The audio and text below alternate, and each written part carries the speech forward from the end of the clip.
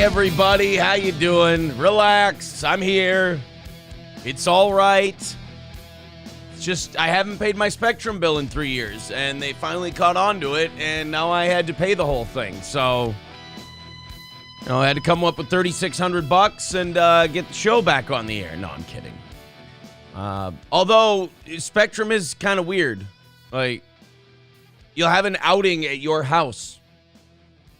And then you'll check and you'll be like, oh, well, Spectrum kind of sucks. Maybe there's outages, in the whole area. And they'll be like, nope, just you. And you'll go, okay, well, what can we do? I mean, I'm not saying their customer service is any more useless than anyone else's customer service, but their customer service is useless.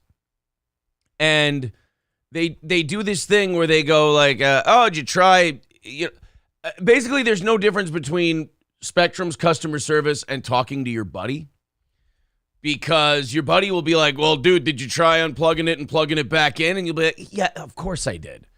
And then you'll talk to Spectrum and you'll be like, hey, I'm having problems. I can't get on my internet. Do you know what I should do? And Spectrum will go, did you try unplugging it and plugging it back in? And for a split second, you go, fuck it, I'm leaving. And I'll be honest, as I send Johnny the link, Johnny will be here in just a second. Send him the link. I was having one of those days where, feeling pretty good. And I, show doesn't start. Internet's not working. And I get to that part where I'm like, a day off wouldn't be the worst thing in the world. I mean, we got the prize show tonight. We've got, I got some shit I can do. I can do some studio stuff. I can dick around. I turned on last night's Nightwave. I was going to watch some Mersh. We got about 5 minutes into Mersh, and then my internet kicked back in, and we're ready to go. So apparently you can scare the shit out of your internet with Nightwave radio. And so I did not get to skip and take a day off today. However, I did just send the link to Johnny, so he should be good. I did tell him he could take a day, or not a day off. I said, I'll try again around 6:30, take a nap. We're having some issues. But I think he might have taken me up on the nap thing. And I sent him the link, and I'm not so sure that he's going to be here right away. Whoop. Ryan the Garbage Man says, you could have had 9 holes in by 8 o'clock. When does the golf course open? Blackberry Ridge open time. 4 to 9 p.m.? I don't believe that's correct. They really do? They open at 4 o'clock p.m.? That can't be right. Friday closed, Saturday closed? I don't think so. I don't think a golf course is closed on Friday and Saturday. Thursday, 4 to 9 p.m. Okay, well, that clearly is not correct. Blackberry Ridge golf hours. It says 4 to 9 p.m. Well, that's incorrect. Let's pick another one. Boulder Ridge hours. Boulder Ridge. Driving range picker last night between the hours of 10 p.m. and 5 a.m. Okay, I don't think that's correct. Opens at 7:30. There you go. I could have got a round in today. Oh, well. I got a round in yesterday. It's like 90 degrees every day for the next week or two in Minnesota. So doing 18 holes yesterday was not, even with a cart, doing 18 holes yesterday was a big mistake. And it showed in my score. I was shit. I was terrible. Front 9, everything was off to the left. Back 9, I was chipping and putting like horse shit. 99 yesterday. Oh, Michael B says, I lived on a golf course. It was always open. Michael, I want to pick your brain about something here. What are the rules? Like if you, I know what the golf course's rules are, but like if you live on a golf course, do you just grab your bag and, like maybe you live on like the 4th hole and just get on the 4th hole and just golf around? I mean, is that just if you live on the golf course, do you go to the clubhouse and just pay and be a customer at the golf course like everybody else, or you just go, fuck it. I'll go out and grab my clubs, hit a hole, and just start going. I don't know. Even if you live on a golf course, you still have to pay membership, says Loaded Wrench. Michael B says, nope, you just go. So, Smokenstein says, has Chad done anything in the last 24 hours? No, it means my boy is cool. I don't know what that means. I do know Chad caught like some Twitter bans and some YouTube. I was just listening to Mersh talk about it on Nightwave, and I don't think these boomers really understand. And Chad's not technically a boomer, but he seems like one. They don't understand that copyright strikes are not like content strikes, where if you get like a terms of service strike 3 times, you're out. But you can get copyright strikes over and over and over and over again, and it doesn't necessarily take down your channel. You might get demonetized, but it doesn't take down your channel. So I don't think his channel's going away. I just think he's serving a bid now until the copyright strikes are resolved. When your copyright strikes get resolved, then you can get your shit back. But I don't know, because I'm a good boy and I don't get channel strikes. I did get one. I got one medical misinformation strike. That was the one I got. I got one medical misinformation strike. Other than that, I'm good. We played the Pfizer Project Veritas video, the one that even got James O'Keefe fired from his own thing. That was the only strike we ever got. We served a 7-day sentence. We started with Rumble, and that was the day we started splitting our audience. And we went from like 600 people at a time on YouTube to like 530 at a time on YouTube and 200 at a time on Rumble. So like technically our audience went up, but the cosmetics of it were a little, they were split. We went from like 4,000 views an episode to... got like 5.5 thousand views an episode between the two services. So we split. We did 2 different, two different platforms we started broadcasting on. We got Johnny coming in just a little bit. Hopefully he gets his texts and he gets his ass in here and we have a co-host. Otherwise, Stevie Lou did say, send me the link. Shit. I got to pay old Stevie Lou. I took a few days off from Memorial Day here, and I forgot to pay old Stevie Lou. Oh my God, we are on, asshole. There, see if he gets his ass on the show here or not. But I can always replace him with old Stevie Lou. By the way, smaller than normal goal today. The evening show audience was extremely generous, and we got a new VIP over the weekend. $260. Is the goal today. I'm sorry. We got, there we go. Ozbest second mic with a $5 super chat starting us off today. Thank you very, very much. Good old JR says deadbeat Aaron. Yeah. Whoopsie daisy. Well, everyone, hey, hit the like button, subscribe to the channel, share the show. We started about 10 minutes late today, so make sure everybody, gets in here and watches the show. I have to apologize. Yesterday, I berated the audience, said, hey, what's going on? Is it a vacation or something? What the fuck is going on? Why are the numbers lower than usual? I don't know what YouTube was showing me, but I ended the stream, and they were like, yeah, you were at about 530, 550 the whole time. I was like, whoops. Kind of yelled at everybody for no reason there then, didn't I? It's actually a pretty solid, normal comeback. Whoopsie daisy. We got Johnny coming. I guess I just got to kind of abandon Johnny for a while and just start the show. And then when he comes in, just add him to the mix, I suppose. We'll just start the show and get moving here and just talk about all of the shit we got going on. I've got, I guess, Bam Margera. We got a lot of Bam Margera stuff. Probably won't be tonight. About all of this shit since we have the evening show. God damn it. Turn that shit off. All right. And lower your fucking camera, please. Is that what I need? Let's see. Yeah, you look like a midget. Just keep it there. Just like when you go down and you get tall, just stay there forever. There you go. Down more. Down more. Down more. There you go. That looks good enough. I'm taller than you naturally, so it's okay. Johnny's here, everybody. Oh, did you try to get a nice nap in? No, I was I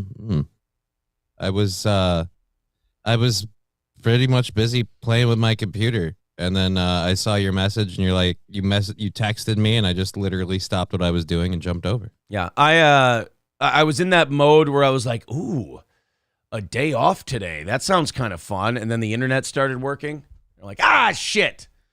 Now I got to do a show. I had all my plans ready for a nice off day today. And that's why you don't get hopeful. That's why when shit happens, you just assume it's going to start working again. I was kind of hopeful too. I was like, how fun would that be if it was a day off? I was like, I was sitting here playing a video game. Yeah, just had one Monday, and now take another one on Wednesday. Michael B says this show has the worst hairlines on the internet. We really are an ugly fucking show. The fact that we're pushing 10,000 subs, which get to work on that guy. Now, all of a sudden, we have this weird thing where we start pushing 10K and we go on this big run, and then all of a sudden stagnation for like a week or two. I would say a week. We had a big rush the week before, and now it's stagnant as we try to get to 10,000, and now it'll take off again in the next week or two when I don't need it to. But subscribe to the show. We're close to 10,000. The fact that a show with this as hideous of people has grown this quickly, that is troubling. I'm relatively attractive. I'm fat. I'll admit that. You're fat. Relatively attractive? Yeah. How fucking dare you? Relatively attractive. Yeah, I'll go that far. You do understand we're a couple of fives. Is that not relatively attractive? No, that's not relatively attractive.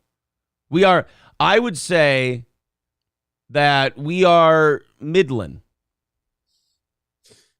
Oh, well, if you're a 5 and she's a 10, then you really outkicked your then coverage. we're a combined 7.5. That's pretty respectable. What's wrong with that? 7.5. So you're using her to up your score? What are you, a black? Griddle Gorilla says 10K by the end of June, or Aaron wears tuck-friendly leotard. Well, don't give them a reason not to subscribe. I'll put on the tuck-friendly leotard if we hit 10K by the first day of summer. There you go. All right, boys and girls, I see the chat starting to go. Thank you very much for all of your wacky hijinks and whatnot. Labglass says Johnny is a fucking 8. It's weird. Labglass really wants my sweet derriere, so I mean he'll be nice. We should have taken today off, huh? Possibly. Just kind of off. So the timing's bad. We're saying words like derriere. We should have called. You know what? I should have just lied. That's my thing. I can't lie. I should have lied and just said, well, internet's down. It's going to be down all day. The internet's never down all day. Here's what happens. You find out your internet's down, and you just start annoying the fuck out of people until they fix it. That's what happens. And almost always people have been doing that before you. Yeah, it's like 30 minutes is the max. Once the time you know your internet's down to the time it gets fixed should be a max of 30 minutes unless you need to swap equipment. You call those people and they're like, well, we could try this. And you're like, yeah, well, it didn't fucking work, did it? And then they go, well, we could try this. And like I unplugged the router and the modem, and then they sent a signal, and then I got it back. That's what ended up happening. Is that the Kevin Smith? Or is this a different Kevin Smith? Is this our VIP, MVP, awesome dude Kevin Smith? Or is this a different Kevin Smith? He's calling me Aaron Mercury. Yeah, the mustache did get a net positive approval rating of 54% yesterday. But then you add in April's approval of it, and that kind of weighs it tilts the scales, if you will. And I think it's just Steiner math it. Yeah, it stays for another week or two. No, it's not that. Kevin Smith says nope, just a 5 from London. All right, well, where's I miss our old buddy Kevin Smith. I don't know where the hell he went. I don't know. Be here somewhere. I don't know. Original owner of the show. Original owner of the show, Kevin Smith, who got replaced by David Chandler. So he, and he never came back to reclaim his crown, unfortunately. What do you do? Well, I hope everyone's morning is going very well. We're obviously off to a sluggish, shitty, bad timing, terrible chemistry start because of the 20 minutes that we took. But we're going to get it together today. We got a great show. I do not have Bam Margera for the morning show. I think I'll be able to have the Bam stuff tomorrow morning because there's a 30-minute interview that I have to go through and cut clips that I was just made aware of last night. I haven't had time to go through it. And now there's another story about Bam. So we have a Bam update later this week. We had an Opie update last night. We had a Chad update yesterday morning. And now we have a Bam update. You know, I go into every week and I look at the clips I have to put up for our daily clip. And, you know, the clips are usually of stuff that, you know, the hashtag gets some attention. You'll get a couple thousand views out of the deal. It's good for the channel. And there's some names that are go-tos where you know you're getting, you know, on a bad day, you're getting 1,000. On a mad day, you're getting 1,700. On a good day, you're getting 2,000 to 3,000. And in like Chad, Opie, Bam Margera, Chris D'Elia, all of those are stalwarts that'll get you there. And now, like, really, I'm a D'Elia story this week away from having all of them in 1 week, which is, I mean, that's like God smiling down on me. So we're going to have a Bam Margera thing probably tomorrow, and we should have some updates for you there. Some lady had him on her show, and he was visibly fucked up, and he's wearing like a bunny hat with like furry bunny ball ears on it. And like he's calling his mom during the show and telling her to go fuck herself. And the woman's just letting it happen. And it's like, oh, you fucking leech. You parasite. Like I hate Bam Margera and I think he's a piece of shit. But like for that lady to just allow that because, oh, it'll be good for my channel. It'll be good for views. Yeah, you're a piece of shit. Yeah, but isn't that the sort of kind of, well, I don't know that Dave Letterman would let him necessarily call his mom, but no. I mean, that's the kind of approach a lot of people would do, just sit back and let whatever this is go as a host, you know? I don't think the calling the mom thing, they would, well, first of all, that's a touch beyond. First of all, Leno and Letterman worked for a corporation, so the legal liability of that happening on your show. Fair point. Yeah, they would never allow that to happen. But also, just like, the decency of it. Professional Horny Boy says, God pissing on Bam is God smiling on Aaron. That's not a bad point. Cassius says, have you talked about PA Mike, Patrick Michael, doing a live stream seemingly all night and it's still going?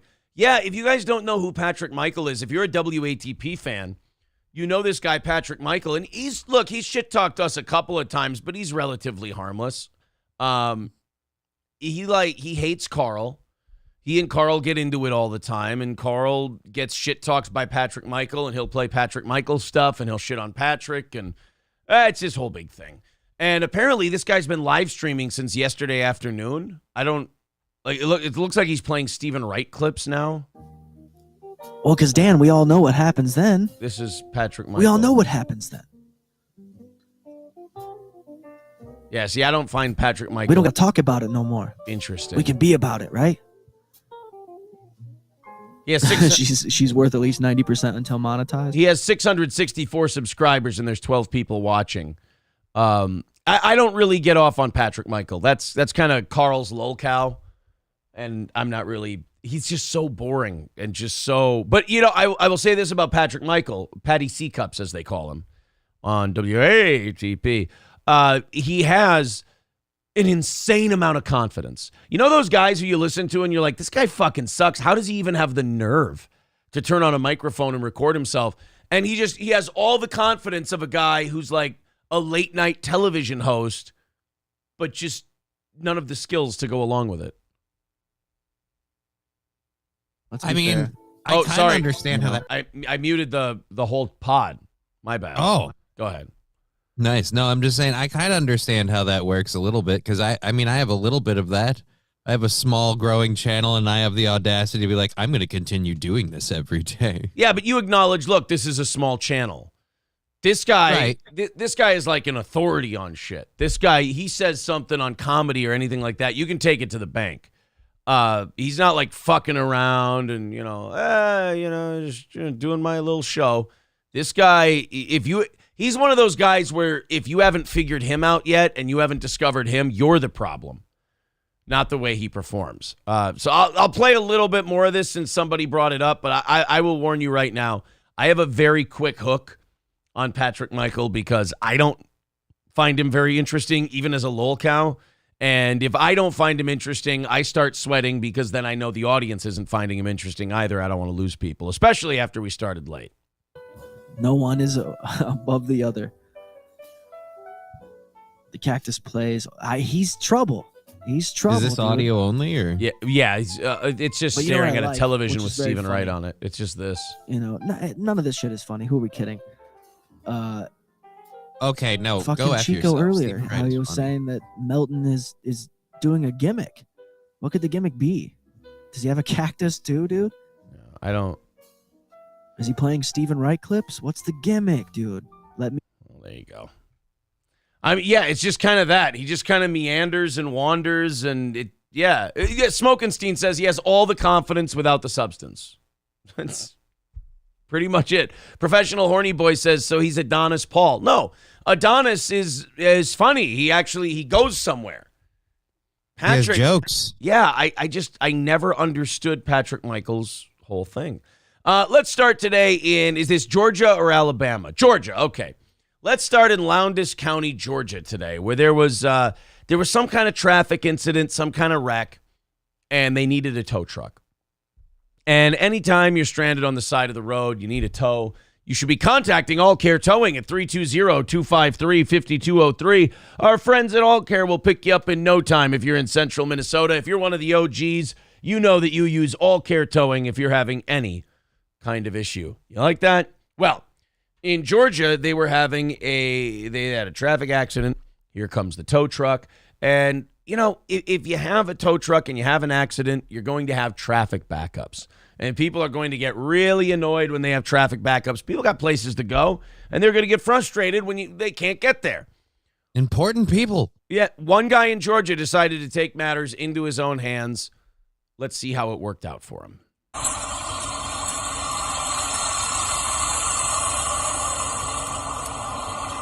There's your tow truck. Yeah, looks good. So far. Police officers on the scene to keep everything.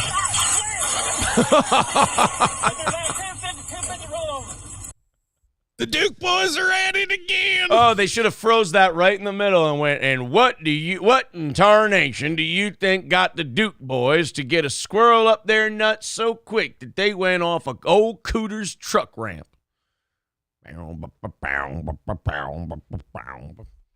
Holy shit. I mean, how do you suppose that ends when you decide you're going to take the truck ramp?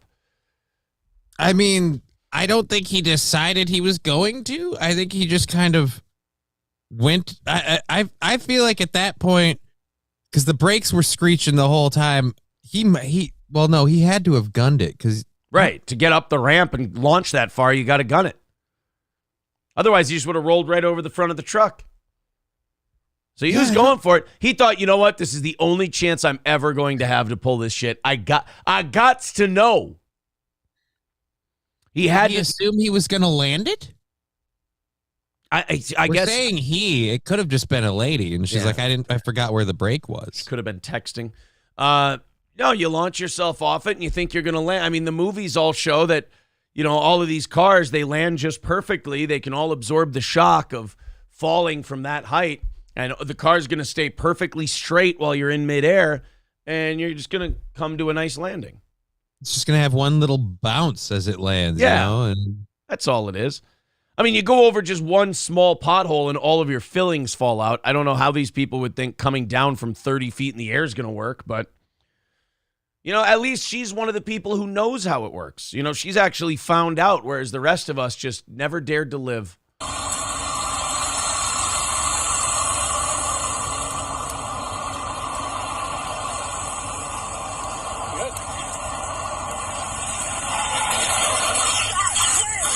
Yeah, I mean,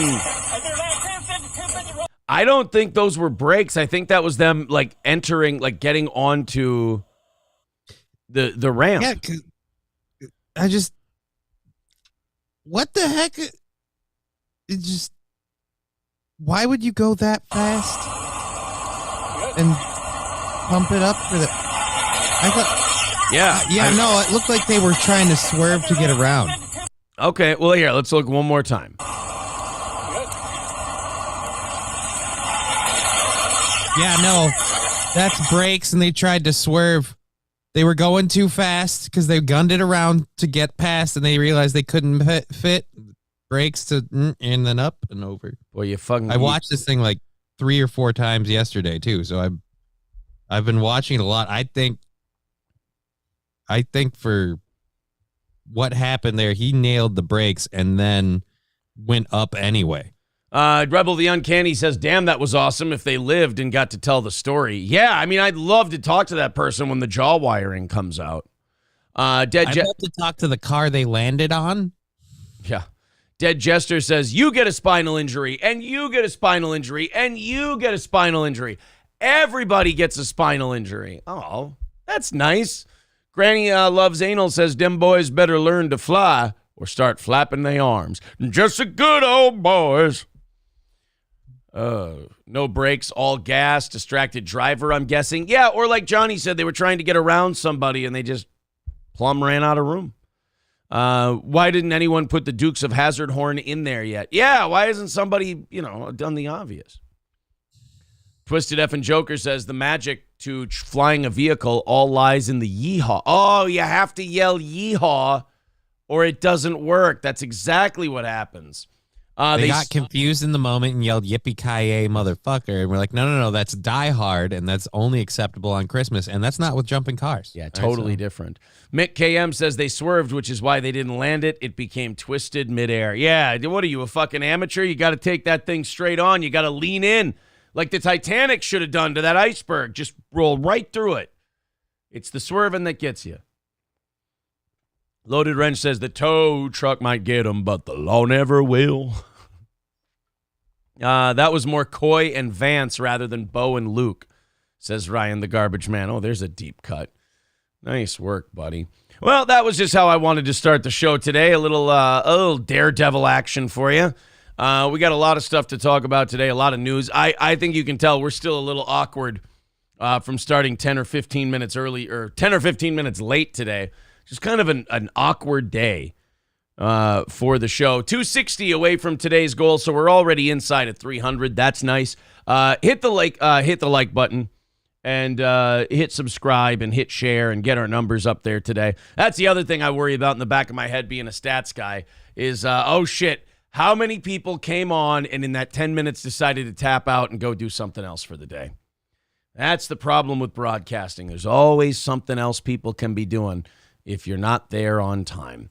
Let's go ahead and catch up with what's going on with the former president attempting to be current president again, Donald Trump. He's making promises. Okay. He's out on the campaign trail, and he's telling people exactly what he's going to do if these guys, if they vote him in again. And this one might build actually that wall and drain that swamp. This one might actually score some points with people because, as you know, the immigration thing is hot again. We found out yesterday New York City is taking hotels that usually go for $450 a room, kicking all the patrons out and putting illegals in there. And I can only guess what the government is giving them per night, per migrant family, to shut down business and put them up. It's got to be a really nice payday. It's got to be a pretty decent bump from what the sticker price is to get them to shut down business in, again, nice, reputable hotels. These aren't Hotel Sixes. These are expensive, multiple chandeliers in the lobby type places. And they're putting in illegals, and the former employees there are talking about how all the teenage illegals are getting fucked up and there's fights in the lobby and it's just a nightmare and it's dirty and all this shit. I don't know what they expected, but now Trump he's got a solution. Trump says he'll end birthright citizenship for children of illegal immigrants, vows on day one to end birth tourism for border crossers if he wins the 2024 race. And it's nice to hear this stuff. I really wish this guy would have been president already so he could have got some of this stuff done. Yeah. It's this is one of the things for me. Like I was talking about the debt deal and stuff, where I'm like, they make these promises, they make these grand things, and then they walk it back when no one's looking. And then his wall and draining the swamp is kind of the same thing. Where that sounds great in theory. Yeah. But how are we going to have that in practice? Like, I feel like, I'm day one, I'm going to do this thing. You're right. You're going to do that day one. And, what happens if you don't? I mean, Right. do you automatically give up your job? I'm not president now because I didn't do my day one promise. Like you're not on the hook for anything. Yeah, and that's really the thing they can kind of hit him with. I don't think it's going to matter. I think shit's going to be so bad by the time that election rolls around that if they pick Biden, people will vote for anybody but Biden, hopefully. But, they can hit Trump with the whole, the Tony Montana, though. Why didn't you, man? Like, everything he says, hey, I'm going to end birthright citizenship. It's like, oh, man, that's a crazy, awesome idea. I wish that hack president we had from 2016 to 2020 would have done that. Or, hey, I'm going to build a wall. It's like, oh, where have I heard that before, Hey, man, I really think marijuana should be legal. Yeah, too bad you weren't president at a point in time when you could have done some stuff to work on that. Too bad. Yeah. Well, I mean, it's almost worse when you have the incumbent running for re-election and he tells you what he's going to do. And they act like, oh, no, I was just saving this one up my sleeve for the second term. I didn't give it all away. I didn't do my absolute best for you guys this time. I was saving some stuff for the second time around. Oh, honestly, I feel like it is an inside job or something, and it's not even subtle anymore. Like their theme is finish the job. Yeah, and it's like, dude, with what's happened, I wouldn't. That's not the message I'd be spreading. Finish. Ooh. Not only that, I mean, you guys will finish the job before your second term if the job is destroy everything. I mean, you guys will be good to go. You won't. Hey, congratulations, Joe. You won't need a second term. You're already finishing the job. Congratulations, buddy. You guys are underselling yourselves. I have faith in you. William Ramsey says, I'm intrigued by the Trump revenge arc and the prospect of not having to give a shit about the next election. Yeah, I mean, if he wins this next one, I bet you see way lower turnout for 2028, would it be? Yeah, 2028. Because you can't have Trump for a third time. So he gets that second term, and then the next one comes in. It's like, man, this fight doesn't have the A-list. It's like when, Mike Tyson or Oscar De La Hoya or Floyd Mayweather retires from boxing. The next guy on the main event for the next pay-per-view, you're like, oh, I'm sure this will be a good fight, but, there's no Floyd Mayweather. I think I'm going to skip this one. Doesn't have the balls that the other one did. It's just not the same anymore. Doesn't have the name draw.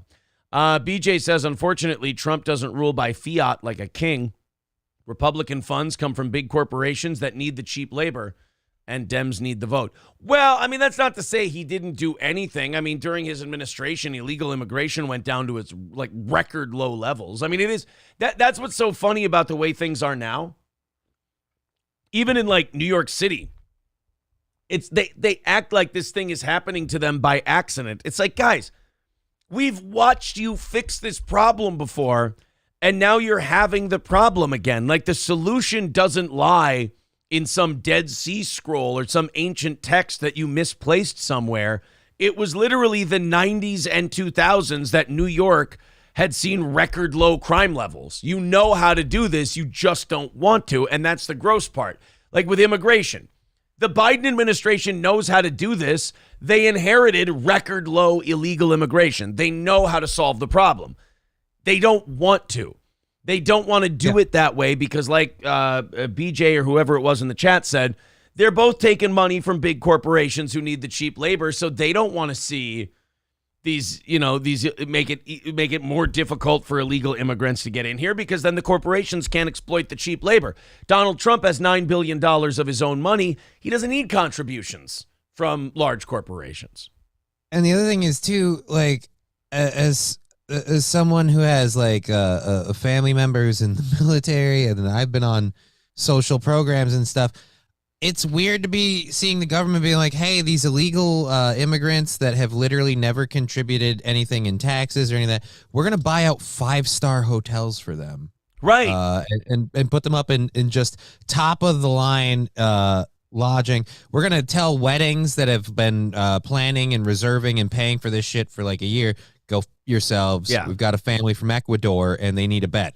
Right. But it's just, if you've been on the government dole for like any of their like I said, programs, they never go top dollar. They always go bottom rung. Like why are we rolling out the red carpet for these people when people who served overseas or people who have paid in taxes and are on, the social welfare programs of any kind, they're always like, no, we got to save and cut costs as much as we can. But with those people, like, of course, they're going to pay us back. Because we've already decided who we're voting for. So we can't be bought. So those people, who gives a shit? Like they've made their choice. But it's like when Tammany Hall in Gangs of New York would go down to the docks and give soup and bread and blankets to the Irish. And, Bill the Butcher would be like, hey, what the fuck are you doing down here? And he's like, what are you talking about? I'm giving them soup and I'm giving them some blankets so they welcome to America. He was buying votes. He wanted the Irish who were coming off the boats to vote for Tammany Hall in the next election and increase his grip on New York. And Bill the Butcher, and that's the difference between a politician and a true believer. Like, Bill the Butcher was a true believer. He felt that the Irish were bad for New York and it was going to rot the soul of the country. So, he wasn't playing some kind of political game where he's like, even if I think they're dirty, I'll still use them for votes. Whereas Tammany Hall was in the power business and they didn't really believe in anything. So they were like, well, I'll give them blankets and soup and then they'll vote for me. We still do that now, only it's way more expensive than soup and blankets. Yeah, we import people from other countries and then just set them up here and go, hey, now you should vote Democrat. Yeah. It's welfare, it's food stamps, it's health vouchers, it's free insurance, it's all these other services. I wish we went back to soup and blankets. For God's sake, it would be a hell of a lot cheaper. But Trump actually wants to limit illegal immigration, where the politicians, Republican and Democrat, are going, hey, look, Don, I'd love to go with you on this, but the people who pay my bills, the people who pay my salary, they don't want me to do this. And people are like, oh, you mean us? We're the people who pay their... No. We give them a pittance every year. The real people who pay their salaries, those are the people with the big money who need the illegals. That's what it is. Loaded Wrench says illegals come here to work, but it's illegal to hire them. Wait, hold on. Let me get my winking eye ready. It's illegal to hire them. Right. Cockdiff says, aren't there retired U.S. military snipers across America that could... Cockdiff, Jesus Christ, man. I love you, Cockdiff, but I'm not timeouting you or anything. I just got to remove that one. Holy shit, dude. Use the old noggin, buddy. See, I get people too worked up is what it is. That's kind of my fault. I get Cockdiff all worked up and he goes into crazy town on me. It's because we're so damn sexy. There's so much going on. They can't handle it. I get it. Throw this at them and their primitive brain just fucking goes top gear and they just like, let's just get everybody ready and the torches and burn it all. Like, all right, calm down. Cockdiff sees the mustache and he gets all horny and fired up. I get it. I understand the mustache makes you horny. It happens to everybody. Who wants a mustache ride? I do. Let's take a look at Trump talking about ending birthright citizenship for illegal immigrants. Again, I hate to be the cynic in this whole thing, but like you had 4 years to do this. It's like if I hear Trump criticize the pandemic response or anything like that, I'm going to throw up because it's like, hey, yeah, it sure would have been nice if we had someone in there who could have saved us from Dr. Fauci and his reign of tyranny. That would have been nice. In this case, I'll defend Trump on one thing. Doesn't seem like a problem he needed to deal with during his administration. What? There wasn't a whole lot of anchor baby action happening. No. He already kind of had not a lock on it, but he had a pretty good handle on the situation. Could you imagine how much better the COVID thing would have gone if Trump on day one would have said, yeah, this Fauci guy wants to shut everything down. I'm firing him. And he puts in one of those John Hopkins guys. Remember when all those studies were coming out from John Hopkins?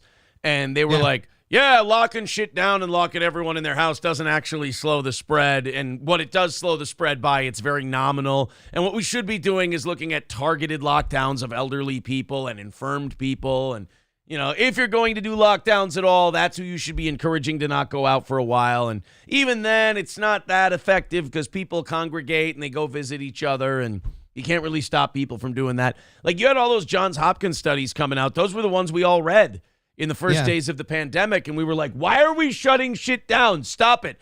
Not letting people exercise and making them stay out of the sunlight is not a good thing. But Dr. Fauci, he had his marching orders from. So you want to slow the spread, but you're also putting sick people in with infirm people. Like that slows the spread a lot when we have someone with COVID, better stick them in an old folks home. Those guys are great. That is wild. Yeah, like Fauci's like, oh, none of you healthy people can go outside ever again, but because we need to protect your grandmother. And then go, oh, yeah, well, by the way, how's my grandmother doing? Oh, great, we just put a bus full of COVID patients in the place she lives. But you said I can't go to the fucking hardware store because I'll get my grandma sick. Well, yeah, indeed. But you're getting my grandma sick. Of course we are. Why? I really need Trump to lose this next election, so you got to stop asking me why. As a matter of fact, I already struck down your YouTube channel, your Twitter account, your Facebook, your TikTok, your Instagram, and your Snapchat. You got to stop asking questions. I was thinking about this just yesterday. I can't remember what I was thinking about it in regards to. Oh, yeah. I was thinking about how quickly we just bow to tyranny and how quickly we just bow with like not even a threat. Like, remember masks and remember all the people who weren't going to wear masks. And I understand some people didn't. Some people held to that and they didn't wear their masks in public. And, they just, and the funny part, looking back at the masks thing, like if you went into a business and you weren't wearing a mask, the worst they could do was yell at you. They couldn't arrest you and throw you in jail for not wearing a mask. Like all you could do, tell you to leave. Right, they could tell you to leave. You walk in, you wear your mask, you don't wear a mask, and they're like, "Hey, what are you doing in here?" I'm sure there's a lot of places in small towns where you could walk in without a mask, and everyone was so scared they just kind of looked around and they went, "Well, maybe he'll just be in and out of here really, really quick." And but like the 90-some% of the population that fell in line and wore the masks everywhere. Of those 90-some% of the population that were wearing masks, I'm sure at least 30% of them at one point went, "I'm not going to fucking wear a mask. Masks are stupid. These are so dumb." And yet they masked up anyway.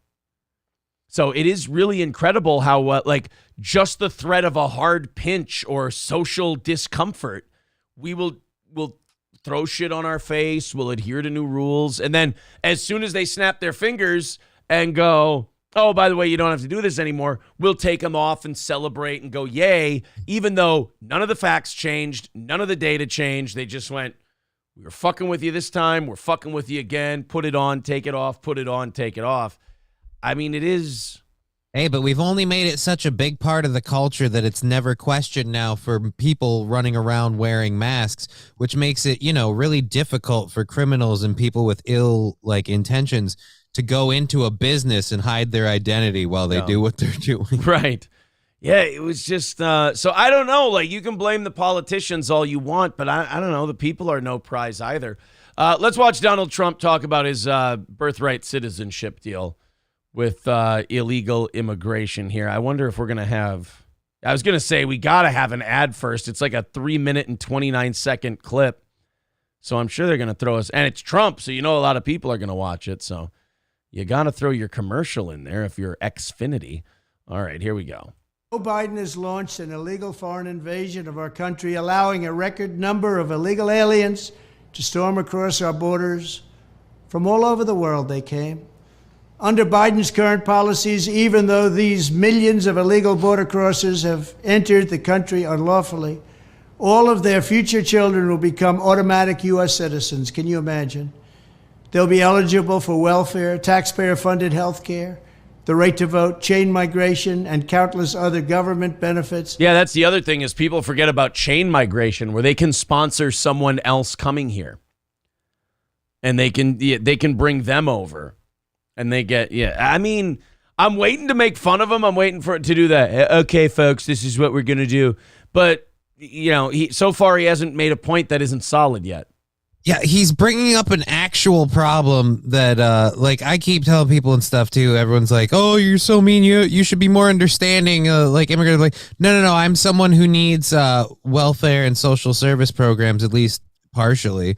So I understand that you can't just add another mouth to feed. Eventually, someone's gonna have to go, and so it's self-preservation for me at this point to be like, look, we can't just keep adding more people to the equation. We can't just absorb every other country's impoverished citizens. We have plenty of our own. But look at, take St. Cloud, Minnesota, for example.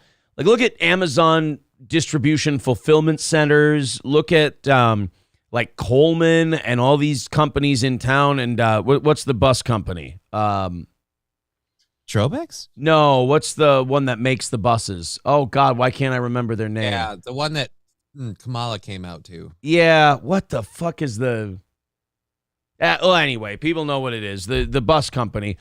All the either illegals or first-generation immigrants or Somalis that work at all these places, these corporations have a never-ending appetite for this low-skill labor, and you have, Zoomers and shit who won't go work there. Jobs that used to be done by 16, 17, and 18-year-old kids. And I think maybe it started in Gen X, but it was real heavy in my generation where you started to hear teenage kids say they were too good for certain jobs. Oh, yeah. And you're like, oh, shit, they got too pampered. They got too spoiled by their boomer parents. And now they think they're above all of these jobs. And these companies went, well, fuck, we're not going to go out of business. We're not going to run out of labor. Hey, Ronald Reagan. Hey, Bill Clinton. You mind opening up the borders and just letting cheap labor flood in here? And they did. So, I mean, again, we can blame the politicians. We can blame the people coming in. But, the people kind of pushed this themselves. We're pieces of shit, too. Yeah, exactly. Don't forget us in the equation. We suck as well. Many of which will also profit the illegal alien parents. This policy is a reward for breaking the laws of the United States and is obviously a magnet helping draw the flood of illegals across our borders. They come by the millions and millions and millions. They come from mental institutions. They come from jails, prisoners, some of the toughest, meanest people you'll ever see. The United States is among... Is he insinuating that perhaps MS-13 gang members crossed the border illegally? Why would they do that? Yeah, how dare he? So, I mean, I'm waiting to, you can wait to shit on Trump and everything else, but I mean, this one checks out. This has always been his bread and butter issue, and the stuff he says on it, you're like, yeah, I mean, he's not wrong on this. You can sit there and be like, not all of them are gang members or criminals or whatever. Right. Not all of them. Right. But the point is these other places that have these people, it's kind of like they either deal with the situation there or in most cases they don't want to. So they say, F it, I'm going to leave, hop on a train. And I mean, why wouldn't you come here? We're putting up people in 5-star hotels. That's really, oh man, I'm going to go to America. Everything sounds so great there. The migrants are getting put up in 5-star hotels who say, get out of here, peasant, with this cuisine. It doesn't interest me. Yeah. The one people I can't blame in this whole equation is the illegal immigrant. They see a good deal. Yeah. You see a mark, you take them down. It sounds like a great deal. I can stay in a 5-star hotel, eat for free. They kick people out. What am I going to do? Stay on the border and do it the right way? Damn, if my legs worked, I'd be tempted to just hop a plane, go to Mexico, walk over the border, be like, where's my hotel room? Yeah. Grow my mustache. In the world that says that even if neither parent is a citizen nor even lawfully in the country, their future children are automatic citizens the moment the parents trespass onto our soil. As has been laid out by many scholars, this current policy is based on a historical myth and a willful misinterpretation of the law by the open borders advocates. There aren't that many of them around. It's amazing. Who wants this? Who wants to have prisoners coming into our country? Who wants to have people who are very sick coming into our country? People from mental institutions coming into our country? And come they will. They're coming by. That'd be funny if Trump, but I mean, we have enough of those people here already. Yeah, he's saying that. I'm like, yeah, while we're on that subject, this all sounds great, homie. Can we talk about reopening those mental institutions? I feel like we have a few people here in need of being in them. Yeah, this makes you want to go to Mexico or these countries back. Wait a minute. They have mental institutions? That sounds awesome. Can we get some? We could use some mental institutions. I'll trade mental institutions for school shootings. That sounds great. By the thousands, by the tens of thousands. As part of my plan to secure the border on day one of my new term in office, I will sign an executive order making clear to federal agencies that under the correct interpretation of the law, going forward, the future children of illegal aliens will not receive automatic U.S. citizenship. I honestly, for the life of me, I don't understand how they ever did. That just seems like such a fucked up, stupid rule. It sounds like such a made it up as you go kind of a rule. It's like, it's a weird kids game thing. Like It's like, hey, this is illegal. But I touched this boulder over here. You can't tag me now. It does. It seems like a made up as you go kind of a thing. It's like when they're creating the rules to basketball in that guy's driveway, and they're like, oh no, I get to do anything I want to try and make you miss your shot. Oh, okay. Yeah, and a home runs from behind the meatballs. That's our immigration policy. It's like, hey, you can't come here. It's illegal to come here unless you go through the proper channels. You're like, what if I squirt out a kid when I jump across this side of the line? Well, then, of course you can stay. That's legal. It's like, yeah, that's what I'm picturing right now. Like a lady who's severely pregnant is waddling with, like the giant watermelon of a belly she has, and there's like INS agents right behind her. They're like, hey man, we're gonna arrest you, you're illegal, and just like, oh, never mind, she's good. Yeah, she squirts out a kid and yells ollie ollie oxen free. and then they're like, oh shit, we can't touch her, guys. She had the magic baby. NF Cap says I'm sorry, he's talking to somebody else. Koenig says, wasn't there a Supreme Court case about citizenship in the 14th Amendment regarding defining jurisdiction of parentage? Yeah, that's what Trump meant when he meant the misinterpreted 14th Amendment case for anchor babies, basically. Yeah. He was talking about that when he was talking about misguided precedents. But at any rate, look, I think it's going to be a tall order just for him to get elected president, and then I think it's going to be an even taller order for him to get a lot of this stuff done that he wants done. Again, I'm sure using executive orders, as he and other presidents have done, won't be immediately demonized as him being a tyrant and going against the will of the people. And going to court immediately for it. But yeah, as you saw in his first term, like he can spout off all he wants and he can tell you what he wants to do all he wants. But, this isn't a country where one guy can just snap his fingers and a lot of this shit can get done.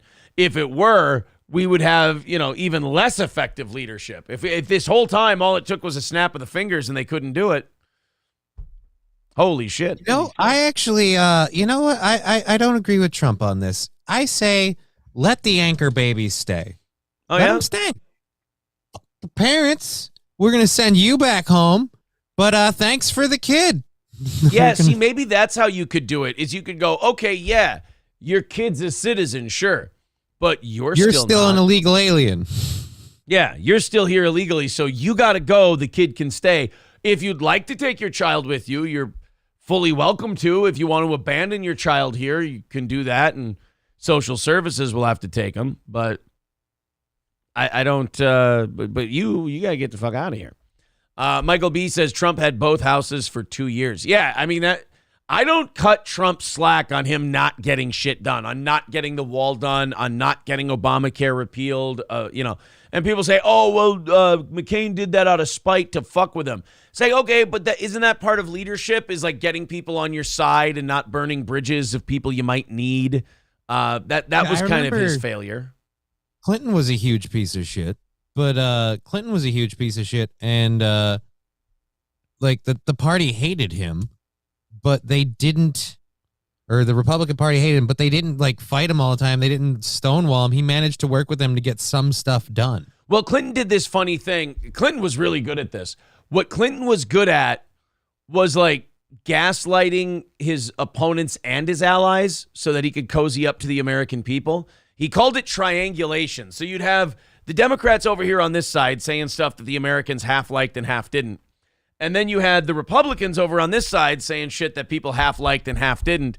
And then Bill Clinton just took the two halves that the people liked and he adopted those as his position. So then the American people would always go, yeah, why can't you Democrats and Republicans be more like Bill Clinton? He's saying all the right stuff. And then they went, well, fuck. We better get a deal done because Bill Clinton just sucked the dick of the voters, and now he's making us look like assholes. And that's how he would get shit done. It was a total ego move on his part to, basically try and, cuck the Congress. But it worked to get shit done. And people didn't do that after that. Like after 9/11, it became, okay, you do the shit I want you to do, or fuck you, we're on different teams. Yeah, and then it became immediately, it became un-American to discount or dissuade or in any way go against the party. And that's kind of where it is now. Like when it was Trump, it was the same thing. Like, oh, if you're not supporting Trump and what he wants to do, it's un-American. And then the same kind of the thing with Biden. Like, oh, we're taking the country back and restoring sanity. And if you're not for that, then you're just one of the Trumpers and go after yourself. And it's like, no. There has been a long-standing history of just not completely fucking over the other team and just kind of working together. It does help. Who would have known that it was going to be freedom fries that led to the downfall of this country? Once we renamed them freedom fries, it was all over, boys and girls. 260 away from today's goal. If you feel like contributing to our program, Streamlabs, PayPal, and Venmo, Super Chats, memberships, and gifted memberships count as well. If you got gifted a membership in the last month, be sure to renew it. Those are huge. Those are great. And starting next month, we're going to actually, perhaps, depending on how many people renew their memberships, you will see that bring down the daily goal at the very beginning. We will see. But yes, we are under 300 by the top of the hour, by 7 o'clock. Let's get under 200 by the top of the next hour. And we're looking good. Speaking of 200, keep hitting the like button. Let's get that up to 200. Subscribe to the show. Share the show. Let people know, hey, you want to kill half your fucking workday? Listen to some Steel Toe. They'll keep it moving for you. They even came in 10 minutes late today, and they're starting to find their form. Let's talk about this guy in South Carolina. His name's Rick Chow. He's, I think, Korean, but whatever. He's an Asian store owner, and he shot a kid recently, and it's just caused all this hubbub in South Carolina.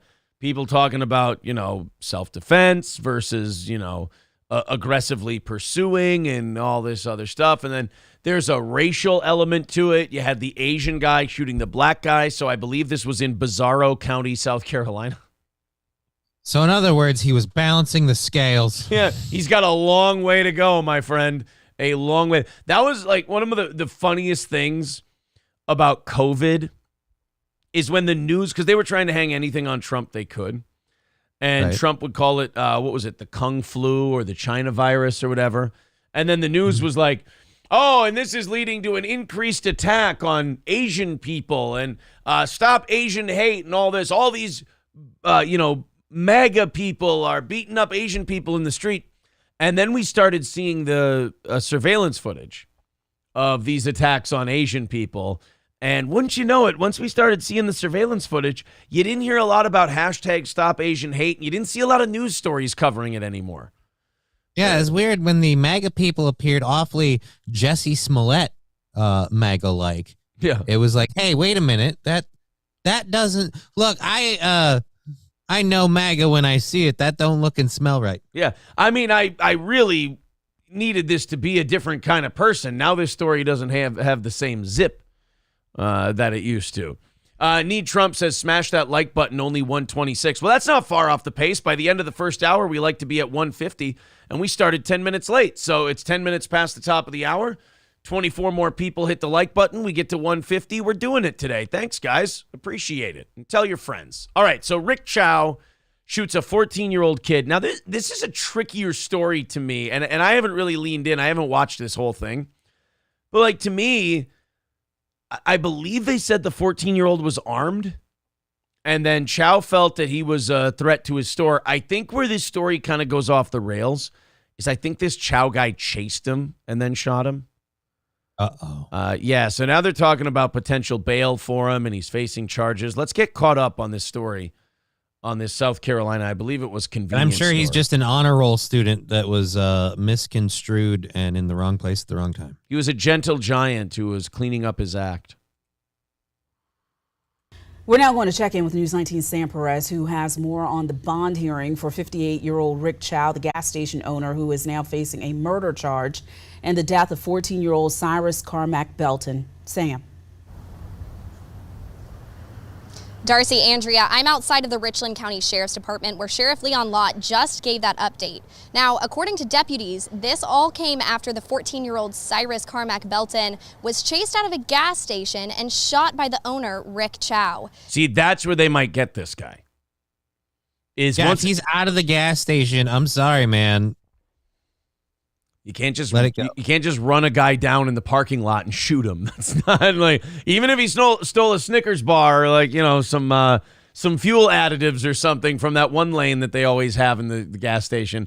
You can't run him down and shoot him over that, man. You can, like, if the guy's squaring up on you and he reaches for something and you shoot him, that's okay. That's self-defense.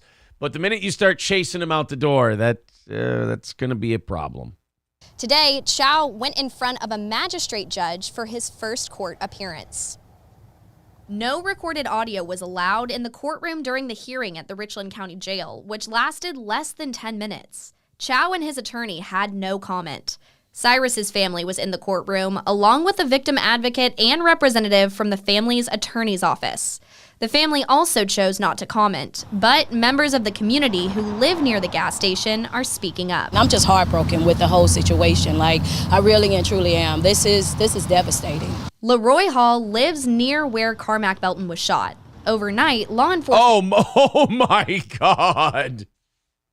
Look at what people did to that fucking place after this blew up. Holy shit, they just graffitied the fuck out of it. Yeah, you see signs hanging up that says close it down. Right. And then, and then complain when you have a gas or food desert because you... Right. Like, even if you hate that guy and he killed one of your black brothers and sisters, you graffitiing that place is not going to encourage someone else to buy it on the cheap and then open something up. Yeah, I don't feel like that's a neighborhood where I'm gonna safely operate. I feel like I have a at best tentative relationship with these people, and then if it goes a little iffy, apparently they are not beyond just destroying everything. There is something about those communities that talk about food deserts, and San Francisco's losing half its downtown businesses, and Chicago's closing down all their Walmarts because there's too much theft. Like, there is this disconnect between, hey guys, how do you treat your neighborhood? And then where do you see these places going? Like, they go, oh, we don't have a place to get this. We don't have well, in your lifetime, did they ever have a place to get that? Oh, yeah, we had it right down there. What happened? Well, people robbed it blind and they vandalized the place and then they decided to skip town. Well, do you put two and two together and see that maybe the way you're treating your community ends up being the way your community is, or no? And it's they always never even see that part. They always just go like, well, what happened? Like, well, they were racist and they left. Yeah. Like, oh. White supremacy wants to create food deserts for us. It's like, no, they want to just make money. Like, look, I'm not going to sit here and go, oh yeah, Walmart cares about black people. Walmart doesn't give a fuck about white people. They don't give a fuck about black people. They give a fuck about green. And if they can make money in the middle of a sea of black people, they don't give a shit. They don't. I know this sounds hacky. They don't really see color unless it's green. If the Walmart in downtown Chicago was the cleanest and most profitable Walmart there was, they would have a lot of focus on that, pay a lot of attention to that, make sure that had all the newest shit, all the remodels that they were planning would be staged first in the Chicago one. And then if it was, some suburban Pennsylvania Walmart that was being trashed and violated and robbed and, their profits were down because people were stealing so much shit, they would close that one down. Again, it doesn't matter who's going into the store. It matters what's going out. And when you do shit like this to the stores in your area, you can't wonder why people are afraid to buy, invest, and open shit up in your neighborhood. Honestly, I'll tell you right now, I'm worried about just like even the town we live in. They're at the point where they're locking the socks. Like you gotta, all right, can I get someone with a key? I want to get a pair of the fucking crew socks, just the ankle. Like if we're at that point, I'm like, oh my God, how far away are we where Walmart's like, you know what? It's not worth the effort. Yeah. Well, yeah, I mean, if you go to a Walmart and they have the socks locked, there's a lot of people who won't go and ask someone. They'll just go, well, I'm not going here anymore. There's a certain percentage of the population that's turned off by just that visual. And they're like, yeah, I'm not going to, because they perceive it as lower class and they don't want to perceive themselves as lower class. Like, that's kind of the brilliance of Walmart. You're saying your neighborhood. Right. But the brilliance of Walmart coming up is that they sold shit for cheap, but they didn't make people feel low class. It was a well-lit place. You had aisle. It looked like a department store just full of really cheap shit. And then all the people felt like, oh, I'm getting a lot of stuff for a little bit of money. I'm saving on my budget, and it doesn't feel like fucking Kmart. Now, the people who inhabit Walmart and go and shop there, about to say, that's a different story. Walmart can't control that. Walmart can just control what they present. I mean, the people in the moo-moos with no underwear, pushing $3 bills, that ain't Walmart's fault. That's I was talking about this before with the politicians. There's politician problems, and then there's us problems. Yeah, I don't know how high class you can feel when you're behind a lady in a moo-moo with double D back fat titties. It's just, wow. Again, that's not what the Walmart can't take responsibility for that white devil.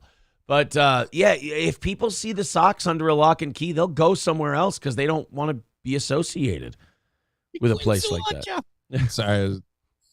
Said the station was vandalized by protesters. It's really tore apart right now. Windows are busted out. They got open bottles, water bottles all over the places, and the signs that's on the windows, they are impactful, man. They really making a bold statement with it. Yeah, okay, fine. Yes, it makes a bold statement. I'm glad you're proud of it. Nobody's going to buy that building, and now that's just going to be an empty place with nothing in it, where it used to be a place where people could get gas and a couple of snacks and some water, and maybe some kids could get a job during high school.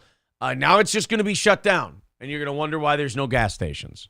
No child deserves to die over water. Where are these people in these protests over the kids that, get shot for just ringing the wrong doorbell?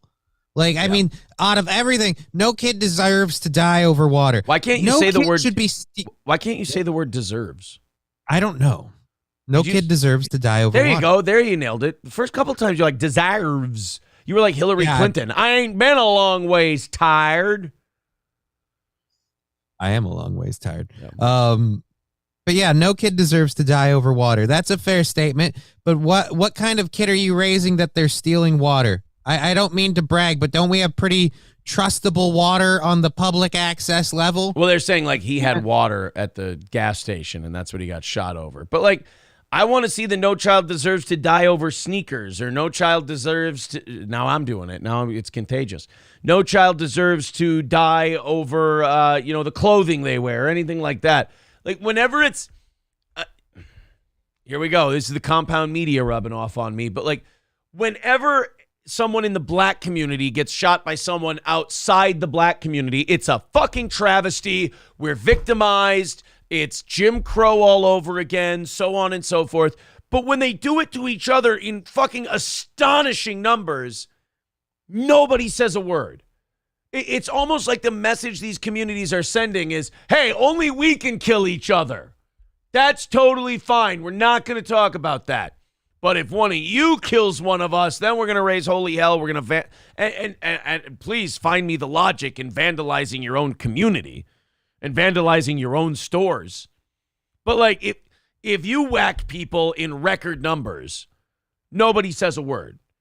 If one Asian gas station owner shoots a black kid, then all of a sudden, oh my God, this is the worst thing you can possibly do. It's like, oh, really? It's the worst thing you can possibly do? Well, do you want to see the statistics from just last weekend in Chicago? Because you got some signs to make. And they're like, well, no, that doesn't count. That's different. Why? Because an Asian person didn't do it? It's not racist when we do it to ourselves. Right. So it's the racist part that you're upset with, not the black child dying part. It's, I can make this a political issue, and I can make this a social issue, and I can make a sign about it. But when a black kid killed, I mean, it's almost like the black community values their lives less than we do. Like people say Black Lives Matter. I would like to see the black community believe in Black Lives Matter. Because, I mean, you have a black kid take a black kid's life and you guys like sweep it under the rug and tell us not to talk about it. But the one infinitesimal time an Asian guy fucking shoots a black guy, it's got to be front page news. We can never stop talking about it. We got to vandalize the gas station, everything else. Black lives aren't going to matter until you guys start confronting the uncomfortable truth that most of the black lives that are being taken by other black lives and decide that those matter. Then maybe it'll stop. Because I got bad news for you. If we want to go into the data, it's not guys who look like this gas station owner that are causing the problem with black lives. Yeah, but the thing is, this guy's the one that makes news stories. We don't have news stories every night about the ongoing violence in the inner city. Right, because the news can't divide people over that. You know, the news, you notice that news channels didn't play the 9-minute body cam George Floyd footage. No, they just played the highlights. Right, they played the highlights. We've only got time in the news cycle for just little bits to digest. We can't know the facts. Just tell us what happened. Knee to the neck, bad. Because if you watch the full body cam video, you can watch it and you can go, okay, well, that guy shouldn't be dead, but at least there's more of a discussion to be had here. Like we can talk about what we see on this video and what is clearly shared responsibility for how we got to that point. Like if you watch the whole body cam video, you can't lay all of that at the feet of Derek Chauvin or the knees of Derek Chauvin. No, because you can see George Floyd's condition and ability to handle the situation deteriorating over time. Yeah. Because he's absorbing more and more of whatever he swallowed. And, coroner's report said he had THC, methamphetamine, fentanyl in his system. Yeah, so I'm guessing that was a rock of fentanyl because I've never heard of anyone having a solid condensed piece of THC. But yeah, if you see him, his whole here's where I think the cops were really in a bad situation and did fuck up. They let him get out. They let him squirrel out of that car too many times, and they didn't just quit. I don't know if they can do this. I guess that's where I'm a dick. They didn't just say, fuck it, elephant in the room, you're clearly on something. We need to get an EMT and like Narcan or whatever, and just focused on that. But they, like I said, they effed up. I mean, he was so fucked up that you couldn't reason with him. Right. But they spent all that time reasoning with him and trying to like talk him back into the car. And every time they got him in, he'd just wiggle out one way or another. It's like, how are you letting this happen again? Well, and he'd say he's clearly on something. And in the video, when he goes, "Let me go to the ground, let me go to the ground," it's like you're Ebenezer Scrooge in The Ghost of Christmas Past. You're like, you don't want that, dude. Don't take it back immediately. All right, I'm sorry. We got way sidetracked on this South Carolina story, but it brought up like 15 other issues. Statement of anger and hurt over the young teenager being gunned down, shot in the back. Law enforcement says the owner believed Carmack Belton had stolen water bottles, which was not true. You hear stuff like that across the nation, but not here. It rarely happens here. Quit watching the news. It rarely happens anywhere. Please show me all the instances in Minnesota where some Asian guy shot a black kid because he thought he stole water and he didn't. Stop it. I hate this shit. It's like what we were talking about a second ago. We're like, do you guys want to see the statistics? Do you want to see the data? Do you want to see what happens all the time versus what doesn't happen? Because let me give you a hint, sir.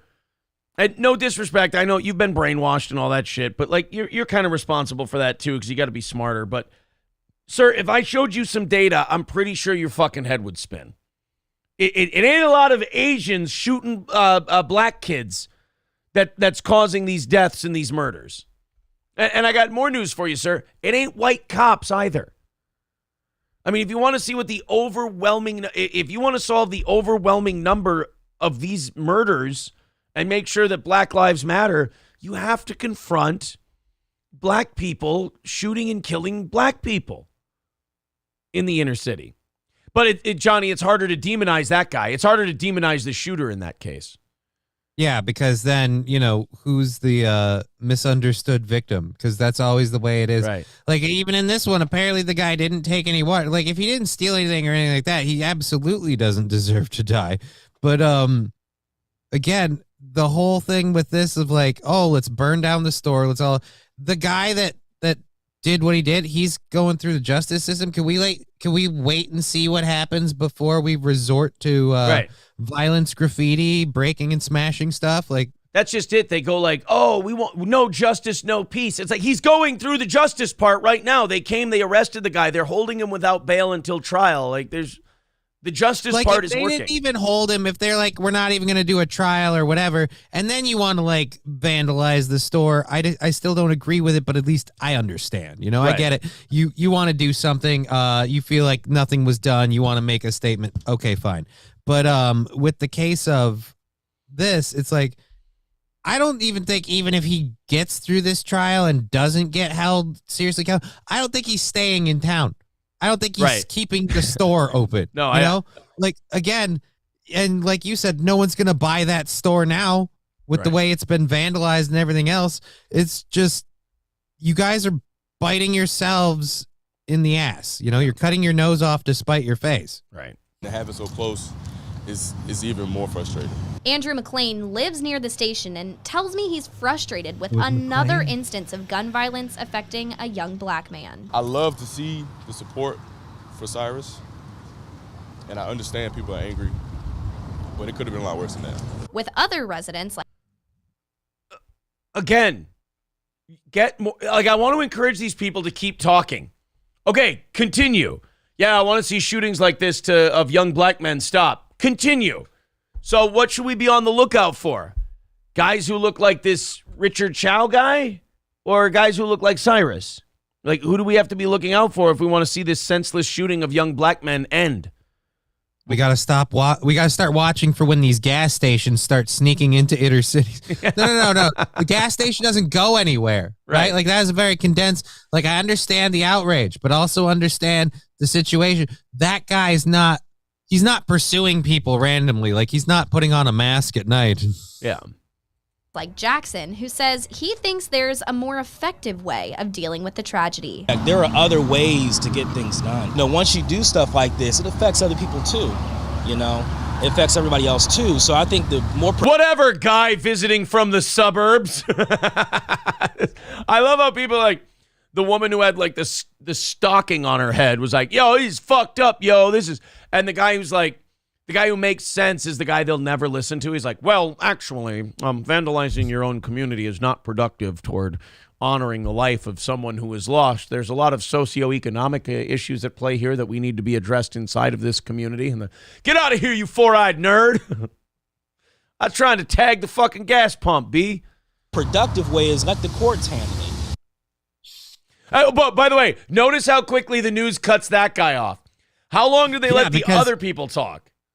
Yeah, because he's actually making a point. Let the courts handle it. Yeah. I'd like to think that they cut him off. He's like, let the courts handle it. We don't rely on the justice system enough. Because honestly, the justice system works, and it's really the violence in the community coming from within the community. Like, all right, stop him. He's getting way too close to the line. Guys, white people and black people are going to start agreeing on shit, and we can't have that. That's not our job. That's not the people who own this news company want to happen. And we need to start talking about the fathers in these homes. All right, no, just cut him off. There are other ways to get things done. Once you do stuff like this, it affects other people too. It affects everybody else too. So I think the more productive way is let the courts handle it. Yeah, like that guy was still going on. They just turned his mic off and went, all right, we got enough. That guy's no more audio from you. Chow will appear in front of a general session circuit court judge at a later date who can determine bond. Reporting live in Richland County, Sam Perez, News 19, WLTX. Yeah, that story... unfortunate. That guy, like they said, he's going through the legal system now. So we'll see if he ends up getting punished. He probably will. But I don't really see where the graffitiing the the fucking building and all of that shit is going to help you accomplish whatever the hell it is. Yeah, that you're trying to especially accomplish. before he even had, like I said, we haven't even had the trial. We haven't had a chance for the justice system to rear its ugly white supremacy and let this obviously, white male go. Yeah. Matt Fields, who are those people, Aaron? Matt Fields, who owns the studio, Aaron?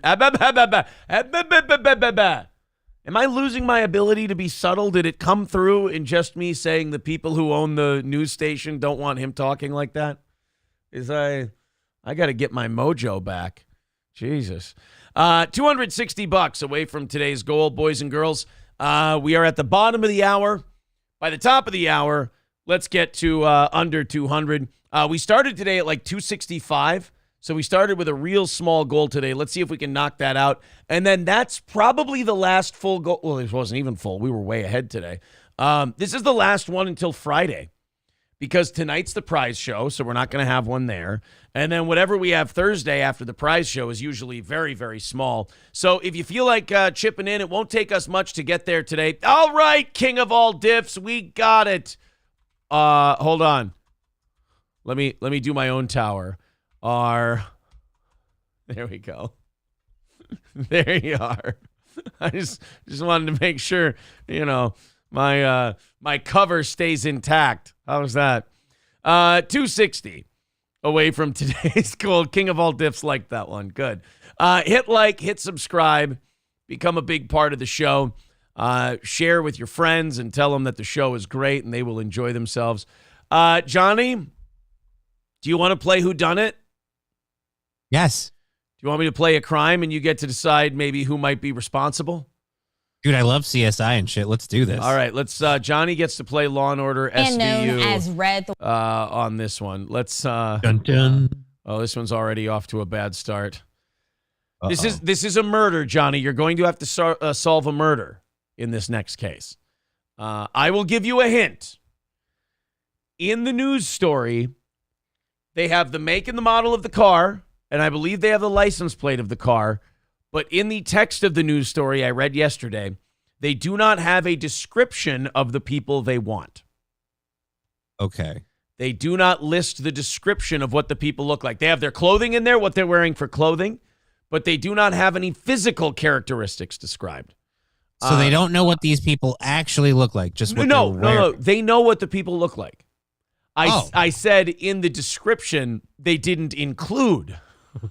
Well, why would you do character? Well, let's that see. seems like very relevant information. Okay, well, let's see, Johnny, if there's maybe a political or a decency or like a wanting to stay away from uncomfortable topics motive to not releasing what the people look like in this murder. Let's get the details from Action News 5. The watermelon man across the Memphis area is now dead following a shooting while on the job earlier this month. Action News 5 City Hawkins. The watermelon man got shot and killed earlier this month. Did anyone tell the muffin man? He's going to be pissed. Really mad. There's another family member down. Milkman's going to be upset. All of them. This live with what we know in Sydney. Has anyone been charged in his death? Good morning. No charges, not even any arrests made in this tragic death. Good morning to you, Ariana. This is 76-year-old John Materna. He was hospitalized shortly after that shooting, remained in the hospital for 2 weeks, and just died last night. Memphis police say they believe two suspects were trying to rob Materna as well as another person at the time of this shooting. They say Materna was selling watermelons on the corner of Homer Street and Wayne Avenue in Berkeley on May 15th. All right, so there's the watermelon man. He's got his watermelon shirt on. He's selling watermelon to this community in Mississippi, and he was robbed by two people and shot and killed.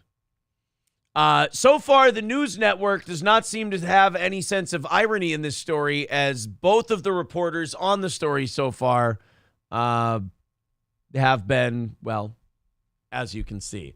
So I'm just going to take a guess, but I'm not going to say too many things here, but I'm guessing let's just say if certain roles were reversed in this situation, this would be a, what would we call it? A vandalize the street corner, no justice, no peace situation.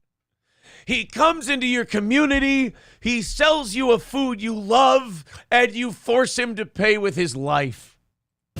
A silver Infiniti then pulled up, approached Materna and another man, later shooting Materna. MPD says Materna then returned fire, but the suspects drove away empty-handed. His family tells us that he sold watermelons for 30 years, and after that shooting, they continued his watermelon operation and gathered to continues to sell those watermelons. No word yet on if they will continue that since his tragic death. I love that this guy just got shot. The killers are still on the loose, but what the community wants to know is, will they still be selling the watermelon? See, these racist watermelon sellers are creating a goddamn fruit desert up in here.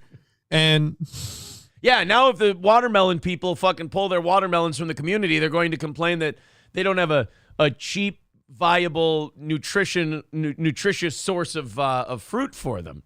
It's like, but I'm hearing there's another wrinkle to this story. I'm hearing that the same crew, or whatever you want to call them, still on the loose, have just now apparently attacked and murdered the colonel. Fried chicken and not the colonel. I heard they also abducted Olive Oil and killed Popeye. No! How could you do such a thing? He loved her, damn it! I will gladly pay you Tuesday for a watermelon today.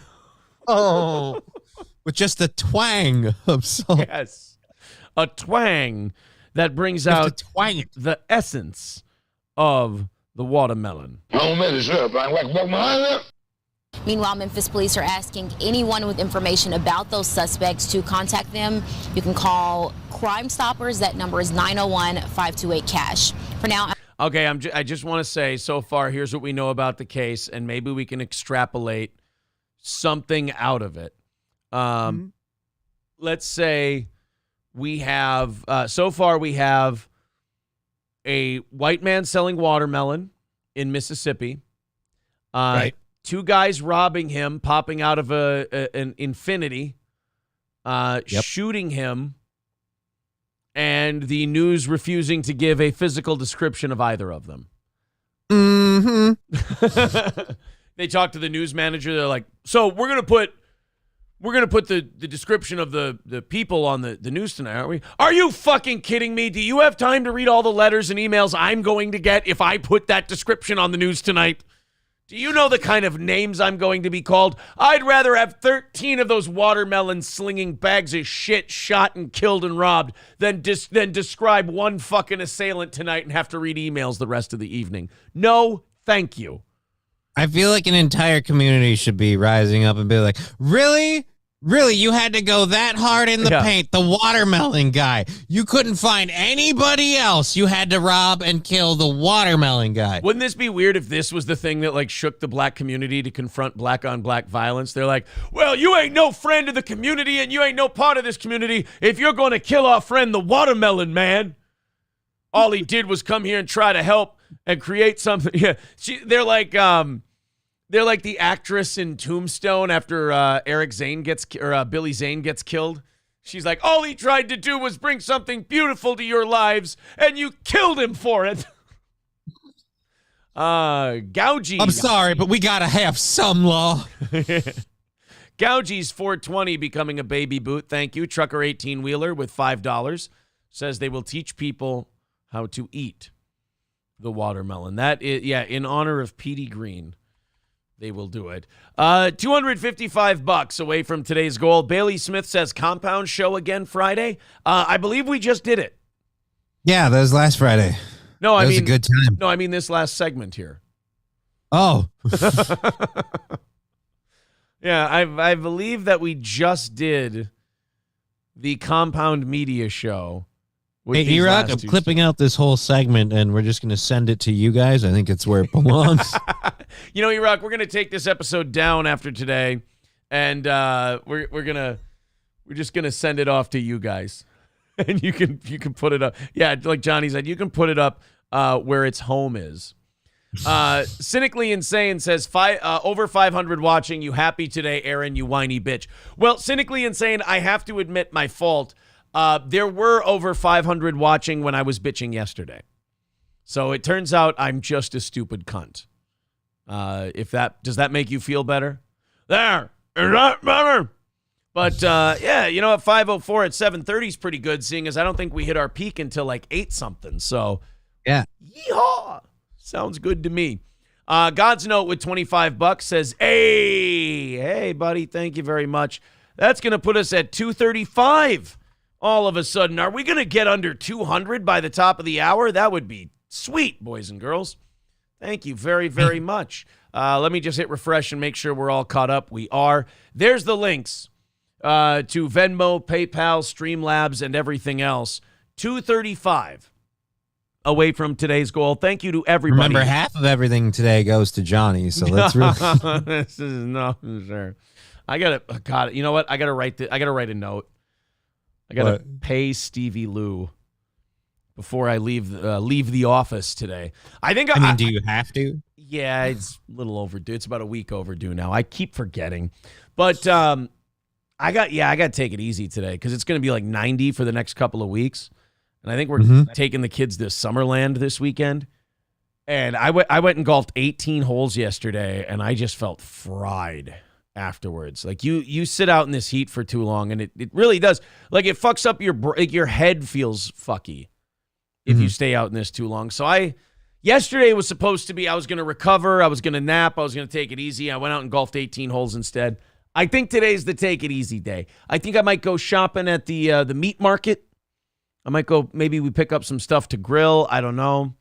And then just tomorrow's boxing. Oh, I probably should hit the gym today, too. Get a little sweat in. Yeah, you have a really interesting version of a take it easy day. I went out yesterday. I kind of pushed myself a bit. I did, the show stuff, the hospital thing, then another show. And then I went shopping after that. When I came home, like just the heat from getting out of the AC to walking through the garage had me melting so much. I'm like, yeah, I'm glad I got it all done in one run. I ain't leaving. I'm going into the basement where it's cold, and I'm staying down there like Jean-Claude Van Damme in Universal Soldier. The refrigerator will heal me, and that's where we're at. Yeah. I just, it's going to be so goddamn hot. People are saying Summerland is not a real place. It is. It's like, it's a good place. How do I describe it? It's a good place for like really young kids because it doesn't have too much stuff. What is it? It has batting cages, go-karts, a water slide, an inflatable, did I say mini golf? Like it's got a handful. I don't think so. It's got like a handful of things that kids can do, but it's not a massive amount of shit. So like all our kids are under 10. So they love Summerland. Yeah. I don't remember how the rest of that song goes. Well, then you have Paul Bunyan Land in Brainerd, and that's like the kids like, I don't know, 8 years old to about 11 years old, or 5 years old to about 11-year-old. That's pretty much their speed. They love Paul Bunyan Land. And then you got to go to like Valley Fair and Nickelodeon Universe after that because that's where the bigger kid rides are. That's I'm going to have to start hitting the Summerland thing. Like Ivy's turning 5. So we're trying to get her out more, and I might have to. I know she will definitely enjoy watching the go-karts, but I'm afraid to let her start driving them because she seems like she's going to be a motorhead. So I'm like, as soon as we get you interested in that, then it's like I got to buy you a freaking bike, and now I got to get you all sorts of like ATVs and shit. Oh, I don't want to do that. Yeah, I hear you. Kenneth Pogue says, Brainerd, haha, I used that Fargo line 3 times last week. Yeah, don't worry. If we go to Brainerd at least once during the day, it's going to be, I thought we could take care of this right here in Brainerd. Fuck that, though. Brainerd, Minnesota, people, they only, outside of Minnesota, they've only heard of Brainerd through Fargo, the movie. Brainerd is, and people are going to laugh at me for this. This is going to be a very Midwestern thing I'm about to say. Brainerd's got it going on. For a small town of like 10, 16,000 people, dude, they've got that Holiday Inn where they have a full fucking, have you been to that Holiday Inn where they have a full water park? No. They have a full water park with a full bar and a pizza restaurant inside of it. At a Holiday Inn? At a Holiday Inn, yes. Or it's Baxter, Brainerd, that whole thing. They've got like 2 breweries, they got Jack Pine Brewery and one other one. They have this mini golf go-kart place. They have Paul Bunyan Land. And they have, what's the other thing they have? They have a fucking safari zoo. Sweet Jesus. Yeah, the town is loaded with shit. I am pissed I did not know about this earlier. This would have been like the perfect place to do like my daughter's birthday party. It's like that would have been. April loves that. Yeah, April loves the place in Brainerd where they have the mini golf and the go-karts. It's like Pirates Booty or something. It's not Pirates. It's not called Pirates Booty. But it's of course she loves Pirates Booty. Yeah, it's Pirates Asshole or whatever, or Steaming Pirate Farts or whatever. It's a fun place. Davy Jones Brown Eye. Yeah, that might be it. Chevrolet JB says Brainerd is a shithole. Well, I guess agree to disagree then. Brainerd is a shithole. Johnny just said Claude Van Damme. Fuck's sake, man, get it together. Yeah, I let it go because I was getting into my Brainerd rant, and I couldn't be stopped. So I just let Claude Van Damme go. Luke Rothschild says, "Are you guys actually talking today?" Gay. Sorry, Luke. Steve's Guitar says, "Yeah, you want to be in compliance in Brainerd, full compliance." Kane J says safari zoos are dangerous for your car. No, not like an actual safari. It's called like Safari Park Zoo or something like that. Pirates Cove. That's what the place is called. Not Pirates Booty. Pirates Cove. I apologize. Same thing. Same thing. Speaking of booty. Before we get to the booty story, before we get to the woman cheating on her husband with her husband's dad and then having a kid. I've been watching a bit too much Jerry Springer. Chick-fil-A, I guess people are pissed off at Chick-fil-A now. Like the right wing. What did they do? You know all the right-wing Christian people, like Chick-fil-A is their Popeyes? Like what Popeyes is to black people, Chick-fil-A is to Christians? Well, the Christians are mad at Chick-fil-A now because the Chick-fil-A people hired a VP of Diversity, Equity, and Inclusion. DEI. So they're thinking that Chick-fil-A is going woke. You know, Chick-fil-A has always been the one that's like against the gays and, you know. This was our sacred place where Jesus would have his second coming with a side of mayonnaise. Like we didn't need this. Exactly. Chick-fil-A, the chicken sandwich chain long beloved by conservatives for its long-standing opposition to same-sex marriage, is now sparking boycott calls after announcing that it has hired an executive in charge of diversity, equity, and inclusion. At a chicken place, you'd think the diversity thing would just take care of itself. Yeah. You'd have to hire the most knowledgeable people who are most qualified for the job, and you'd just naturally end up with diversity there, right, Johnny? What are you implying, Aaron? I'm implying that like management will have one set of skills, but like the real like bare bones down on the floor people who have the chicken skills will be a different group of people. So you're saying diversity will just inhabit certain parts of the work structure? How does this work? No, I meant black people love chicken.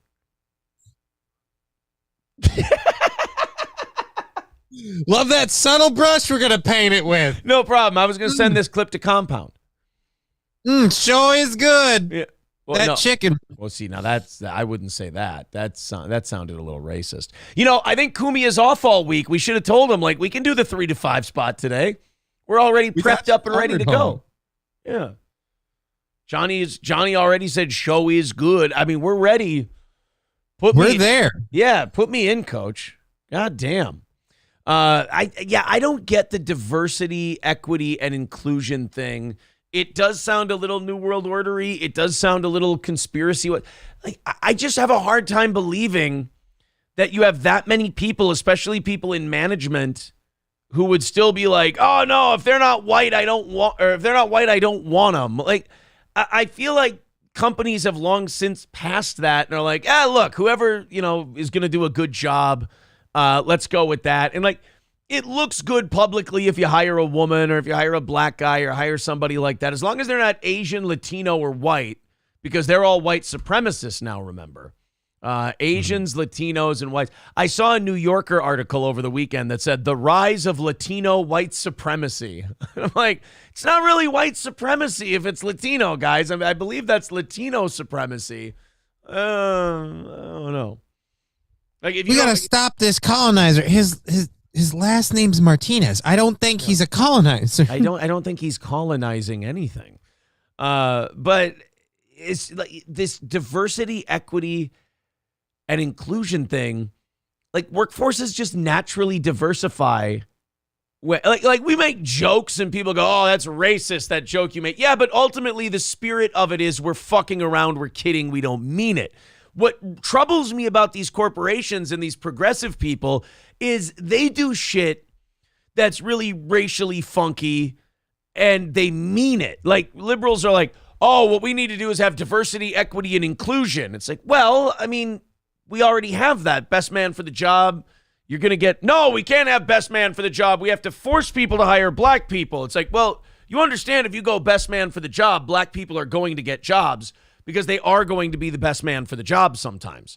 No, they can't be. It's like, okay, I believe kind of what you're saying is more a soft bigotry of low expectations than what I'm saying. What I'm saying is if we just hire the most qualified person, naturally you're going to get black people in the workplace. You're saying that unless we force it or mandate a certain number be hired, that they'd never actually earn the position, and that just sounds kind of fucked up, if you ask me. We're just surprised that they were able to fill out the application in the first place. Wow. Yeah, it's like, what the fuck? And you're supposed, wait a minute, and you're saying that you're the people that are on their side? What are you talking about? I'm on their side. I understand the black community. I get how they're horrible employees. Yeah, it's really. We don't force you to hire them. Nobody will do it by choice. Have you seen their work ethic? It's unbelievable. Right. It's like, God damn it, man. You understand that you sound racist when you say that. Oh, no. I'm helping them. You know, like Jane Goodall helps the chimps. Like, no, that is, oh my God, that is a terrible thing to say. Why would you talk like that? Oh, well, somebody needs to organize them. That's not. Yeah, or as Yags quotes, poor kids are just as smart as the white kids. By the way, Jaeger Curb and Concrete, if you need some concrete work done this summer, don't make the man work in 90-degree heat. He fucking will. But Jesus, is it bad? But anyway, Jaeger Curb and Concrete, wonderful service. And what's the new one you got now, Yags? Now you're doing, is it gutters? Is Yags doing gutters now, too? I know he does garage surfaces. And I know he can do kitchen resurfacing and stuff like that. But what's the other one? Oh, man, Dude, I might want to talk to him about the garage resurfacing. Mine sucks. You should see the Jaeger Curb and Concrete garage floors that they do. They're nice. They're nice. But he's got a new thing this year. And I don't know if he's too busy working to write back in the chat. He goes, seamless gutters. Yeah, seamless gutters and roofing and siding. Okay. All right. Ian Hawk with 199 says, Melt is doing a silent show. Call in. He can't stop you. I mean, irrelevance versus a guy with twice the numbers. I don't really see how it benefits me. But thank you, Ian Hawk. I do appreciate you trying to play both sides and trying to be a peacemaker. I get it, buddy. It's just that I'm up here. That's down here. Like, again, if I've always said this about the Win by Two guy. You know, Softcast started watching our show again recently. And the Win by Two guy wrote to me recently and said, oh, you know, I talk a lot of shit about you, but, you know, you can come on my show or I can come on your show and we can do a thing. And I wrote to the guy respectfully. I'm like, look, if a guy with a lot bigger show than you, if you want a guy with a lot bigger show than you to be on your show, treat him with a little bit of respect, have some fun, bust some balls, let's be cool. And then I'd love to come on your show. Absolutely. But you can't just go like, you have to either make your name off of someone or you have to want someone to come on your show. Like, you can't do both. If I wanted to be on the Chad Zumach show, say, I can't shit on him all the time. You know, I can't shit on Chad Zumach all the time and then go, oh, I'd love to have him on my show or I should go on his show. No, you pick a side. You either shit on a guy or you want to try and get him on the show. And once they come on your show, you got to have a little bit of respect for him for doing that. So I appreciate it, Ian. And he says it was worth the try. I've come to love Ian Hawk because I understand what Ian's all about. He likes to like all shows. Ian's actually a smart, evolved internet guy. Ian's one of those guys who's like, oh, I can enjoy multiple shows, even if those shows hate each other's guts or don't give a shit about each other. You know, I'd still fuck around a little bit. I like Ian. I finally understood what it is Ian does, and I like it. Hobo Chili Recipe with $4.99 says, okay, I will shine shoes of a black person if I can do Sam Rockwell in Green Mile. Oh, I can't read the rest of that, Hobo Chili. What the hell? Kenneth Pogue says the Chad Zumach show. Haha, he wishes he could make a show. I wouldn't mind taking one of those lolcow guys and like give them a show on this. That, like, I was thinking about that. I feel like that's what I should do with what's her name? Fair and Balanced channel. She offered us to take over her 25,000 sub channel. And basically we'd agree in perpetuity to give her like 10 or 20% of whatever comes in. So we'd acquire the channel, pay her a little syndicate fee, and then I'd have access to like brand this 25,000 sub channel any way I want. And seeing as it doesn't affect my Steel Toe channel, I was like, why not make that like syndicate shows? Like, because if that one gets banned or whatever, it doesn't matter. So like, why not have like just lolcows do podcasts on that channel? Like, why?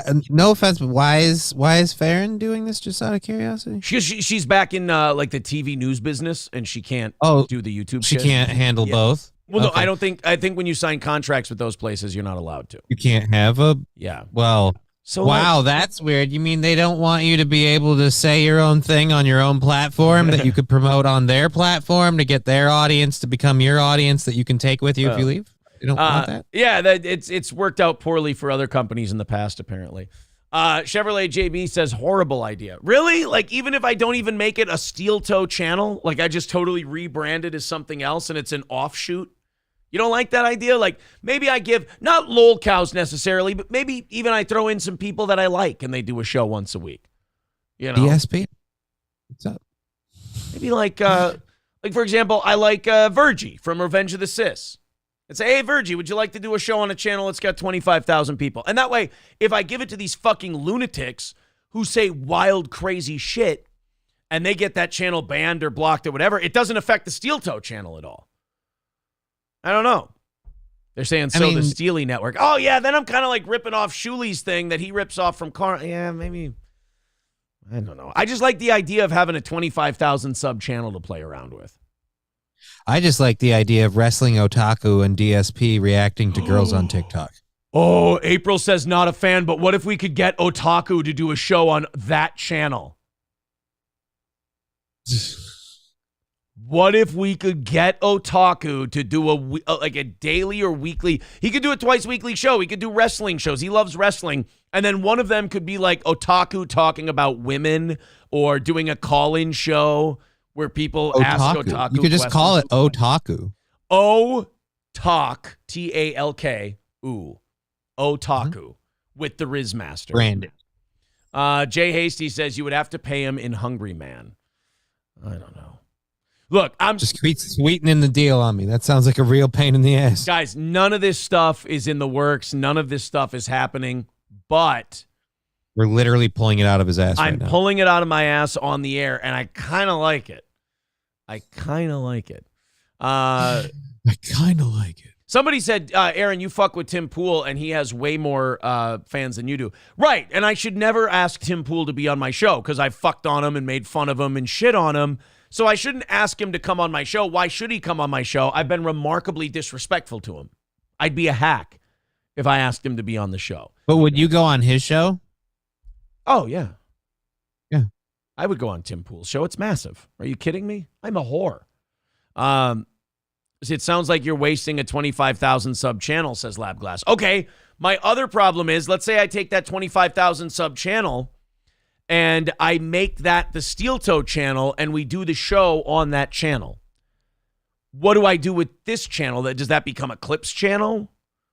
Am I going to be able to take all of my subs and move them over and get the word out to go to the 25,000 sub channel? I don't know. And if you just start doing your stuff on her channel, does that mean all of those subs are just going to stay, or is that going to translate into real viewers? I mean, you could just as easily in some ways do what you're saying with that channel and then also put clips and stuff of your show on that channel to promote, hey, we also do, I don't know. Red Fox Mad says, Aaron, bad idea. Don't take over someone else's channel. Focus on the Steel Toe channel. Well, no, this would still be my main focus. Rincewind says, give it to Corey and Johnny. There's another idea. Maybe let Johnny have that channel. That might be an interesting idea. If I gave it to Corey, I would have to tell him though, like, look, you got to do a show at the same time every day, and you gotta do it like this. I don't know. Well, look, I'll continue talking to Farron. We'll see what we come up with. JJ says, put April on it, sitting in a hot tub. Don't even talk, just sit there. Watch the channel grow to 500K in a month. Aaron, take the channel and let April do a show, says Katie Kidney. Interesting. April says, I don't like it. We don't even have our own clips channel yet like we should. Well, because I like to pump up our numbers with clips. Yeah. What's wrong with that? Her channel she was selling is a clip channel now. She might have sold it already. Uh-oh. Did Farron already give away our channel? Well, that ends that discussion. You want to continue on with our next story? Yeah, I think we're good now. Because it looks like the 25,000 sub channel is fucked. That idea is, I took too long. I hesitated. That's my fault. All right, guys, 2:30 away from today's goal. If you'd like to contribute, there's the Streamlabs, the PayPal, and the Venmo links in the chat. Also, super chats, memberships, and all that stuff count as well. She sold it before she offered it to you, says CJ. Motherfucker, what a dirty move. A jilted Welsh husband claims he caught his wife having sex with his father on his child's baby monitor. Oh, those things pick up everything. If you're whacking off in the next room, that thing's going to pick up the breathing. Declan Fuller, 22, was married to Stephanie, 22. Fuller was really what Stephanie was. And they share 2-year-old daughter, Willow.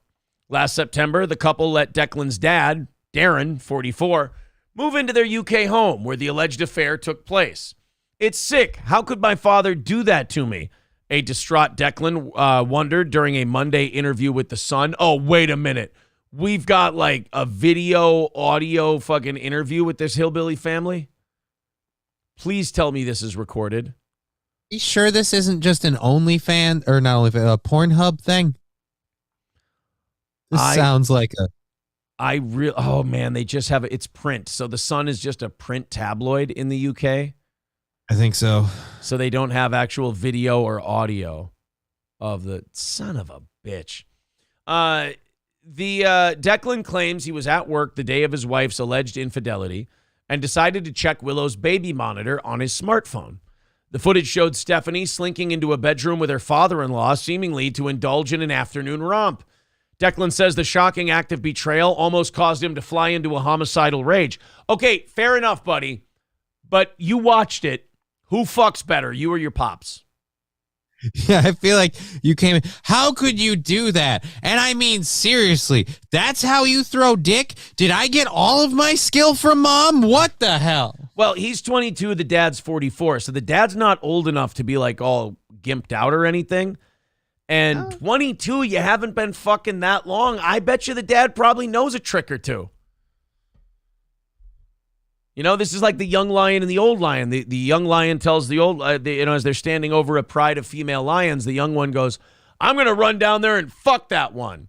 And the old lion looks at him and goes, I'm going to walk down there and fuck all of them.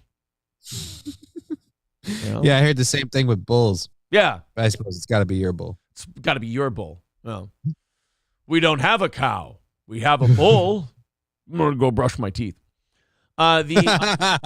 Declan says the shocking act of betrayal almost caused him to fly into a homicidal rage as he admitted, quote, if I didn't have a sensible head on my shoulders, my dad would be 6 feet under right now. Well, he was 6 inches in, am I right? When confronted with incriminating evidence, Stephanie and Darren denied they were doing anything untoward. Yeah, she lost her keys in her cunt, and I was trying to help her find them. And your dick works as a perfect fish hook when it's got that upward curve like I have. Instead, the pair claimed they were simply in the bedroom to watch The Simpsons together. Ew. You both suck. The Simpsons? Yeah. Do you want to see? Yeah, I can't really get into The Simpsons unless we're both naked and I'm balls deep in you. Yeah. Take a look at this. That's what her and the dad look like. Oh, Jesus. Yeah, that is a hillbilly-ass couple right there. I really need to see the husband right here because I got to know, one, there he is. Oh, my God. They all look a little fetal alcohol syndrome-y. They all look. You know what they all look like? They all look like family members. Yeah, they all look like they belong to the Avery family. In not to catch a predator, Making a Murderer. They all. Can look we check that Willow doesn't have any Habsburgian qualities? Wow, but it's good to see Chuck Liddell still getting pussy. I think that's the important part. That's the important part. Well, it turns out now Stephanie insists that she did not cheat on her husband. She's saying that her father-in-law and her got together a week or so after her husband left her. But in a stunning twist, Stephanie is now pregnant with twins fathered by former father-in-law Darren. So now this son is going to have twin brothers, and they're going to be his half-brother, as the mother will be his ex-wife. Boy. And his daughter will be their half-sister. He's gonna be his own grandpa. Yeah, look, man, I don't want to hear any more. I don't want to hear any more from these people in the UK about what hillbilly trash we are here in America. Hey, man, anytime you hear that, just remember they have pikeys. Yeah, you guys have your own shit going on over there, if I may be so bold. 2:30 away from today's goal. If you feel like contributing and chipping into the show, please do. PayPal, Streamlabs, and Venmo are all welcome. And we're still we came into today 260 away. So you guys have got this. Let's all chip in and knock that out. We'll do a half hour of overtime if we get it. Dub says it's not incest if you pull out. I'm going to look into that today, but I feel like that's incorrect. Half of Britain is inbred, said Schnoop. But enough about the Pakistani population. No, it's actually, I believe it's 40 to 50% of the Pakistani population in the UK is married to blood relatives. That is a legit statistic. First cousins, I believe it is. All right, let's go ahead and open up these 7 o'clock hour stories. Midland Armory in downtown Foley, Minnesota. Our friends at Midland Armory can hook you up with the best in firearms, optics, knives, parts and gear, and so much more. Use the promo code SteelToe when you're ordering online with Midland Armory, and you're going to get a sweet discount on whatever it is you order. That's Midland Armory in downtown Foley, midlandarmory.com. Check it out. Look at all those options you've got just on the front page alone. And then go looking around. Go clicking around at midlandarmory.com and contact Derek and Tracy from the website if you have any questions about what might be best for you. That's Midland Armory in downtown Foley, midlandarmory.com. Also, get your tickets to the Steel Toe Anniversary Show on eventbrite.com, Steel Toe Anniversary Show. It's our 9th anniversary party coming up Saturday, August 12th at Stoney's Bar in downtown Rockville. There's going to be a cornhole tournament in the afternoon. We're going to be there drinking all day. Gino Bisconti, Keanu C. Thompson, Johnny, April, Tom Chilstrom's going to be there. Oz said he'd be there. We'll see. There's going to be a comedy show at night. It's going to be an all-day party celebrating 9 years of Steel Toe, Saturday, August 12th. We got a few dozen tickets to that left for a little over 2 months from now. Wasabisto with 666 yen says, Oedipus Rex, I found a girl just like the girl who married dear old dad. Yeah. The old, what is it? The old, Freud thing where everybody wants to fuck their mom, apparently. Of course. We got a nice little story here to check up on our friends in San Francisco. Apparently in San Francisco, people have been aware for years now of the shit problem. Right. In that town. There's an app for that. There we go. There's a little bit of a shit problem in San Francisco. Well, now that shit problem, and I don't mean like dog shit. I mean like people shit. There's websites that track where the people turds are at all times in the city of San Francisco. They have a brown eye in the sky. I think it is called like brownsomething.com too. I think the tracking thing has like a brown or like a poop pun in it. Yeah. It's It's like Brown Tracker or something like that. But number 1, number 2 tracker. yes, it's the number 1, number 2 tracker in America's third biggest market. Well, San Francisco is getting worse as time goes on. It's not getting better. And if you want to know just how bad San Francisco is getting, like anything else, check their poop contents. Listen to this woman's story from one of the most disgusting places in the United States.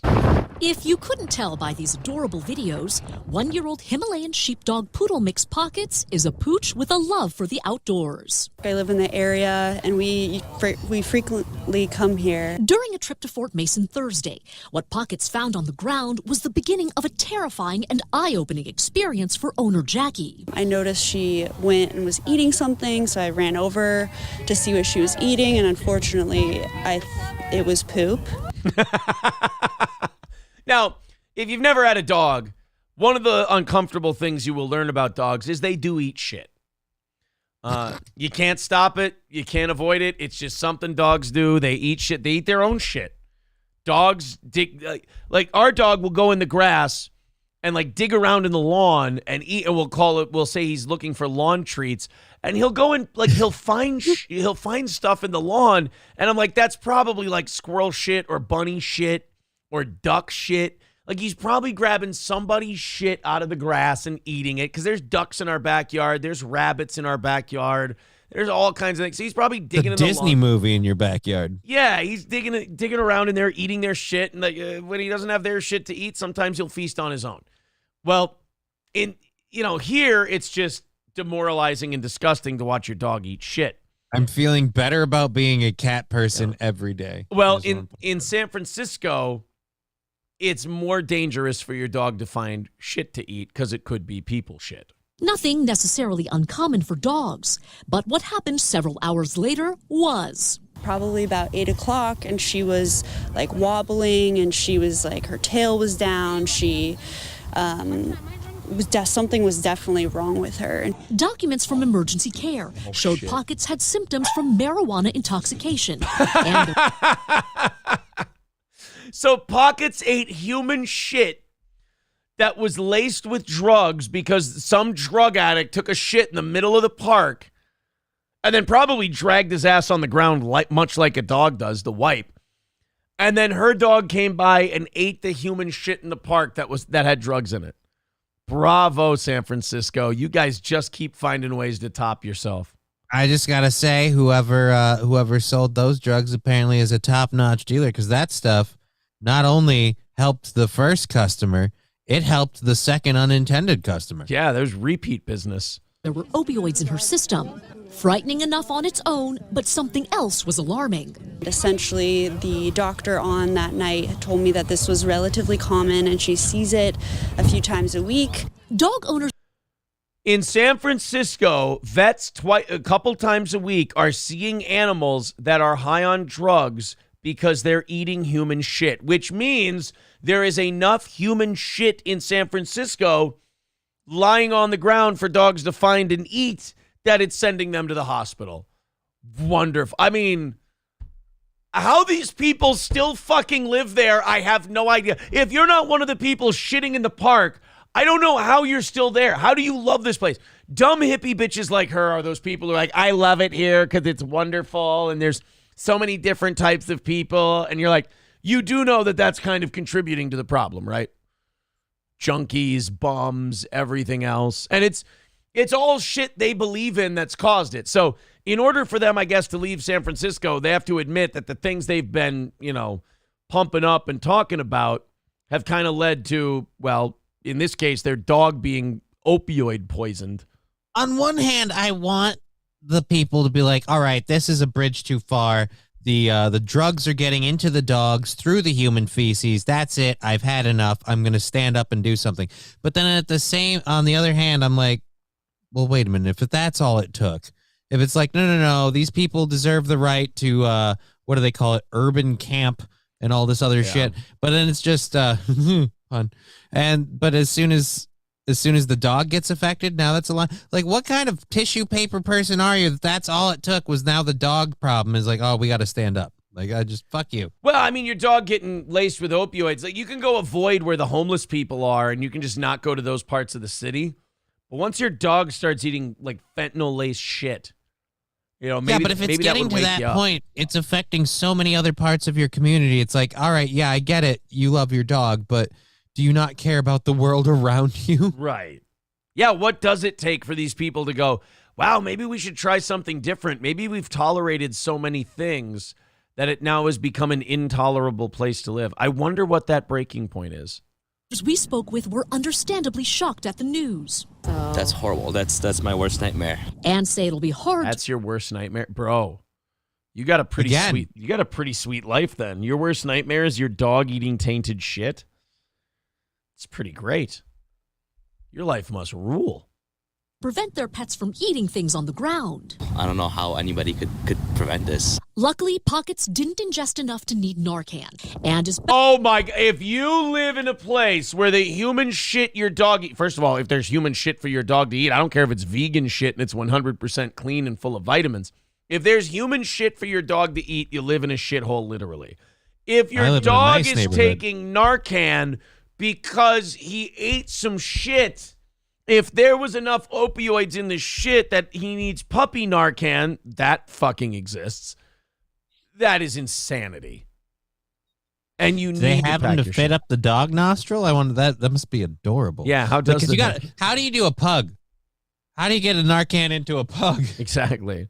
Back to her old stick-chewing playful self. A healthcare professional told me Jackie did everything right, and had the dosage been bigger, Pockets could have suffered kidney or liver damage. Jackie says she'll keep an even closer watch on her pet from now on and hopes her story will encourage others to do the same. There's so many people with dogs who probably don't know that this is a threat to their dogs, so I wanted to share it just to spread awareness and to make sure people are really careful and can look out for the symptoms of this. Weak white ladies love raising awareness about shit. It makes them feel important. I have an idea. How about all you gals who like to take the dogs to the park? How about you, go ahead and maybe pick up the human shit in the park? That would be nice. Just go out with like a stick in a plastic bag and just get all that fentanyl shit off the ground. Or better yet, look, how about you beat the shit out of a homeless person? No, then you're just going to have more homeless people shit. As we understand, that's not good. You beat the shit out of them. I want to raise awareness about the people poop problem. Yeah, the problem is people are pooping, and you don't seem to care. What foods plug people up? Just go hand out a bunch of that to the homeless so they can keep all their fentanyl shit inside their body. Screw that, man. This is a drug company country. Let's get some Imodium in on this. Let's make sure to do this the way we should with chemicals. Yes, exactly. Yeah, you got to get the drug companies in on it. Then it'll get fixed. 2:30 away from today's goal. If you feel like contributing to our program, let's get a move on. Streamlabs, PayPal, Venmo. We're about an hour and a half away from rattling the cans. We had a really short one today too because the evening show did so incredible. We're only 2:30 away, but we started at 2:60 today. So basically an evening show goal for the morning show program. If you feel like chipping in, there's all the links in the chat. It's also pinned to the top of the page. Let's get a move on that, and we will we'll add 30 minutes to the end of the show as a thank you for supporting this listener-supported program. Benedict Cumberbatch was in the news this weekend. Not for a movie he made, not for anything like that, but apparently a chef threatened to kill him and his family. Benedict Cumberbatch and his family were left shaken after a chef carrying a knife tried to attack their home. Jack Bissell, a former chef at the five-star restaurant Beaumont Hotel in Mayfair, forcibly entered Cumberbatch's property in North London and threatened him and his family, a court heard. But Benedict Cumberbatch was about to stop the man from attacking their home. A few people know this. But he didn't do it right away, and the wife went, "What are you doing?" And he just went, "Shh." And he just slowly held up one finger before he attacked the man. That's all I know. You asked me about Benedict Cumberbatch's career. All I know is Doctor Strange showing Tony Stark the one finger, and to me, that's his legacy. Well, I I don't know about his career, but I do know what started this whole incident. Apparently, the report is, hey, why don't you tell us this is just low-grade dog food? Oh, no. See, Dog food? That's what started the whole thing. Benedict Cumberbatch doing a fucking Rodney Dangerfield. Oh. Jack Bissell. Hey, I think there's still mucks on this with a jockey. Hit it. So he kicked his way in through the garden gate and yelled, I know you've moved here. I hope it burns down. Jesus. Did Dr. Hey, Strange... everybody, we're all going to get stabbed. All right, a couple of Ginsu knives, a couple of carving knives, a couple of steak knives. Okay. All right, chef, don't tell him you're pissed off and we'll be fine. Okay. Nice hat. Looks like this kind of thing to give you a free knife with it. Looks good on you, though. The guy breaks into the house. He stabs Benedict Cumberbatch. Oh, my arm.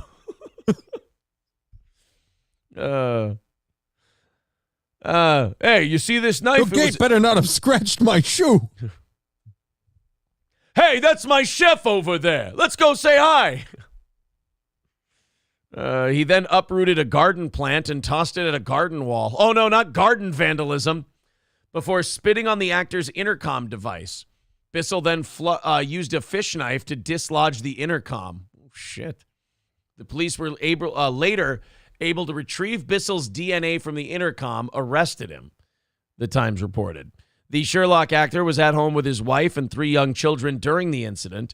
It is unclear when the attack took place, but Bissell appeared before a court on May 10th, pleaded guilty to criminal damage, and received a $310 fine. He's also been ordered by the court to stay away from the family for 3 years. Yeah, you know, after 3 years, they figure he'd cool down, and he could go hang out with his buddy Benedict again. Just so long as he doesn't see him all the time or anything like that. He's just a huge fan of the BBC's Sherlock series and the Marvel universe. Jesus. Attaboy. Actually, Benedict was on the intercom and he told the man, he goes, there are 14 million different ways for this situation to end. And one of them ends with you getting in here and killing me. He goes, is this the one? He goes, if I tell you now, it won't happen. Thank you very much to Hobo Chili Recipe with $4.99. Says, I must say your mustache looks great today. It is truly magnanimous. I'm just imagining Beaker from the Muppets with a dirty Dago mustache. Bravo. I should have known it wasn't a legitimate compliment. 225 away from today's goal. Thank you very much, Hobo Chili Recipe. Let's go on a run, as it were. So Benedict Cumberbatch is okay. His family's okay. The guy didn't get much further than the intercom. Well, he did rip a poor plant out of his garden. Bissell was previously convicted of theft and also had prior warnings on his record related to drug, property, and public order offenses. Cumberbatch's representatives in Bissell did not immediately respond to Insider's request for comment. So there's nothing in this story that tells us why. Yeah, how the fuck this guy knows Benedict Cumberbatch, whether or not he ate at any of his restaurants or anything like that. So some guy just shows up at Doctor Strange's house and starts stabbing his intercom system. Well, Benedict just sits there going, we're in the end game now. Yes. And then he hears the sirens. I don't know much Benedict Cumberbatch. I know that people really like him. I know that he's in a lot of shit. I know Doctor Strange, and I know he was in the Johnny Depp Whitey Bulger movie. Is he in the King Kong thing with the lady that would eventually be the Jack Black King Kong movie?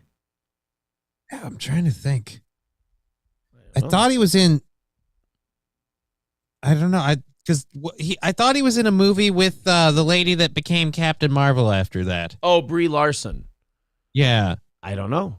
I could have swore that was like a King Kong thing. Hold on, we'll figure it out for you. Or Godzilla or something. I think it was Godzilla. I correct myself. We'll go King Kong, Brie Larson. Yeah, Kong Skull Island. All right, never mind. Are you sure you're not thinking of Tom Hiddleston, Loki? I am thinking of Tom Hiddleston. Brie Larson, Samuel L. Jackson, Tom Hiddleston, John I'm thinking Goodman. of Tom Hiddleston. So did Samuel L. Jackson play King Kong then, or? Who played? No, I'm just. Well, I've had it with these goddamn on this island. I've had it with these motherfucking humans on this motherfucking Skull Island. Brie Larson, Tom Hiddleston, John Goodman. Fucks yeah. John C. Reilly.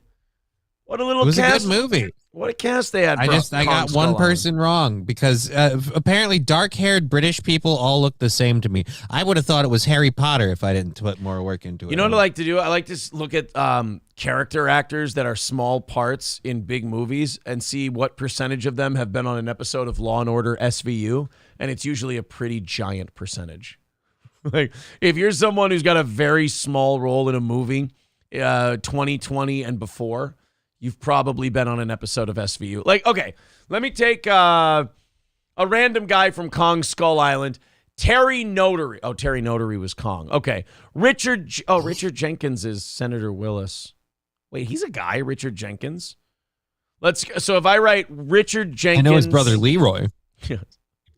Richard Jenkins, SVU. Nope, he's never done an episode of SVU. All right, so I missed on that one. Glenn Kiwi Hall, who played the boat captain. Let's go Law and Order. Nope. Hasn't been an episode of Law and Order. So my theory is falling apart here. Thomas Mann. Right in front of us. Yeah, Thomas Mann, SVU. Let's take a look. Nope. Has not been in an episode of SVU. Son of a bitch. Well, nobody in Kong Skull Island, unfortunately.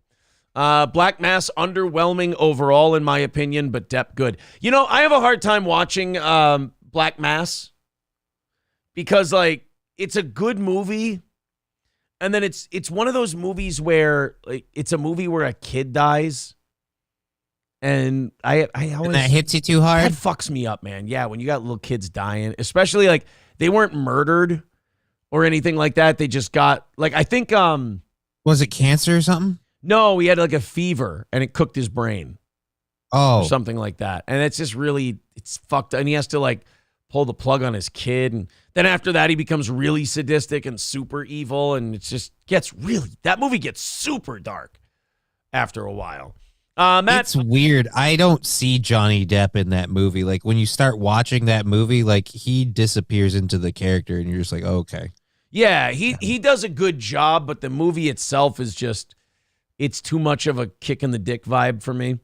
Matt Fields with $5 says, if I tell you that I like the mustache, will you tell me where the kids are buried? Now why do I have to be a guy who kills kids in order to have my mustache? Why? I ask you.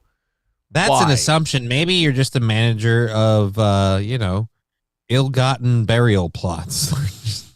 $220 away from today's goal. If you want to help us knock that out, there's all the links. Thank you, everybody. April says he got Reyes syndrome from the fever. Shit. All right. Well, I have been officially informed on what happened to Whitey Bulger's kid. Controversial take, I know. Better movie based off of Whitey Bulger. I know it's not like a dedicated biography or biopic of Whitey Bulger, but the character was inspired by him. The Departed. Yeah, absolutely. Frank Costello. It's funny because Frank Costello was a different kind of mob boss, but the Frank Costello in this movie is actually based on Whitey, so kind of a weird juxtaposition. Hobo Chili Recipe with another $4.99 says, okay, inappropriately touched. Still, answer the question, where are the kids? No, I promise I have done nothing untoward to any child. I just have this mustache. I like the evening show audience better. The evening show audience calls this a Super Troopers mustache. Yeah, I feel like that joke isn't good enough. I'd be like, hey, man, who drank all the maple syrup? Yeah, see, now that would be okay. But like abducting children.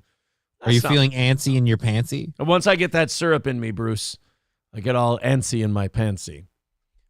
Good thing you didn't order hash browns. I mean, if they had been chugging the ketchup. Orange Boy says, Aaron is trying to look like his role model, Pablo Escobar. I know, but I look a lot more like one of his hippos. Am I right? Am I right? Matthew Jenkins says, Aaron wants a large farva. I don't want a large farva. I want a goddamn liter of cola. Well, anyway. Does that look like spit to you? Oh, fuck it. And you're banned from the Dimpus Burger. Oh, Cap. Woman wins chaotic UK cheese race despite being knocked unconscious. Have you ever watched the cheese race? I don't understand the purpose of it. I feel like this was a rich person's sport to laugh at poor people back in the day. Oh, man. They'd buy a wheel of cheese and be like, hey, you famished peasants, catch this. And you just roll it down a hill and watch them go. But those fat broads, I don't know if it's the padding they have. They're fucking built for that. You watch those fat bitches in those cheese roll things, and they just go flying down the hill. Boom, boom, boom, boom, boom, boom, boom. I mean, they're the best at it. So apparently the woman who won it this year over the weekend, I think, again, a fat broad, she knocked herself unconscious and still won the event. She, even unconscious, she held on to the cheese. Yeah. Like, what the? So what is this? You have to roll down the hill while holding a wheel of cheese? No, you have to catch the cheese as it rolls down the hill. Like I said, I think this is some sort of tradition thing that goes on. Like, I don't know if it's yearly or what, but yeah, it's every Memorial Day. Yeah, I feel like this is a sport or a tradition that was born out of, like I said, rich people being like, hey, let's fuck with the peasants. I got a wheel of cheese. Who wants to eat? And then just roll it down the hill and watch them run. Yeah, make poor people compete over food. That does sound like a rich people thing. I like it, though. Why would they have it on Memorial Day weekend every year? That's not a UK thing. I have no idea. So here they come. Look at it. All of those people just start rolling down a fucking hill. The mayonnaise. Oh, my God.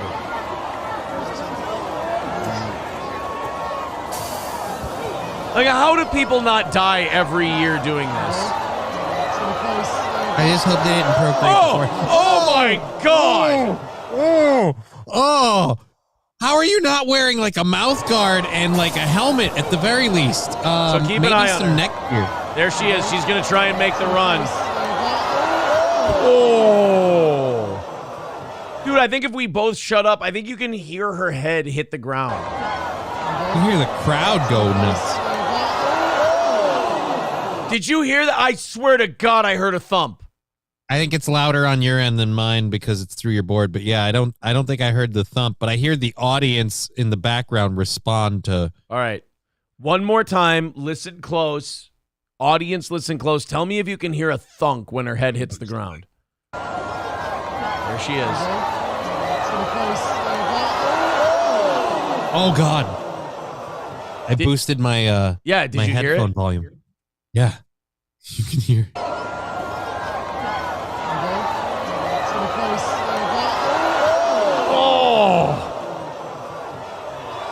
So now, but it looked like the other person won. They're saying that the woman who knocked herself unconscious was the winner.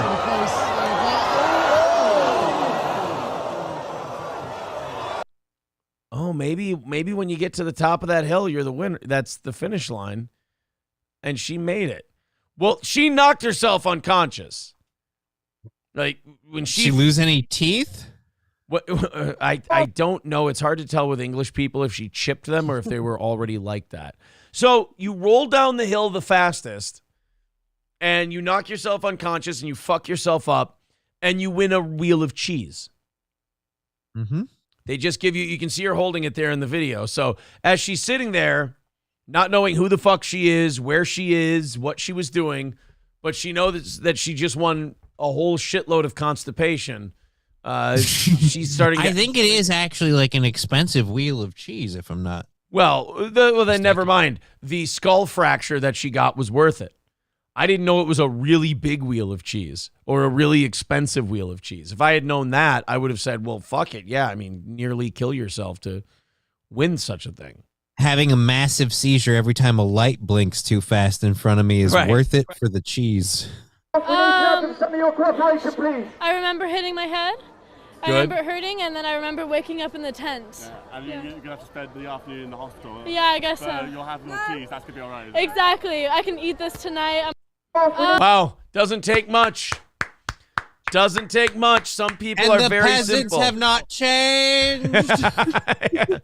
Boy, since 1055, the British peasant has kept its true form.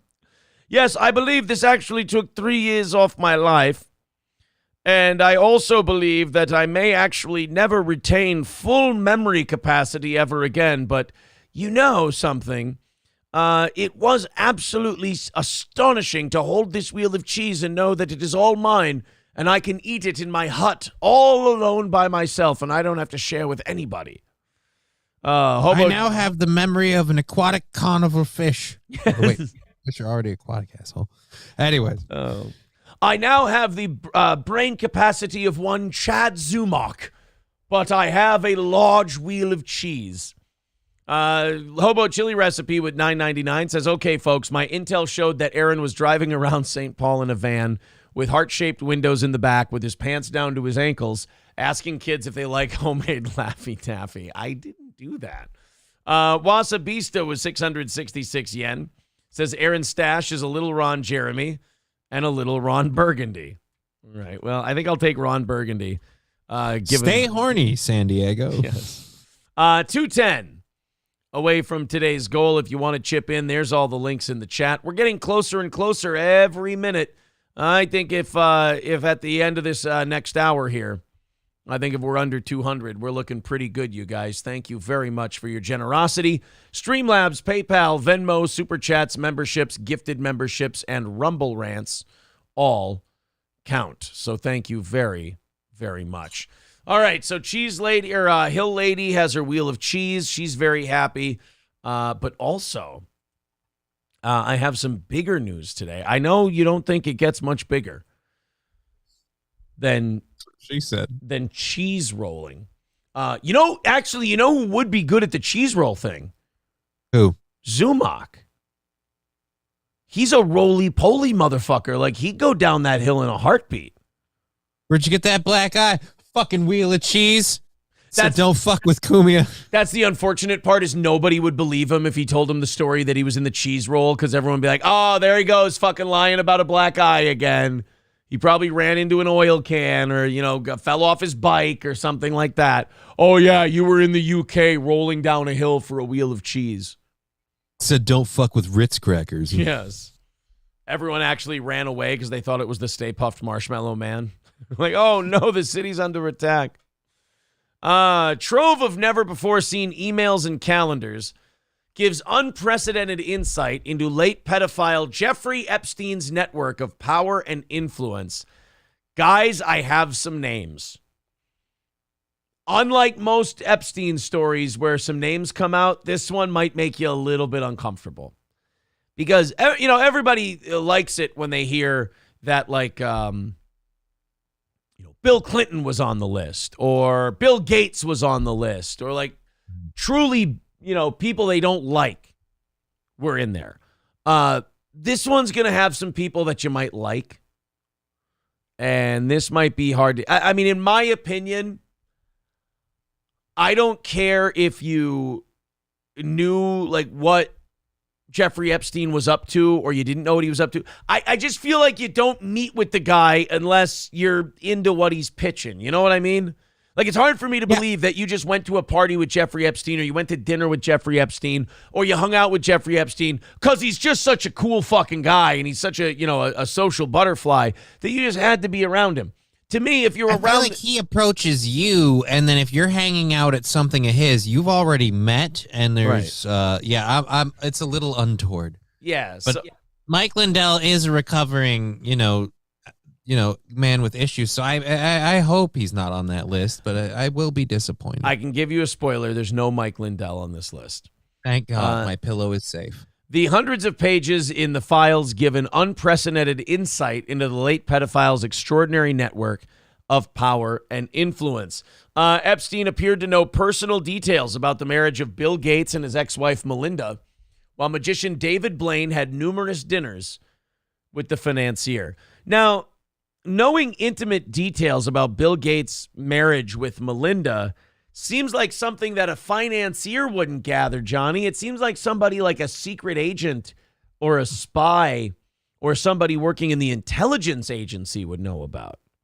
Or at the very least, someone who has intentions of blackmailing someone. Yeah, I don't really see how someone who's handling someone's portfolio really has intimate knowledge of, personal details of their marriage. I mean, that sounds like something someone who's trying to infiltrate and report on would know. All right, now I'm going to approve this housing loan for you, and I understand it is your first home loan, so I want to explain one thing. I do have pictures of you in blackface from your 5th grade party that you thought no one had anymore. They show that Epstein courted the world's elite even after serving 13 months in jail for having sex with underage girls and being labeled a registered sex offender. See, that's why if you meet with him after he was released from prison in like 2009, 2010, and you meet with the guy, you're not interested in his investment products, in my opinion. I feel like a very, very base level search will kind of reveal, oh, this guy kind of has a reputation. Yeah, so I'm sorry. I'm not buying the, we just had dinner thing. Even before he went to prison, I feel like if you're wealthy and powerful, you've heard the rumors. Tech billionaire Peter Thiel, early Facebook investor Sean Parker, artist Jeff Koons, easy there, JP Morgan chief executive Jamie Dimon, and music industry executive Tommy Mottola, who used to be married to Mariah Carey, are also among those who appear in the document. All right, so who's surprised by the head of JP Morgan being associated with Epstein? I'm not. Tommy Mottola, head of the, a big music industry executive. Can't say I'm surprised by that one. But there were powerful people who were scheduled to meet him, including Irina Shayk, the supermodel. I don't know much about it. Yeah, Chris Rock. Yeah, that one hurts. To learn that Chris Rock was meeting with Jeffrey Epstein. Like he was supposed to, or like he did? See, now they can't confirm they ever. Well, this is something the media has to do. They can't report that they met because they don't have evidence of that. They just have documents that show they were scheduled. They were on his schedule to meet with him. Because if you're Chris Rock and you report that they had dinner together or something, you go, they had a meeting. He showed up for the meeting. And if you can't prove that, I guarantee Chris Rock's people are going to sue you into oblivion. Even if he did meet with Jeffrey Epstein, he's still going to sue, so it doesn't look like he was fucking having dinner with Jeffrey Epstein. I got to say, if you're Will Smith, you got to be like, yeah, slap seems justified now, doesn't it? Exactly. I knew what I was doing. He should have yelled, "That was for Epstein." The files were handed over by Epstein's estate to the U.S. government of U.S. Virgin Islands, where he owned 2 private islands during its investigation into his sex trafficking operation. He hanged himself in 2019 while awaiting trial. Oh, sorry, I didn't do quotes. Hanged himself. Just like Epstein's notorious Black Book of Contacts, which, by the way, I think we still don't have, right? Or at least we're not releasing. Yeah, have we publicized the Black Book yet, or are we just biding our time on that one? Well, we have. We don't want to look into. Yeah, Ghislaine Maxwell's the one who has like the notes and all that on who serviced whom and all of those records, and the court won't release it because she's been convicted of sex trafficking teenagers, but she's been convicted of sex trafficking teenagers to apparently nobody. But she's in jail for it. Well, it might look really bad if we announce all of these names and we kind of have to arrest the government. Right. We just have to go into the Senate and say, you're under arrest. Who? All of you. Just like Epstein's notorious Black Book, the schedules contain personal numbers and email addresses that allowed him to access his associates whenever he wanted. Wow. Yeah, Prince Andrew and his ex-wife, Sarah Ferguson, of course, they were in there. They were old buddies. They didn't even hide that one. David Blaine and Chris Rock. David Blaine is in the Black Book of Contacts, but the two men appear to have had a friendship in June 2013, again, after his prison sentence. Epstein had a dinner with the futurist Pablos Holman and a Jessica Joff, which appears to be the actress of the same name. The schedule says David Blaine will stop by toward the end of dinner. Again, this is not a schedule that reads like a financier who's keeping a schedule. This sounds like an intelligence guy who's keeping notes and documenting things because he needs to, get a record of everyone and everything that happened. Well, for an intelligence guy, it didn't seem very smart to get caught. No. He said that he knew Blaine and called Epstein the most toxic thing in the whole world. Then why'd you meet with him? Holman said, even if there was a dinner, I probably wouldn't want to say anything about it. Oh, that's not. See, that doesn't bode well for you. I'm not saying there was any sex with an underage girl. I'm just saying if there was sex, I didn't know. Woody. Oh yeah, others people attending a dinner at Epstein's house were Woody Allen. I mean, and Woody Allen's not surprising. Yeah, Woody Allen's been accused of a lot of fucked up shit. So forgive me if I don't think they were there discussing the Dow. In January, I would hate for someone to say I had something on tour. I just. Why would you think I did something like that? It's never been a thing. Oh. Then in January 2014, Epstein planned another dinner with friends, including his girlfriend, a young Eastern European called Karina Shuliak, Woody Allen, and Jess Staley. David Blaine was supposed to stop by that one. The calendar also says that maybe Chris Rock would be coming, the first time that the comedian has been linked to Epstein. In 2002, Epstein did invite another comedian, Chris Tucker, on a trip to Africa with former President Bill Clinton aboard Epstein's private jet. Ruh-roh. Oh, boy. Bill Gates is in the documents. I mean, we know all about their involvement. Woody Allen is in the documents.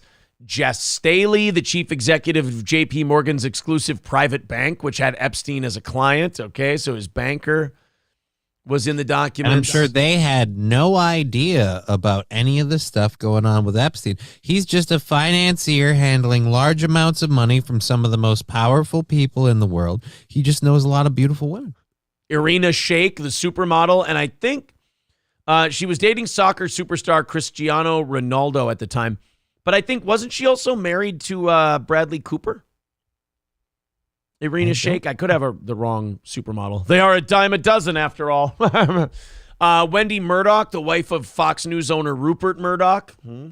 And Richard Branson, the Virgin Galactic guy. Peter Thiel, the tech investor. And that's the list of those documents. So more and more stuff is coming out about Jeffrey Epstein, but I don't. Yeah, someone says in the chat, "Who cares? Nothing will happen." Yeah, I mean, basically, what they're going to do is they're going to keep releasing this shit over time, slowly, as people forget more and more about Epstein. Like, it's been 4 years now, and then in another 4 years they'll release some more stuff, and then in 4 years, and then maybe when some of these people die, they'll tell us exactly what happened. Say that. Yeah, they're like. Yeah, that's what'll come out. And then this person, tragic news, this person died. And then like a week later, this guy was one of Epstein's people. What a piece of shit. So now Kevin Brennan's going to be reporting on it? Apparently. Yeah. He's a piece of shit. Like, this guy was involved with Epstein. What a piece of shit. Like, fuck that guy. And we're not talking about this anymore. We don't do topics.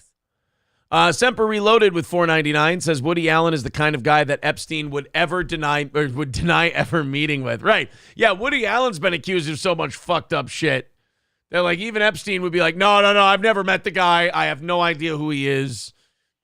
I watched Actually, one I of feel like he'd be like, no, I've never met the guy. I'm well aware of who he is. Yeah, I wouldn't go near that with a 10-foot pole. Yeah. I mean, he's accused of some fucked up stuff. Wow. Yeah, he's accused of like molesting his own daughter.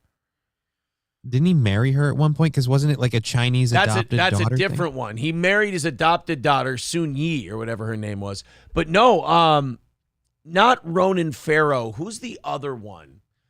And I don't know if Mia like coached her. Like, sometimes these divorces get so nasty that these parents will like convince their kids that something really terrible happened to them so they can get back at the other spouse. I don't know if that's the case, but it was I can't remember the people are saying. Yeah, I can't remember if it was Professional Horny Boy says he molested his stepdaughter. Okay. So it was the stepdaughter. Yeah, she accused him of like taking her up in the attic to play with a train set, and he would do it then. And to me, the story she came up with was so specific that's like, if she's lying, she's a fucking sociopath. And I don't think she's a sociopath. And like people still work with Woody Allen. Like, Roman Polanski escaped the country to avoid charges for statutory rape of a 14-year-old girl that he plied with booze and shit. Dylan Farrow. Thank you, D. Gulag. I appreciate it. Yeah, it was Dylan Farrow was the one. Woody Allen is probably worse than Roman Polanski.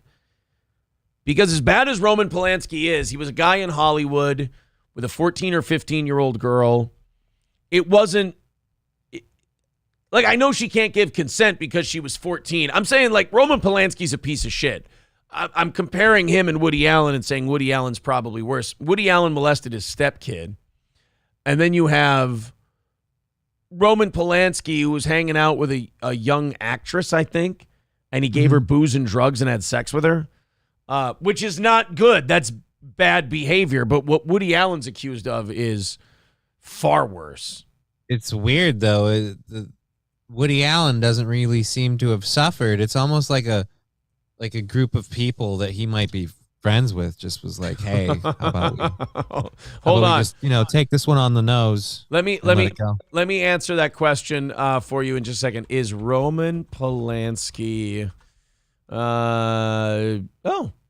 you know what? He is. Oh, I thought maybe there was a difference there between Roman and Woody. I was but really not so hoping, much. I'll tell you this, pulling it out of my ass, so it was a reach. All right. Well, it's, neither of them have gone to jail for it. So there is that. Right? The important thing to note is only their victims have suffered. Right, exactly. Only the victims have suffered when it comes to Woody Allen and Roman Polanski. Hobo Chili Recipe with another $4.99 says Woody Allen was playing trains with his adopted daughter. Watch out, here comes Hyman Hill, and it's about to break. Too far. No, I mean, you're totally fine. Jesus Christ, man. All right, He took her up to play with trains, and then he ran a train. Oh. 1 hour until we rattle the cans and fire up the music and see if we can knock out our goal today. $200 away from knocking it out. Streamlabs, PayPal, Venmo. We got about 6 minutes until the top of the hour. We wanted to be under 200 by then. If you feel like it, go ahead. Also, we'll throw another half hour onto the end of the show as a thank you for you guys keeping this show funded and keeping it supported. We do appreciate it very, very much. Also, hit like, hit subscribe, share the show, do all of that fun stuff. And, good for the algorithm and whatnot, good for the show. We're so close to 10,000 subscribers. We're at like 9,850 something. We're very, very close. We went on a run the last 2 weeks, and now the last 4 or 5 days, we've hit a bit of a snag, and that's kind of how it tends to work out. You're going to go on a big run and be at like 909. Well, you're going to be like 5 away, and you won't be able to get it. They always do that to me. When we're like 5 away, it always takes them forever. We are up over 200 likes. Thank you very much, D. Gulag. All right, let's get to 300. By the end of the show today, everybody take it as your civic duty to hit the thumbs up button right now as I'm speaking and get us up to 300 likes. There was a new study done on mothers of boys with gender identity issues, and there were some. Found out a lot of them don't have dads. Or there were some interesting findings in this study. For example. Right. A lot of us have said that, when you see a lot of these trans kids, you usually see parents looking for attention, shall we say. You see some parents who are maybe, trying to make this about themselves. They have a little pink poodle in a purse now. They have a kid who's different, and now they can use that as a look at me type of a thing. Well, a new study found, and this is, guys, hold on to your jaws so they don't hit the floor. It hurts when that happens. 50% of moms with boys who have gender identity disorders have been diagnosed with depression or bipolar disorder, compared to just 6% of the control group. Additionally, 44% sought psychiatric help for depression at some point in their life. Now, let me say this. 53% of moms who have boys with gender identity disorders have been diagnosed with depression or bipolar disorder. Can I tell you what I think about that number, Johnny? They're women. No, it's low. Oh. 53% of moms who have boys with gender identity disorders have been diagnosed with depression or bipolar disorder. That just means those are the ones we caught. Yeah, I'm thinking we need to get a lot more of these moms who have boys with gender identity disorders in to see a doctor immediately. Because I have a hard time believing that a 7-year-old boy one day understands what trans is and then says, I'm that and I identify as this. I take that on the same level of people like, no, my child remembers who they were in their past life. And I'm like, yeah, go ahead and smoke that. I don't believe you. Yeah. NF Cap says all trans kids are Munchausen syndrome by proxy and nothing else. I agree with you 100%, NF Caps. I don't. Some of them are just people suffering from gender dysphoria. You laughed. Why'd you laugh? Because I'm going to be called a hateful person for having that viewpoint. But it's the one form of body dysmorphia that is apparently now embraced. Like every other form is considered not like you're a horrible person or anything, but like every other form is considered a mental illness that you have to deal with, that you're psychologically, something doesn't add up and you need to, like, I don't know, amputate a leg or whatever issue you might have. And in this, well, I guess in this one you are amputating a leg. But it's the third one, you know. It's just the one nobody saw. Oh, man. Yeah, 53% diagnosed with depression or bipolar disorder. This is a fight that we kind of gave up a little early on. I feel like we didn't really push back much. That's why, you know, as much as I think some of these boycotts can be kind of silly, I am kind of happy that the Bud Light thing happened because, like, the Dylan Mulvaney shit is a bridge too far. And, like this one is fucking with children. Like, these are innocent people who are being harmed by their mother's mental illness. And I say mother because you don't see many guys, involved with parenting trans kids. You just don't see it. That's kind of the joke I made in there. Like, yeah, there's a shocking lack of dads. Yeah, shocking lack of dads. So, I mean, it feels like a topic that maybe it's not too late to dig in on, but we do have to dig in on it because as much as I can be blackpilled about a lot of shit, this is actually hurting kids. Like, this one's actually victimizing and fucking up children. And it would be nice if we dug in our heels on this one and we didn't do what we do about every other issue. And just as soon as we get called a name or as soon as we get publicly shamed, we back off of it.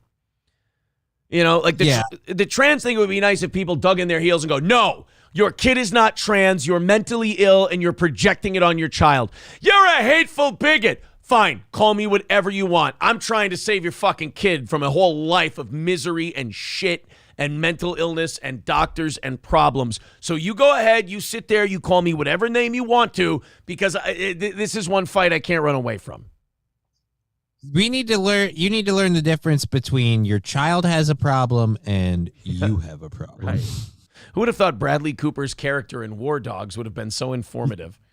It is the perfect phrase, though, for so many issues in life. It's like, learn the difference between we have a problem and you have a problem. Egg Picker says, my child is a 7-spirit unicorn from past lives. Also, this wouldn't have been possible if Hitler won. Suck my ass, taters. Jesus Christ. I mean, look, something can be true without being a good thing, right? Just asking. Delco Lou says boycotts are useless as of tomorrow when all companies bow to this insanity. Now, see, to me, I do draw a line between gay and transgender. Yeah. I don't believe that there's like a gay gene. They haven't found it yet. Or something that says, hey, no doubt, 100% you're gay. But I think there are things that happen to you in life. And I think it's usually molestation if we're looking at the data. But I think there are things in life that can change like what you prefer sexually. And that sometimes that can make people go, no, I'm interested in the same sex, or I like this better, or I'm attracted to this. I can see that. But like the trans thing, that to me is something you need to go to a doctor for, and they need to try a bunch of shit before we start humoring this. I mean, there's a lot of people out there, and the media does not let them speak, and they don't report about them. But there's a lot of people who went down that road, regret it, and it ruined their fucking lives, and they are a mess.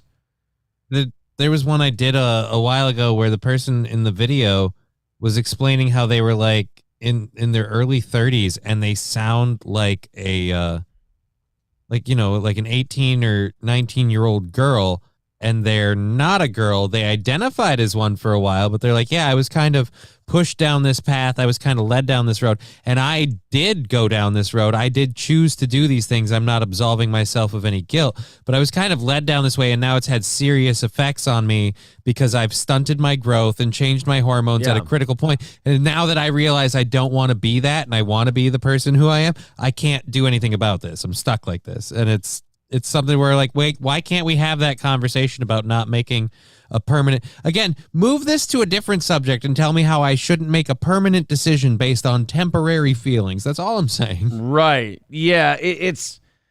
And again, they don't really show those people on the news, and they don't show those people in the articles and in the reports and everything else. But there's a lot of those people out there who just regret it, and they felt like they were tricked, or they went down. They feel like they were going through a tough mental health time, and people took advantage of that and pushed them in a particular direction when they were vulnerable.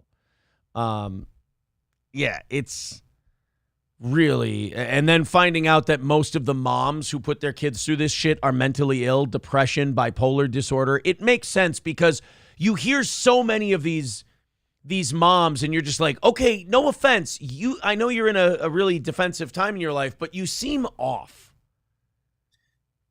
I always see these moms, and it's always my kid, my kid is so special. I'm such a unique person, blah, blah, blah. And it comes back to a lot of like, all right, so we're talking about your kid, but I can't notice an abundance of I and me statements. Yeah. Did you see that? Like it's about you. Did you see that actress from, I think she's from the Twilight movies, and she took her kid to Target, and she's exactly what you're talking about. She's that, like, we're not talking about Kristen Stewart or whatever. No, I don't think she has a kid.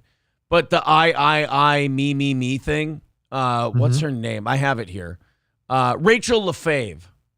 Okay. She was in the Twilight movies. You'll probably recognize her when we play this. Yeah, she went to Target. So Target had a corporate meeting, and people were fucking pissed at Target because they were putting kids LGBTQ shit out there for Pride Month. And it's like there was like trans-friendly shit in the kids section and gay-friendly shit in the kids section. And it's like, guys, this is fucking pedo shit.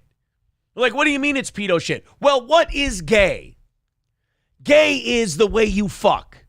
It's a lifestyle. It's who I am. Gay is not about love. It's like, Patrice O'Neal again said it perfectly, where he goes, I can love a man. A man can have affection for another man, and it's not gay until I'm fucking you.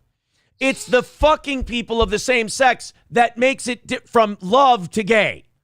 So when you have like gay pride shit in there for toddlers, that's sexualizing children. And that is something that I feel like I don't have to be black-pilled on. I don't have to be Mr. Wacky sitting here making jokes on that one. That's a fight we can still win if we dig our heels in. Like, I'm black-pilled on shit that we can't fix, like taxes and debt and war and, all of that shit, inflation, women voting, money, race, all that shit.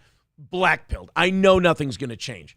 But like on this one, you can still dig in your heels and get one, because we are talking about the way people fuck, and that being included in children's clothing.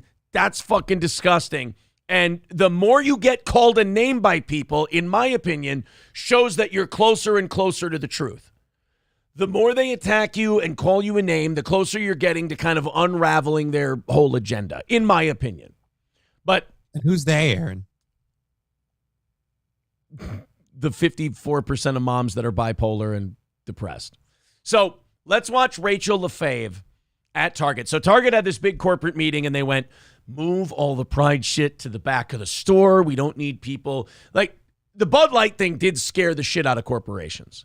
And they don't want to be Bud Lighted. So now Target got together, and they're like, oh boy, we better fix this thing because people are getting mad. They're tired. They've been quietly upset for a long time, and they're starting to speak out. So this Rachel LaFave, the Twilight actress, went to Target and made a video. And remember, Johnny, this is about her kid, not about her, allegedly.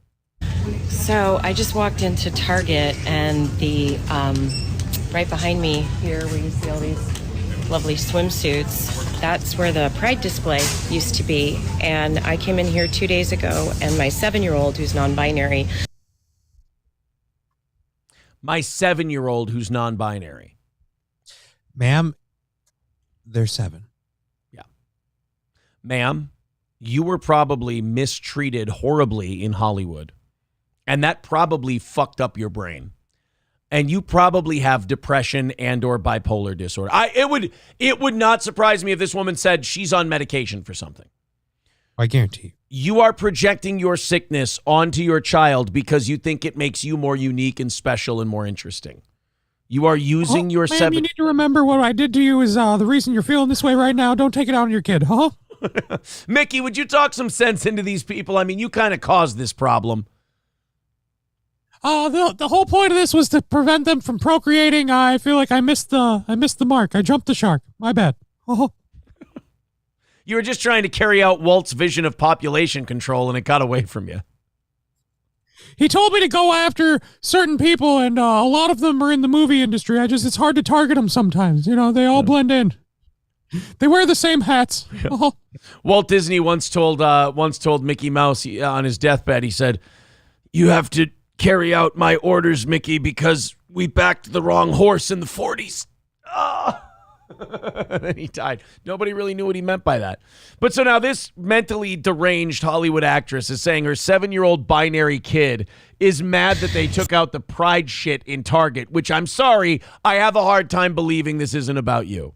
But Johnny, you saying that all these parents say I, me, reminded me of this. Came in here 2 days ago, and my 7-year-old, who's non-binary, saw it and said, "Look, Mom, it's Pride. Look, they're going to celebrate me." And because some people complained and threw some stuff to the ground, or I don't know what happened, they have moved the Pride section to the back of the store.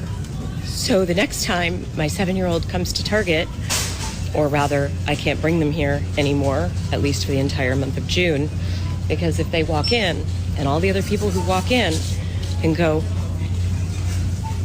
"Where'd it go?" Hey, guess what, Rachel? They don't have pocket pussies at Target either. They don't have shit to celebrate what I fuck. They don't have giant titties that I can just walk by and squeeze when I get to Target. So I'm sorry, yeah. Know things about how you fuck in Target. How about that for a rule? There's never been anything. You stop worrying about your kid and their sexual identity. Right. Again, I have to point this out to you, ma'am. They're 7. Yeah. It's a little early. Although you can't have an honest conversation with someone like her because they will swear up and down, especially mentally ill mothers, they will swear up and down they haven't done anything. And it gets to the point where you have to go, well, I guess the conversation ends. We've reached a stalemate. I clearly know that your mental illness has fucking taken root in your 7-year-old, and you're encouraging it because then you won't feel so alone. You can have a buddy. And you're telling me that you swear to God you haven't done that. I know different, but it's not like you and I can talk this out because we're acknowledging two different realities. So I have to take your shit down in Target now. Because we're not going to have rainbow shit all over the place for a month because certain people want to fuck each other a certain way and they think that it should be announced from the mountaintops. And also, I don't know if you're aware of this, ma'am. The anger at the Pride display really came from the part where people want to F kids is what Right. it seems like with the way this is kind of going. So I don't know. Maybe just be glad that that your kid is safe, I guess. Yeah. I mean, well, they're your kids, so will they ever really be safe? But you get the idea. Relative term. Are going to realize that they are being successful in trying to erase them. We could do so much better than this. We're not supposed to negotiate with terrorists. Oh! We can do so much better than this.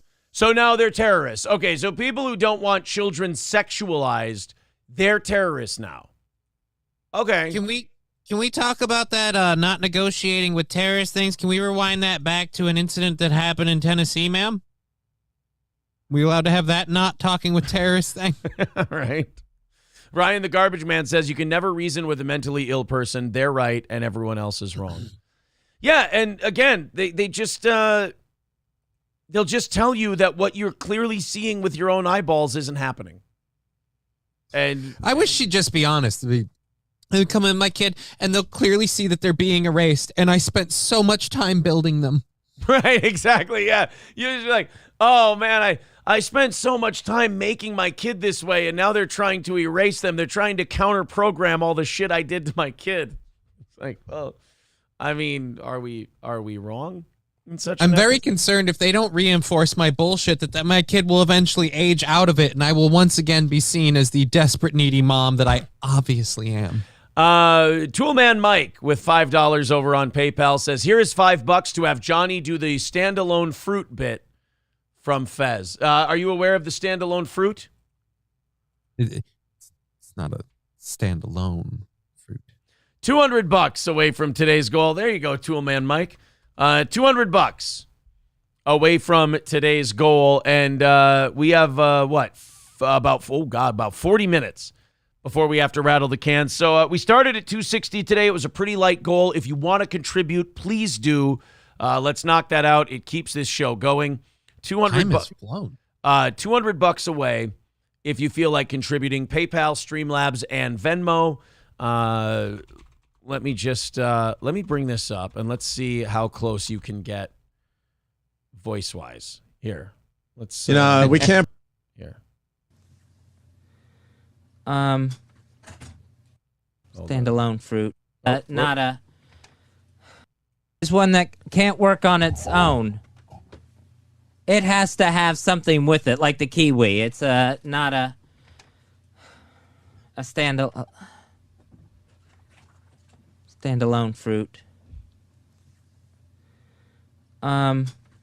It has to have something that works with it, like the kiwi. It's not a standalone fruit. Standalone fruit. I like how he says it like a British biographer at the end. He's like, it's not a standalone fruit.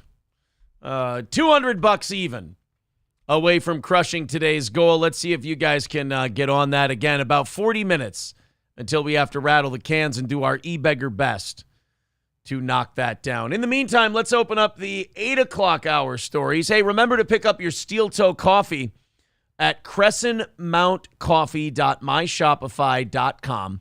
That's crescentmountcoffee.myshopify.com if you want to pick up your 1-pound bag of steel toe coffee. It's delicious. It's a Bali Blue Indonesian medium to dark blend.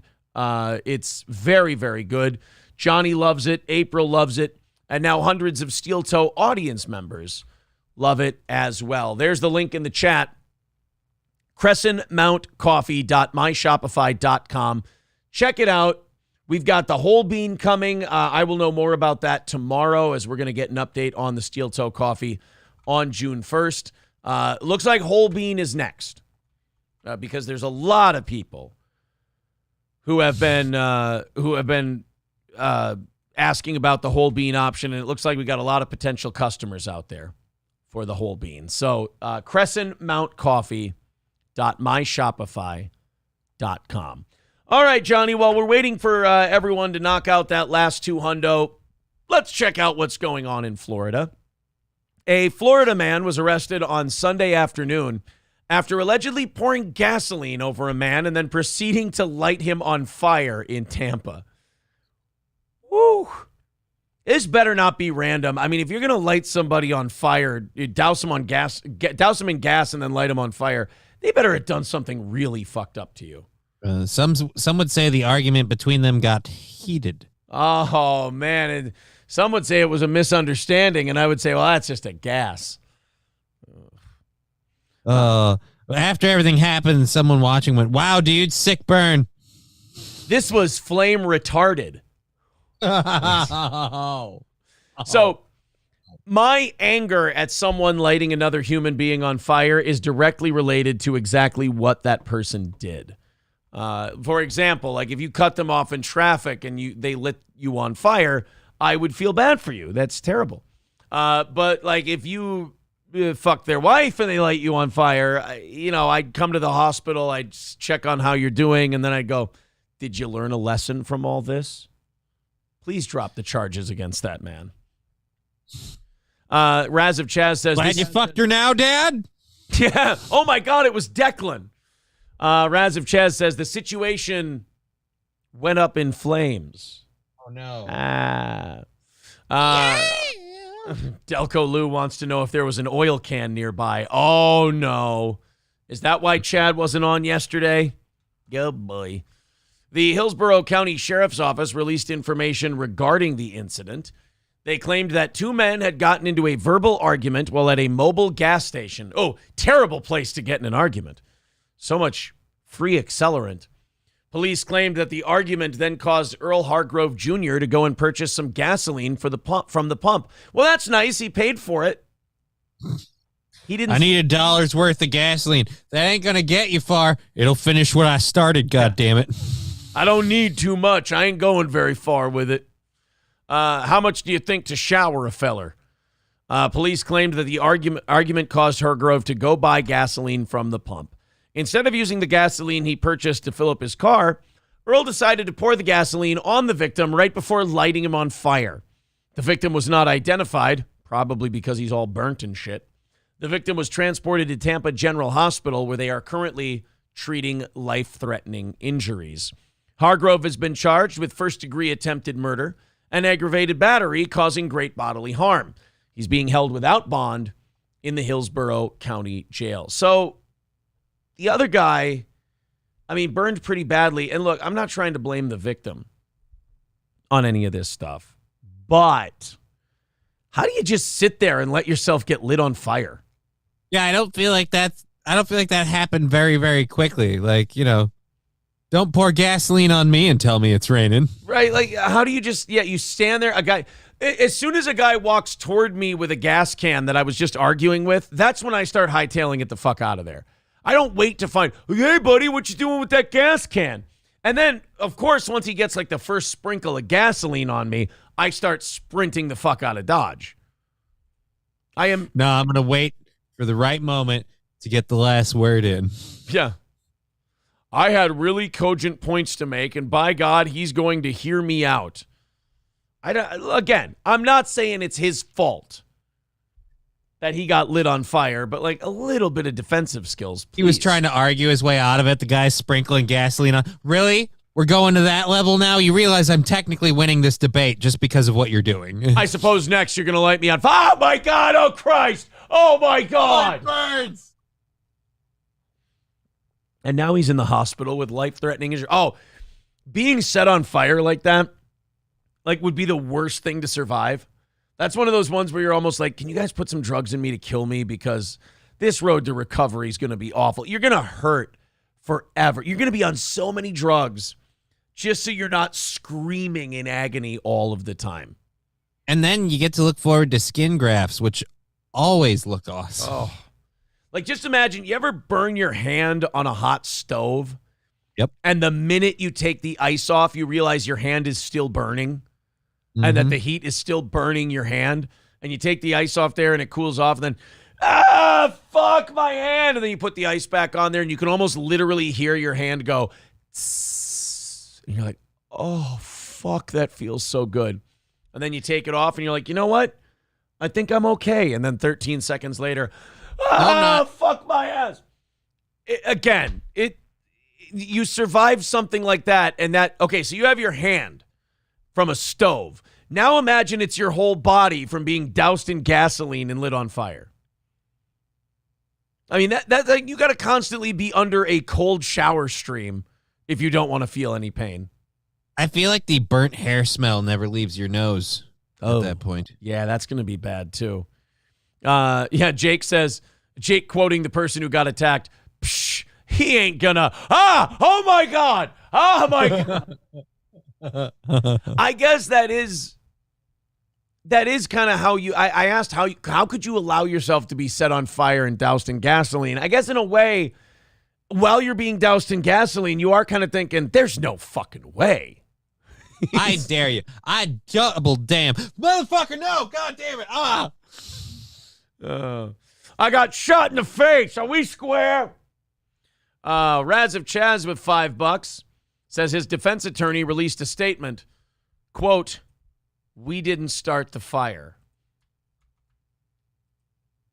The only good thing I can say about that super chat is that we're now 195 away from today's goal. That's it. But that's the only positive I can say about it. There's the PayPal, Streamlabs, and Venmo links if you want to contribute there and throw in your own shitty fire puns. You'll make me happy because we're knocking down the goal, but you'll make yourself happy because you'll make me read a really shitty fire pun.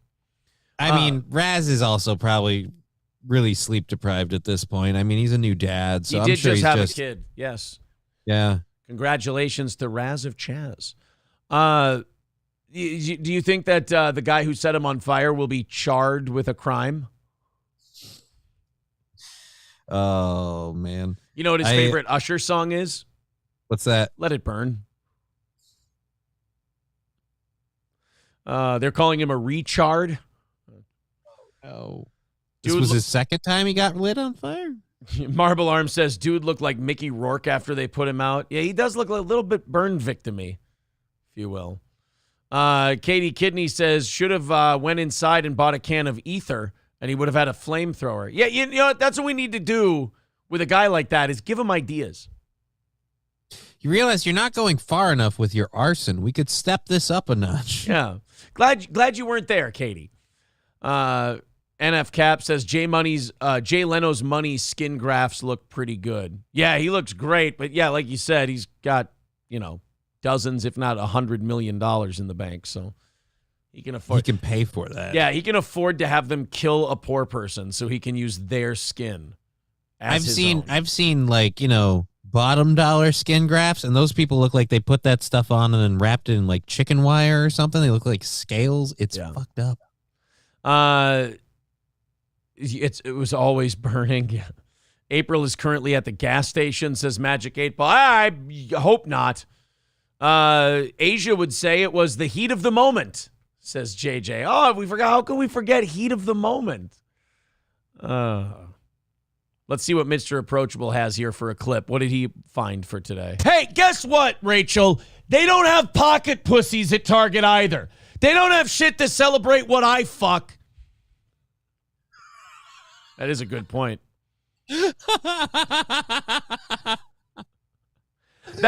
That's my rant to the entire here. Guys, tomorrow's June 1st, right? We should play this for Happy Pride Day. Happy Pride Day, everybody. Hey, guess what, Rachel? They don't have pocket pussies at Target either. They don't have shit to celebrate what I fuck. Yeah, for that you got to go to Victoria's Secret.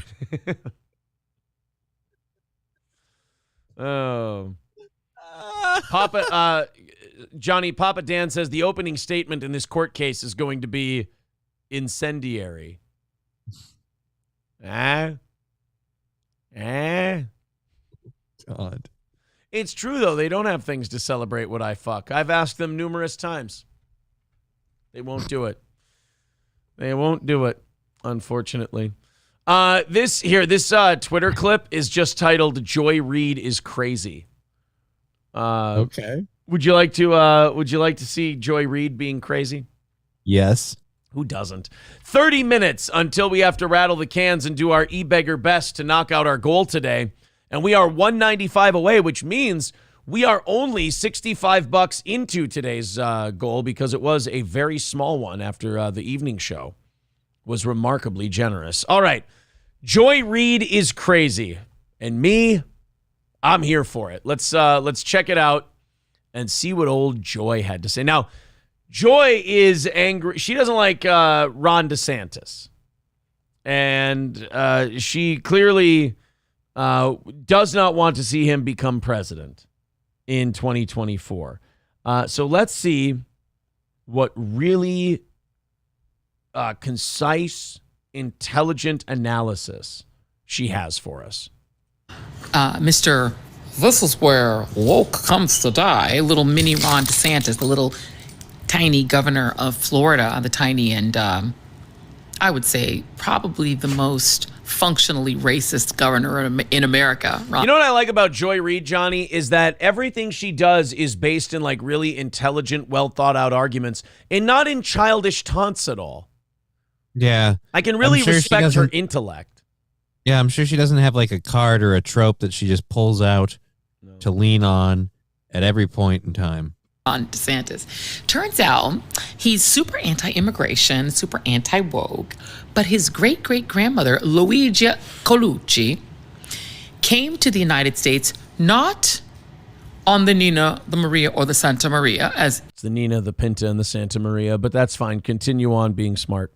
he might have you believe, given his complete devotion to the founders and to the people who colonized this country originally and their absolute and total moral goodness. I don't think Ron DeSantis, by the way, has ever said that. No. I believe she just read, excuse me, but I do believe you are talking out of your ass. Like, I don't know where she's getting this from. This is why I can't watch cable news, is because these people just create these straw man arguments and then take them down and go, and they're so fucking confident about it. It's like, ew, you sleazy dipshit. You really did that? You had, Ron DeSantis believes in the founders and the colonizers and all of this. I'm like, I don't believe that's ever been his argument. I think his argument has always been like the whole we don't do this woke stuff when it involves children. And yeah, I think that's really the big one. Yeah. And also, if you're against illegal immigration, that means nobody else should be allowed to come to the country.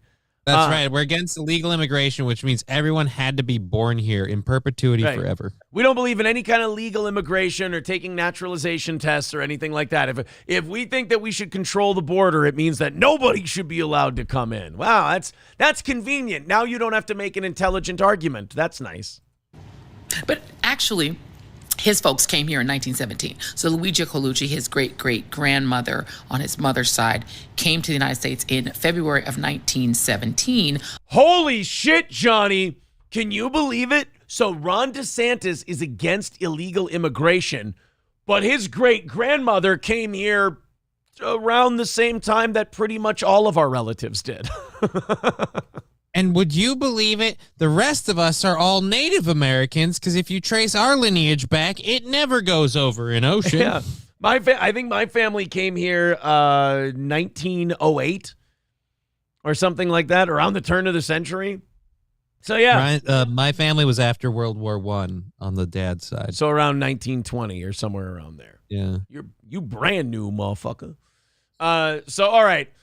Let's hear Joy read out. So Ron DeSantis cannot be against illegal immigration because 106 years ago, his grandmother came here. Oh, look at this. Legally. That's interesting. A couple of months before the signing of an Immigration Act, the 1917 Immigration Act, which barred undesirable immigrants. What were undesirable? So what you're saying is Ron DeSantis' great-great-grandmother came here while it was legal for her to come here, obeyed the laws, and immigrated to this country. Joy, this is what we call a self-owning moment. This is not the argument I think you were trying to make. More importantly, she did that legally right before they wrote a law that made it illegal for undesirables. Yeah. Which barred undesirable immigrants. What were undesirable immigrants back then? Turns out that included Italians. It included the Irish. All right. Well, I guess more immigration legislation I'm for then. Congratulations. Look, the Irish came here and they were kind of a problem for a little while. It was a little bucky with the Irish for a little bit. And then I guess, do we want to talk about La Cosa Nostra? Do we want to talk about the mafia? I mean, look, the Italians and the Irish came here and had a bit of a bumpy ride until about, the 50s and 60s. And even after that, the Italians were causing a little bit of trouble. If I'm taking your argument correctly, what you're saying is that this law wasn't enacted soon enough, and if it had been, we could have prevented the evil DeSantis from ever existing in America. Yeah. It included people who they considered to be lower Europeans, and Italians were considered to be lower Europeans. Well, they got that right. No. Not quite. But don't worry, Europe is still above Africa. Anthony Cumia retweeted this yesterday, and he goes, hey, now you go ahead and trace back your lineage. It Yikes. in with the Anglo-Saxon product of the original Americas. I mean, not including the indigenous, who they wiped out with disease because Europe was filthy and they came over here with all sorts of germs. Oh, yeah, and the Native Americans were building skyscrapers. We was kangs and shit. Yeah. Because they were filthy and they came here with all sorts of germs. No. They had more advanced medicine, and the people they came here with didn't have an immune system capable of tolerating that. So look at how insecure Joy Reid is with herself. That everyone who doesn't, I love how she calls everyone else racist, but she's so insecure with herself that she has to attack everyone who's different than her. She has to attack everyone who's not just like her. With dirty, and they're disgusting and they're nasty. If a white person talked about Joy Reid like this, they would never be allowed on TV ever again. But because nobody really takes Joy Reid seriously and she's there to fill a quota, they just let her say whatever dumb shit they want because they're like, it looks good if we have her on TV. Honestly, for me, like, as soon as someone has a person they don't like, especially politically, and they're a person of color, and they immediately bring it back to racism and how and racial inequality and all sorts of stuff, I'm like, all right, this is where I'm losing the thread, because this is you guys do this a lot where it's like, oh, but it's racist. I'm like, yeah, but can we get to something else? I've heard that one before. Make an argument, please. But I digress. So, ironically enough, Ron DeSantis does not hail from the incredible sort of original, colonists of the country and the colonizers. None of us do. But you understand that when America was founded, there were, were there even maybe a couple million people, maybe anywhere from 2 to 8 million people in America? We're a country of 350 million. We kind of had to import a few there, Joy. Including me, including Johnny, including you. I mean, some of us more willingly than others, I suppose. U.S. population at the time of, at independence. Here we go. What was our population? 2.5 million people. Yeah, Joy, a pretty good number of us had to come here from elsewhere. So I don't know if this is the own you think it is. Boy, someone is just really bitter about Ron DeSantis. That he so reveres. He hails from what were considered to be undesirable aliens, Italians. So he himself would not have made it through his own immigration system were he to be the fascist leader that he really would love to be right now, but if he were that fascist leader in 1917. First of all, crazy face. Holy shit. Do you really want to talk about fascists? Who's the one who had everybody in masks and forced them to get shots and told them where they could and couldn't go and wouldn't let them go to work and wouldn't let them go to their gym and advocated not letting them have a job unless they had an experimental medical procedure performed on them? Please, Miss Anti-Fascist, go ahead and tell me who is sticking up for those policies. I'd love to hear it. The government unilaterally shutting down private business, for your own good, to protect you, and then forcing people to wear masks, forcing people to have medical procedures performed on them. You're going to call other people fascist. That's rich. How weirdly ironic. It's not fascist when she wants to do it. It's for our benefit. Right. It's for our own good. It's not fascist when she doesn't. I understand. Also, Ron DeSantis doesn't want to teach black history because it just so offends him that anyone would disparage the incredible founders, the Thomas Jeffersons of the world. Bullshit.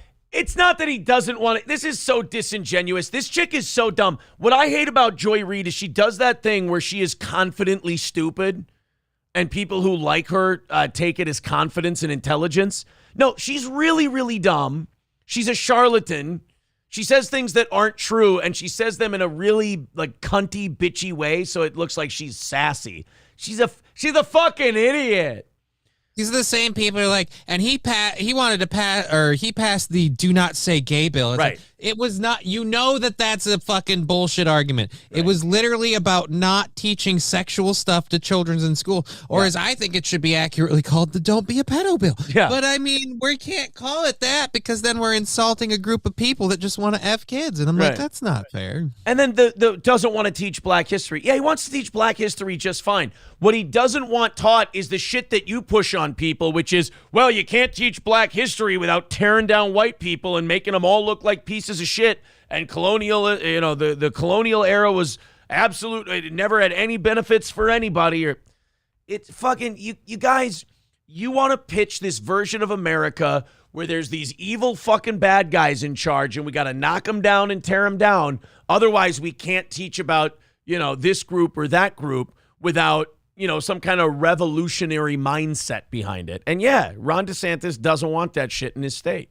You don't like it? We gotta burn down these evil white people. We can't trust these evil white people. They've had a long history of effing over the black community. So that's why we've got to stop these evil white people. Vote Democrat. That's right. Joe Biden should be president. Yeah. I mean, Joy, if people don't like what Ron DeSantis is pitching, then they'll move to the state that you live in. People will vote with their feet. See, she's losing all of these arguments. So she has to go and misrepresent them. How dare we say anything to besmirch them?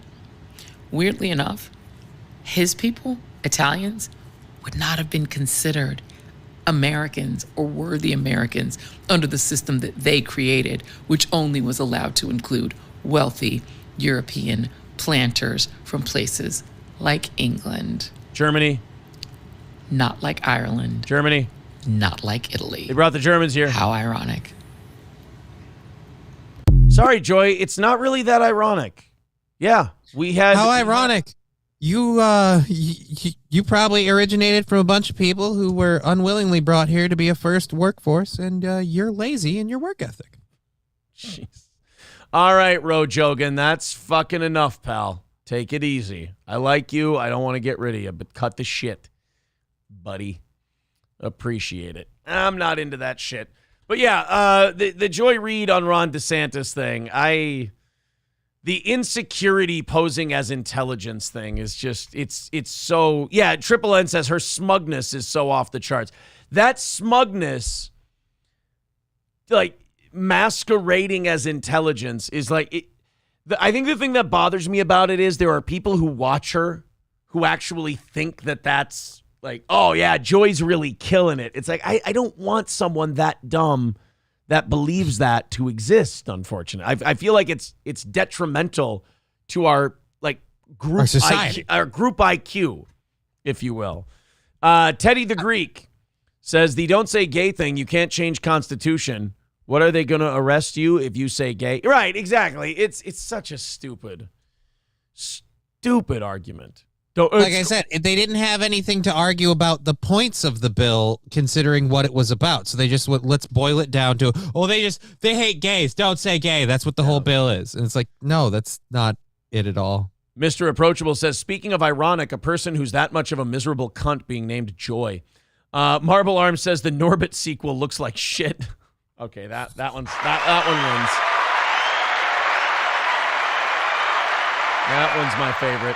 All right, guys, we are 195 away from today's goal. We are a long ways away, and we started at 260, so it's been a less than successful goal day today. Let's see if we can go on a rally before the end of the show. We've got 15 minutes until we rattle the cans and play the music and see if we can get to overtime today. It's looking pretty rough on the Wednesday here. Luckily, we do have the prize show, so I'm thinking if we do end up short today, we will probably end up making it up on the prize show this evening. So if you feel like chipping in, please do. There's all the links in the chat. But yeah, what was it? 65 bucks in today. Shit. Now I kind of wish the internet never would have turned on. Could have taken a nice day off. I would have ate $60 to take a nice day off today. Fuck yeah. Well, maybe we hit that 195 before the end of the show. We'll see. Gen Z, how old is Gen Z right now? Like, what's the age range or the birthday range? Age range of Gen Z. They're between 8 and 23 years old. Okay. So teenagers to early 20s. Apparently, they're so fucking bad with their TikTok addiction and they're making TikTok videos in malls and public places, that malls are now reinstituting chaperone and supervision provisions in their mall policies. They're setting age limits at when people can come into the mall without a chaperone or supervisor because these Gen Zers are doing like obnoxious, business distracting TikToks in the mall. I mean, nice to see malls doing well again. That's wonderful. But Jennifer Sepulveda used to drop off her 14-year-old son, Jordan, at the local mall on a Friday or Saturday night, where he would catch a movie with his friends and then hang out afterwards at the food court or elsewhere. Not anymore. Starting April 18th, Garden State Plaza in Paramus, New Jersey, the second largest mall in the state, required anyone under 18 years old to be accompanied by a chaperone, at least 21 or older, on Fridays and Saturdays after 5 p.m. I love this. I know. I think it's great. This is fucking awesome. Mom, can you take me to the mall? I want to hang out with my friends. I just love this idea because you know it's going to work in terms of like getting more people to the mall because most people are going to be really happy that these little shitbags won't be running around making TikToks. Yeah. And so the Gen Z people and their parents are going to whine and complain and bitch. And meanwhile, the mall's going to be like, yeah, you guys can complain all you want. Business is going gangbusters thanks to this idea. People love it. The rest of us are like, this is awesome. Yeah. Because, like, if I saw that happening, I'd love it. Like, some 16-year-old kid, like, I'm at the mall and I'm making my TikTok. I'm like, yeah, and your mom's right behind you, you loser. Yeah. It's just, oh. I love that idea. I also love the idea of the kid being like, hey, Mom, can we go to the mall? And we're like, well, I can, but you can't. And then the mom takes off for the mall. Like, you're staying home tonight, you little bitch. But like, why do you want to go to the mall? I want to make a TikTok. Oh, that's fucking dumb. Yeah. I'm not doing that. You're mowing the lawn. I'm sorry. The Mood with 10 gifted memberships. Thank you. You know what we got to do? We got to have like teenagers' parents start making really cringy, shitty TikToks and uploading them in mass. Just get a bunch of parents to start loving TikTok and think it's the greatest thing and like asking their kids to do TikToks with them. That's maybe how we can reverse the trends in this country. I don't know. There's enough parents on TikTok already where I feel like that's not going to get us anywhere. No, not the retarded ones. I mean the really old school cringe ones. Just get the really cringe parents to do it. I think that could work. I don't know. The Mood. I feel like the kids can ignore it. The Mood gifting 10 memberships. SH, B Smiley, Dirty Death, Noel Hines, Von Kaiser. Where'd the rest of them go? Von Kaiser, D-Rec, Johnny 1.0, Benny Omega, Baby Satchmo, Nick Walter, all getting gifted memberships. Gray Duckling with 5 memberships. Even more, NJ45, Dave Sarah, Dan Shelley, Love My Charlie Faith, all getting memberships. Thank you very much. And, I got to go to Streamlabs for this one. $20 coming in, but there's no message with it. It's probably on the Streamlabs end of things. Let's see. Nope, it's just no message with it. Well, thank you very much. I think that's, Gray Duckling with $20 over on PayPal. Thank you, buddy. Appreciate that. 140 away from today's goal. All of a sudden, we're in striking distance. Thank you, guys, very, very much. Crack Rock Calhoun says, I'll start doing TikToks just to embarrass my daughter. Yes, that's exactly what they need to be doing. And then once you start making those TikToks, start telling your kid incessantly about your TikToks and then come to them and go, hey, you know what I think? I think you and I should do TikToks together. That would be really cool. I think they should just do TikToks where they talk about their kids on it. Like, they're like, hey, this is so-and-so on TikTok. They're my daughter, blah, blah, blah, or my son or whatever. And just like, stop it. You're making me cringe. Like, oh, no, look, isn't this cute? Look at all your stupid little toys. Remember when you used to shit your pants and we had the hardest time getting you to use the potty? And then when you finally did, you're like, I did it. I pooped. And you're just like... We can shame kids. We can shame Gen Z off of TikTok. We just got to be willing to put in the time and effort, I think. Parents forget the power that they have. Right. The power of embarrassment. So many parents are like dead set on being cool and they're dead set on their kids thinking that, you know, they're with it and shit. No, lean into the embarrassing. I love dad joking the shit out of our oldest kid until she's so embarrassed I can hear her teeth cracking. I love that. You should be careful with your family history and dental stuff. You might not want her breaking. That's true. Weak teeth on the Imholt side. But like, it backfired on me not too long ago. I started listening to Weird Al in the house and like singing Weird Al, and now our oldest is fucking obsessed with Weird Al. And like, there's sometimes you need to know that you're the only one who planted that bug in their head. I'm like, anyone else like it when you listen to Weird Al? Like any of your other, you have 4 parents, any of your parents, any of your grandparents? She's like, nope, none of them like Weird Al. I'm like, yes, that is all me. I am the guy who installed Weird Al into this child's head. Perfect. Everyone else just wondering why she comes around a corner going, who's fat? She loves Fat. Fat's one of her favorite songs. eBay, Fat's a good song. eBay she likes. Trash Day she likes. The Night Santa Went Crazy. Yoda. Yoda's a classic. So's Amish Paradise. She better be all right with Amish Paradise. She likes Amish Paradise quite a bit. She likes Perform This Way and Party in the CIA. She likes those also. You know what I think? I think she celebrates Weird Al's whole catalog. Like a surgeon. I just wish she wasn't 9 because you could watch the Daniel Radcliffe Weird Al movie if she was a little older. Yeah. That is a solid movie.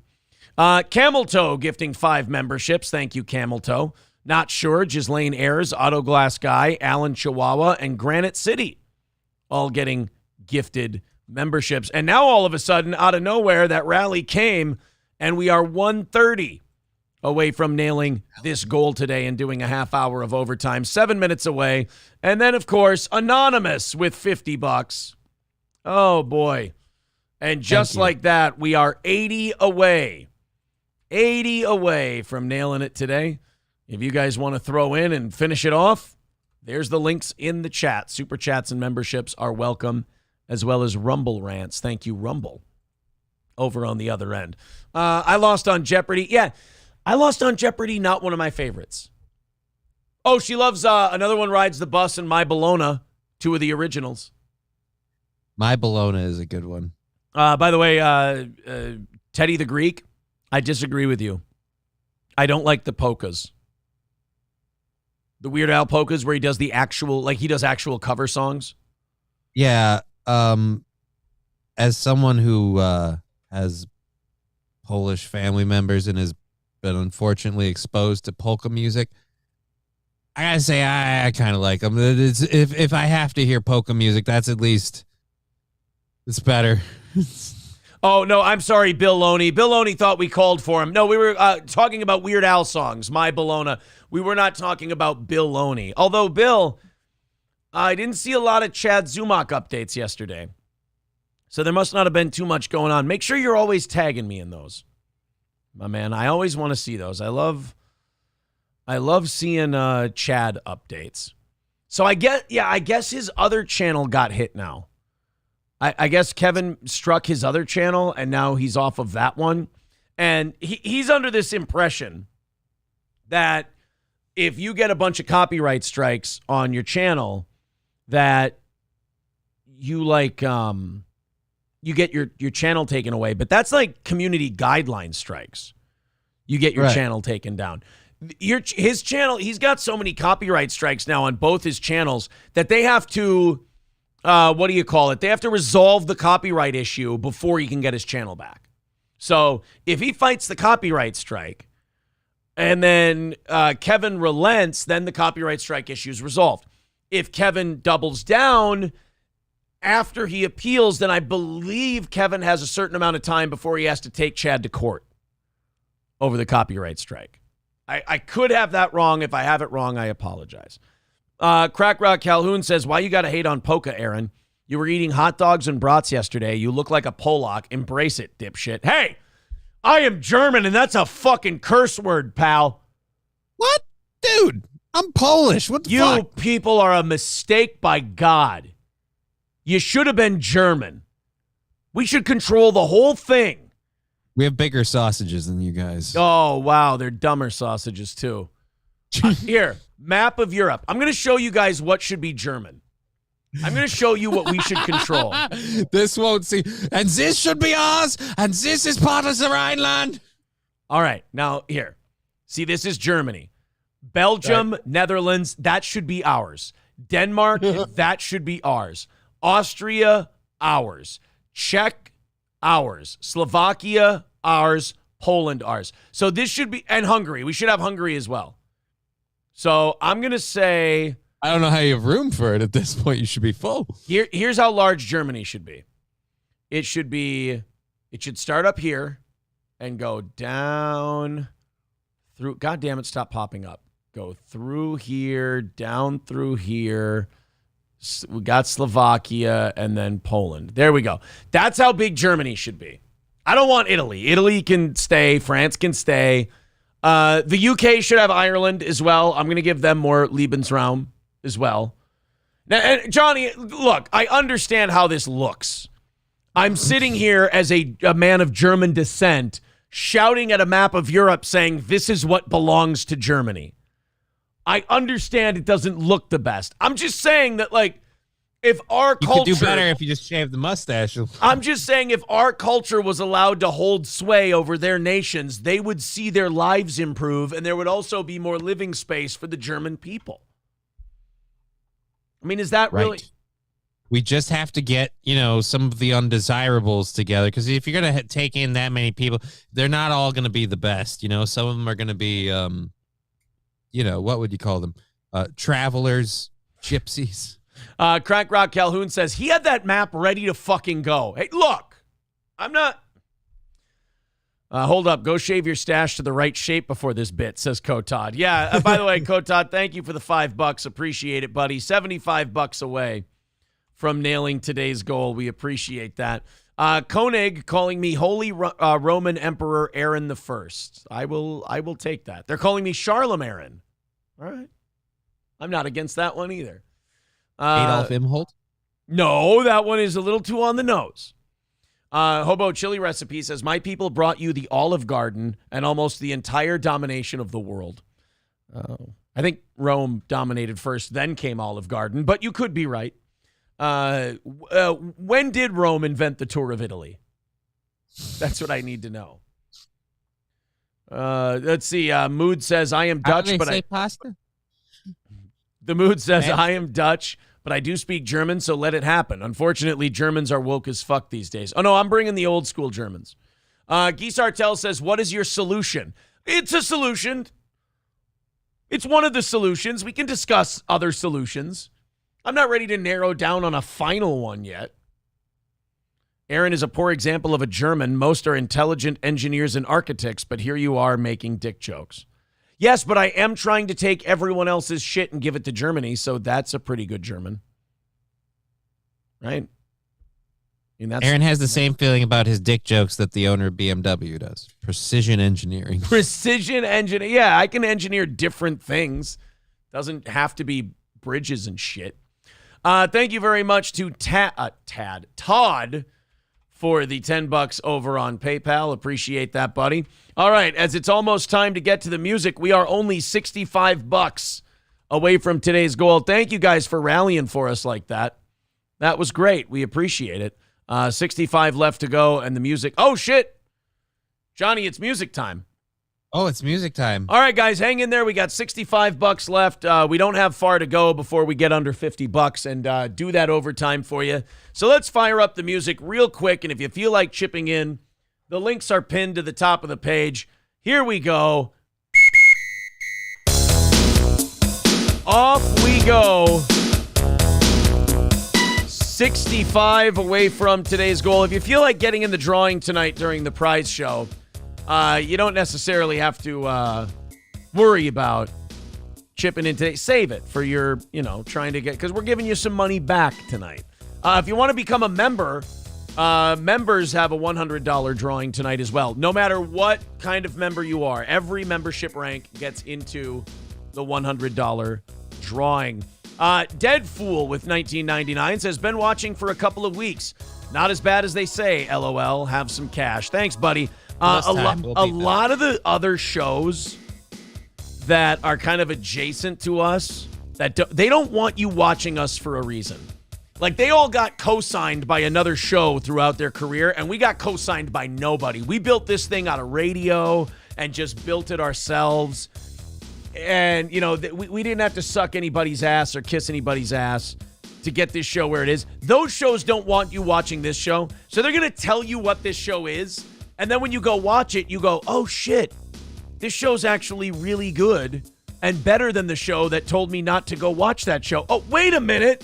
That could be why they told me not to watch Steel Toe and told me it sucks. Guys, you ever hear me telling you not to listen to anything? No. I say, go listen to all of it. If you have good taste, you'll come back. So that the minute other shows tell you not to watch another show, guys, I will tell you this.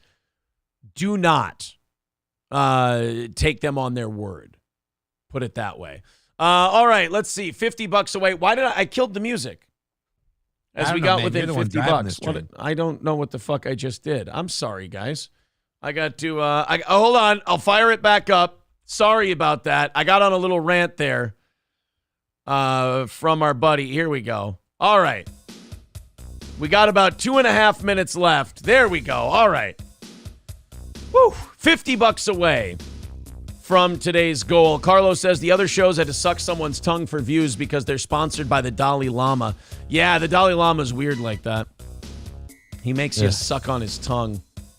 Ugh. That's just so gross. $50 away. There's the Streamlabs. There's the PayPal. There's the Venmo. 5 to 10 of you that's all we need to knock this out. Crack Rock Calhoun says, unfucking professional garbage, this steel toe bullshit. Yes, you are correct, Crack Rock Calhoun, and thank you for being here for all 4 hours of it so far today. We do appreciate you. Hobo Chili Recipe with $4.99 says, here's some Deutschmarks, you kraut. Mussolini started the movement first, but we had spaghetti on the mind, not the war machine. Cocktiff says, Johnny's background is popping. I like it. I agree. I almost want to see if can I do a template like that without a green screen or no? Yeah. Shit. I really don't know anything. I'm a fucking idiot.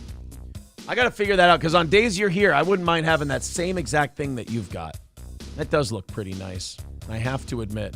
Also, now this person calls themselves also anonymous with $25. Thank you very much. That's going to put us $20 away from today's goal. So we're pretty much there.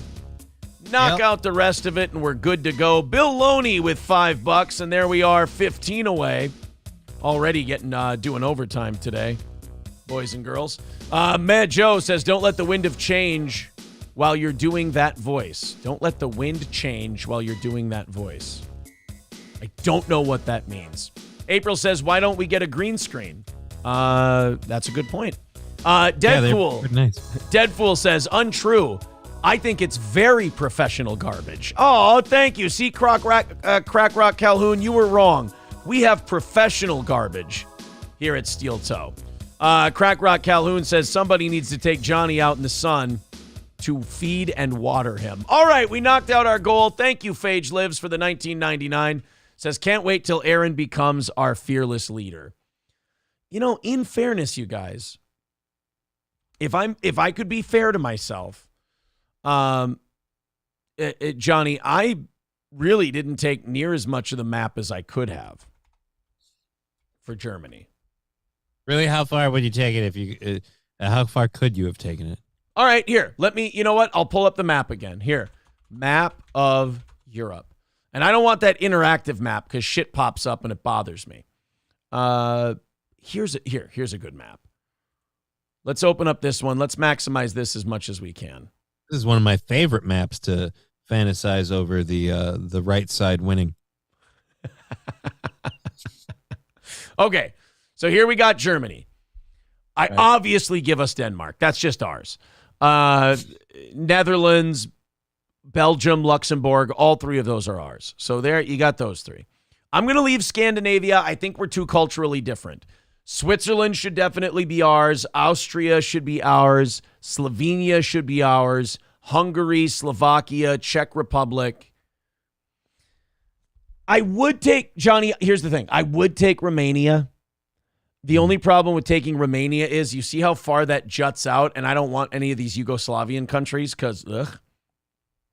So it would kind of throw off the shape of my Germany. Look, I have a very specific Germany in mind, and Slavs ain't part of it. No offense. Dude, I am way too close to him, aren't I? We have, oh my God, this is not good. So Denmark, Netherlands, Belgium, Luxembourg, Switzerland, Austria, Slovenia, Hungary, Slovakia, Czech Republic, and we get Poland. Yeah, that's, you know what? I'm good there. So that's how big my Germany is. That's a pretty good-sized country. I want to fight this harder, but I do love sauerkraut. I feel like Polish sausage doesn't work without sauerkraut. Look, man, here, when we take Poland, it'll be like more of a merger. How's this? We'll install a German-friendly leader, and you guys will just like pay a little tribute to us. There you go. Yeah. It'll just be like America with Ukraine. No. You're going to send the money to us. It's it's a little different. So where America, you're Ukraine. And here, I'll rewrite the map a little bit more, because if I'm just giving Germany more shit, then that just kind of looks like I'm, Hitlering it up a little bit for my people. I'm going to give the UK Ireland, because they don't need to be independent. What are they fucking doing with it? I'm going to give the UK Iceland as well, so they can have a nice North Atlantic empire. I'm going to give... Norway and Sweden have to become Scandinavia again because they're like the same country. Finland is going to be fiercely independent. I might even give it some of Russia because those people scare the shit out of me in Finland. Belarus and Ukraine. Plus, if Scandinavia turns into one country, it does kind of look like a dick. Right. A forked dick, though, at the end. I'm going to give Moldova and Belarus to Ukraine.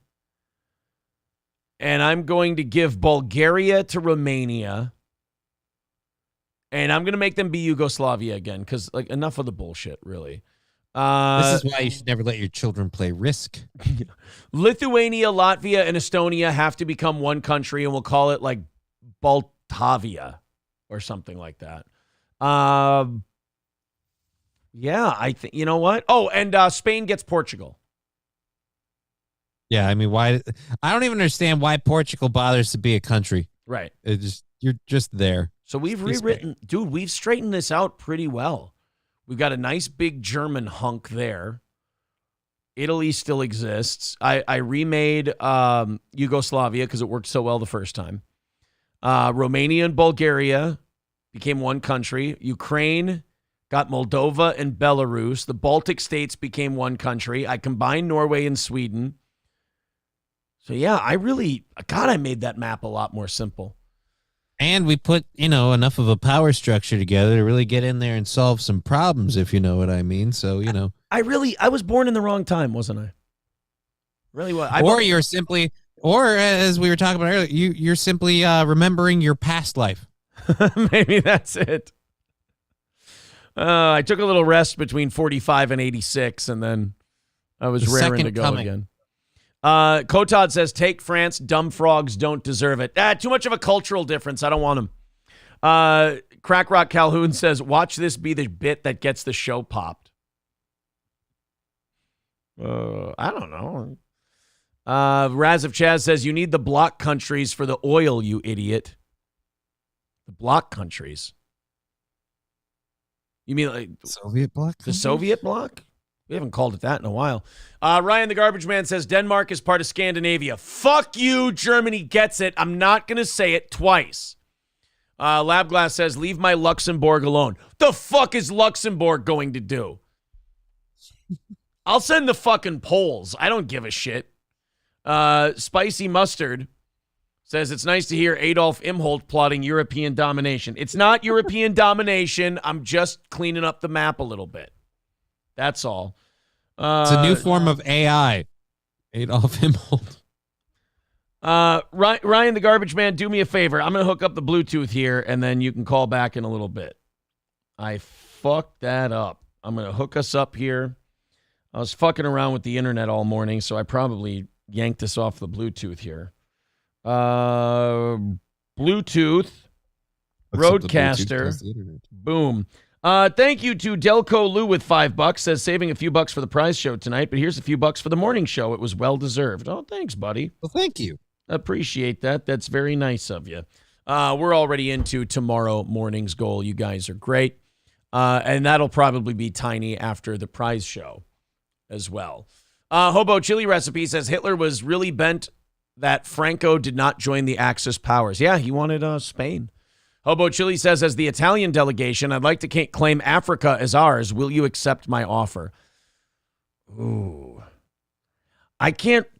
Do I have any authority over Africa in this situation here?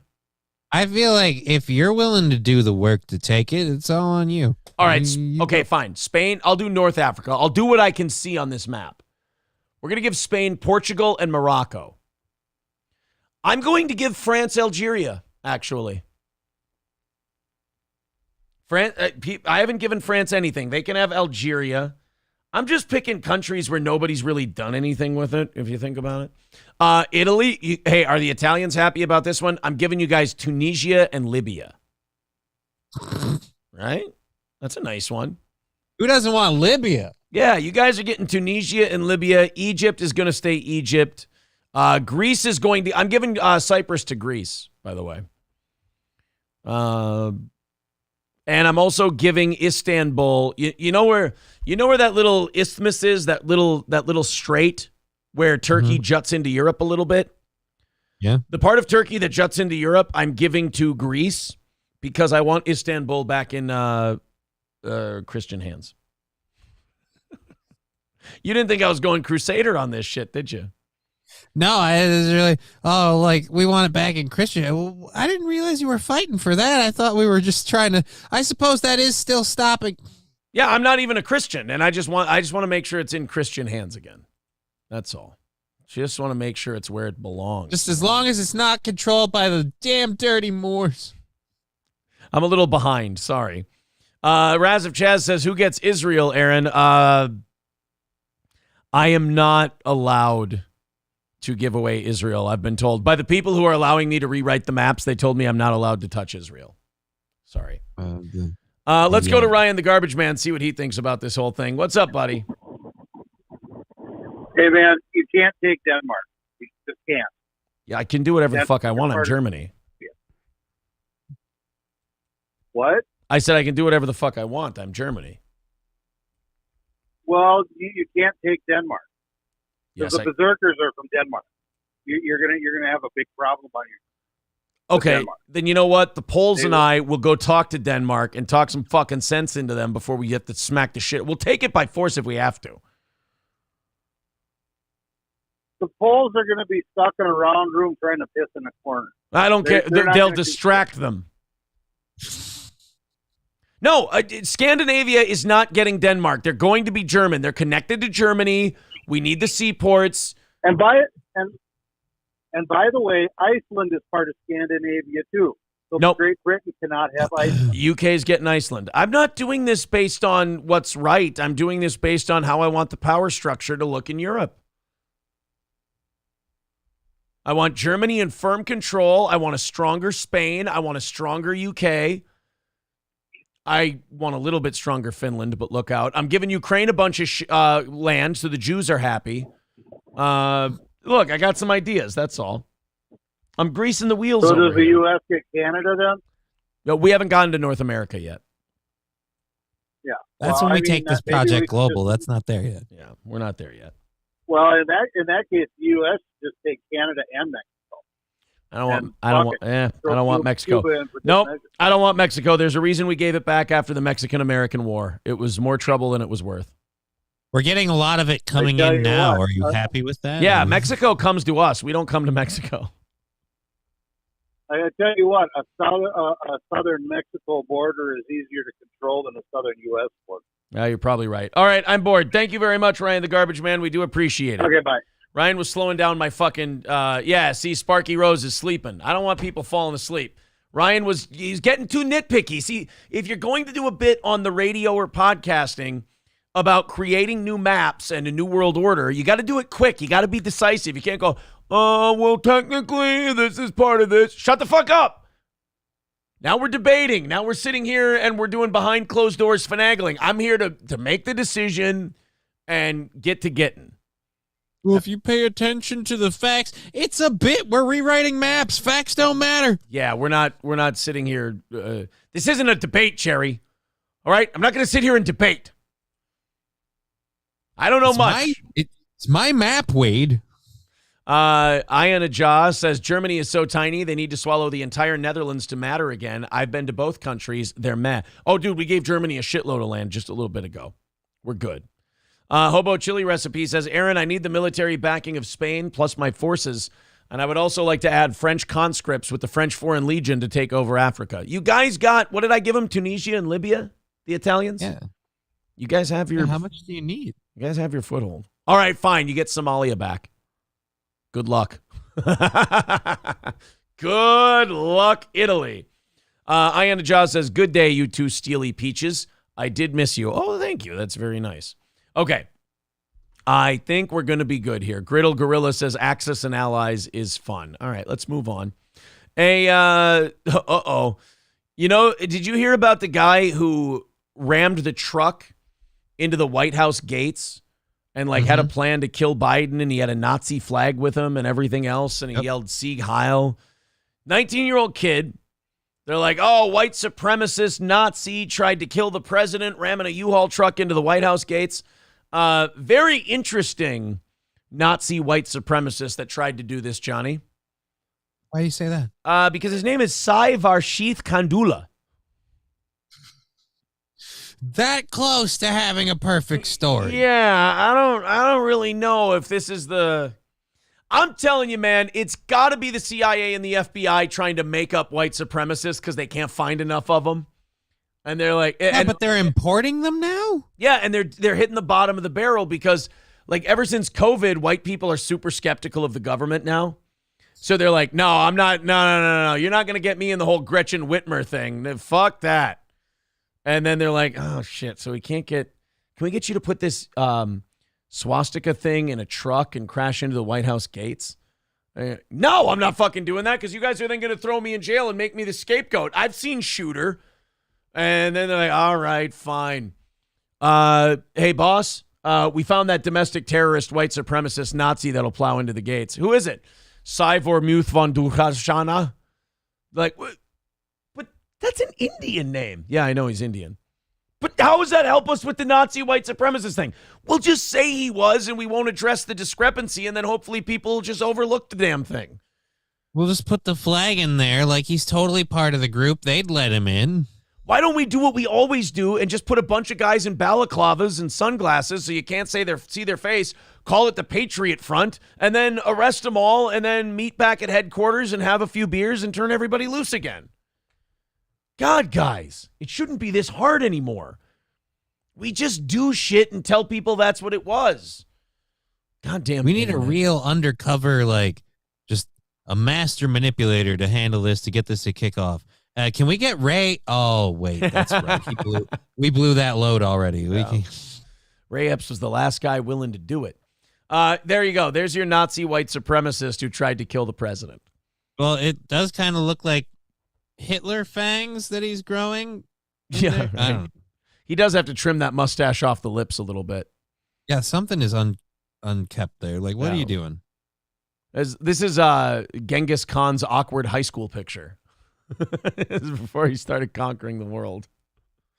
The FBI and the CIA, when they recruited this guy, were probably like, well, I mean, he is Hindu, and they hold the swastika to be a big thing in that religion, so get him. I'm amazed that they didn't have him I don't know, shave and clean up, just white it up a bit. The skin. Right. The skin is light enough in the right lighting. We can make this work, okay? Until they read his name, they might not know. And you know what else I found interesting is when they showed the Nazi flag that he had, it still had the squares in it from when you fold it up real tight in the stores, or when you ship it to somebody.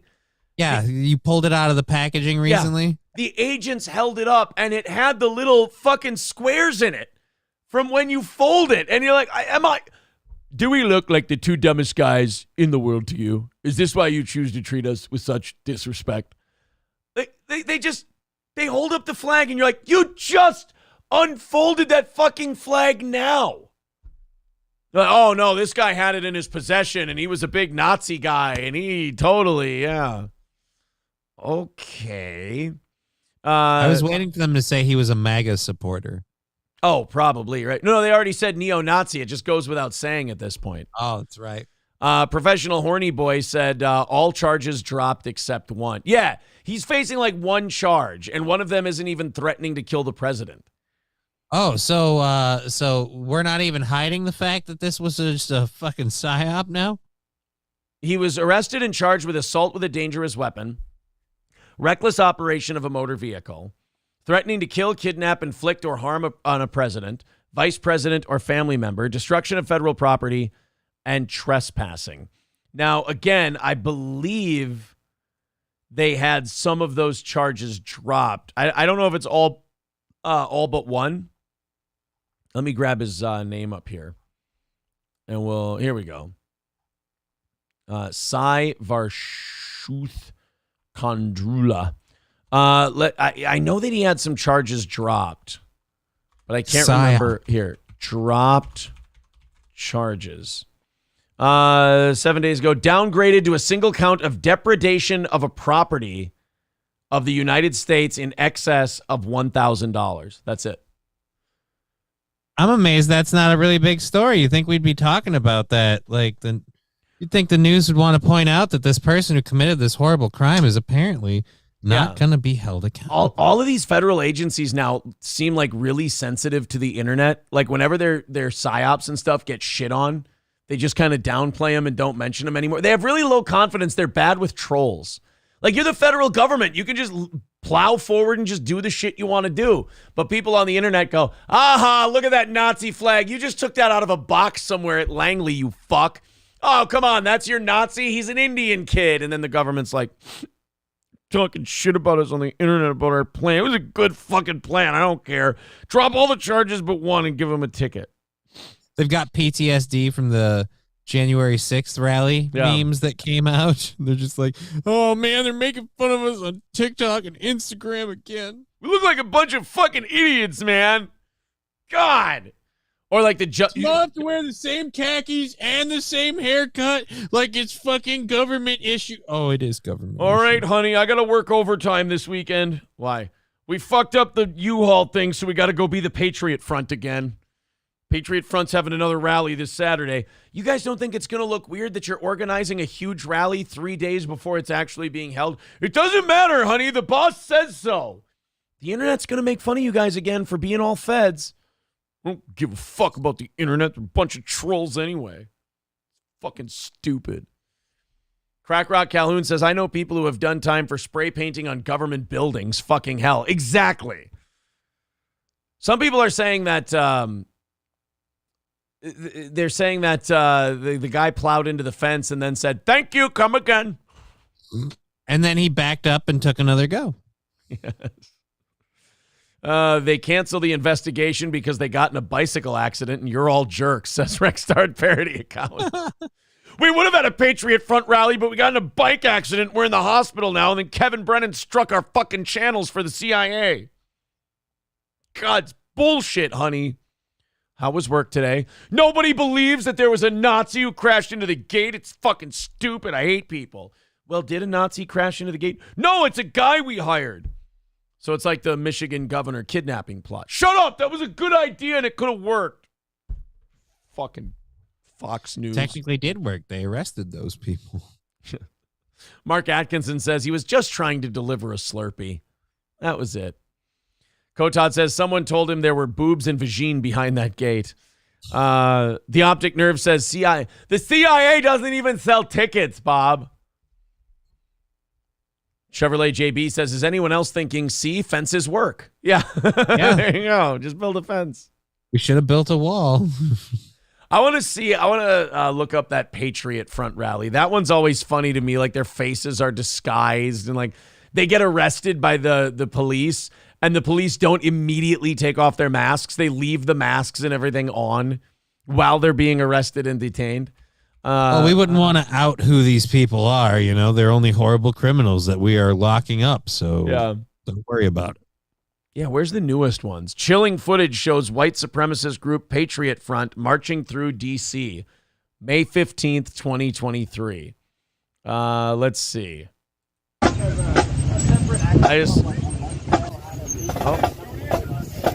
the fuck? Oh, there we go. Shut the fuck up. I hate these sites that don't let you do the ad blocker. There we go. Christ almighty. And that shit pops up all over the goddamn place. All right. So this is the Patriot Front rally. And just look at them. Come on. Come on. This guy looks like he's wearing an FBI shirt.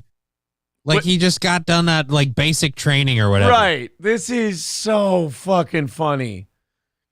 We're really supposed to believe that these guys are all just right-wing white supremacists in the Patriot Front.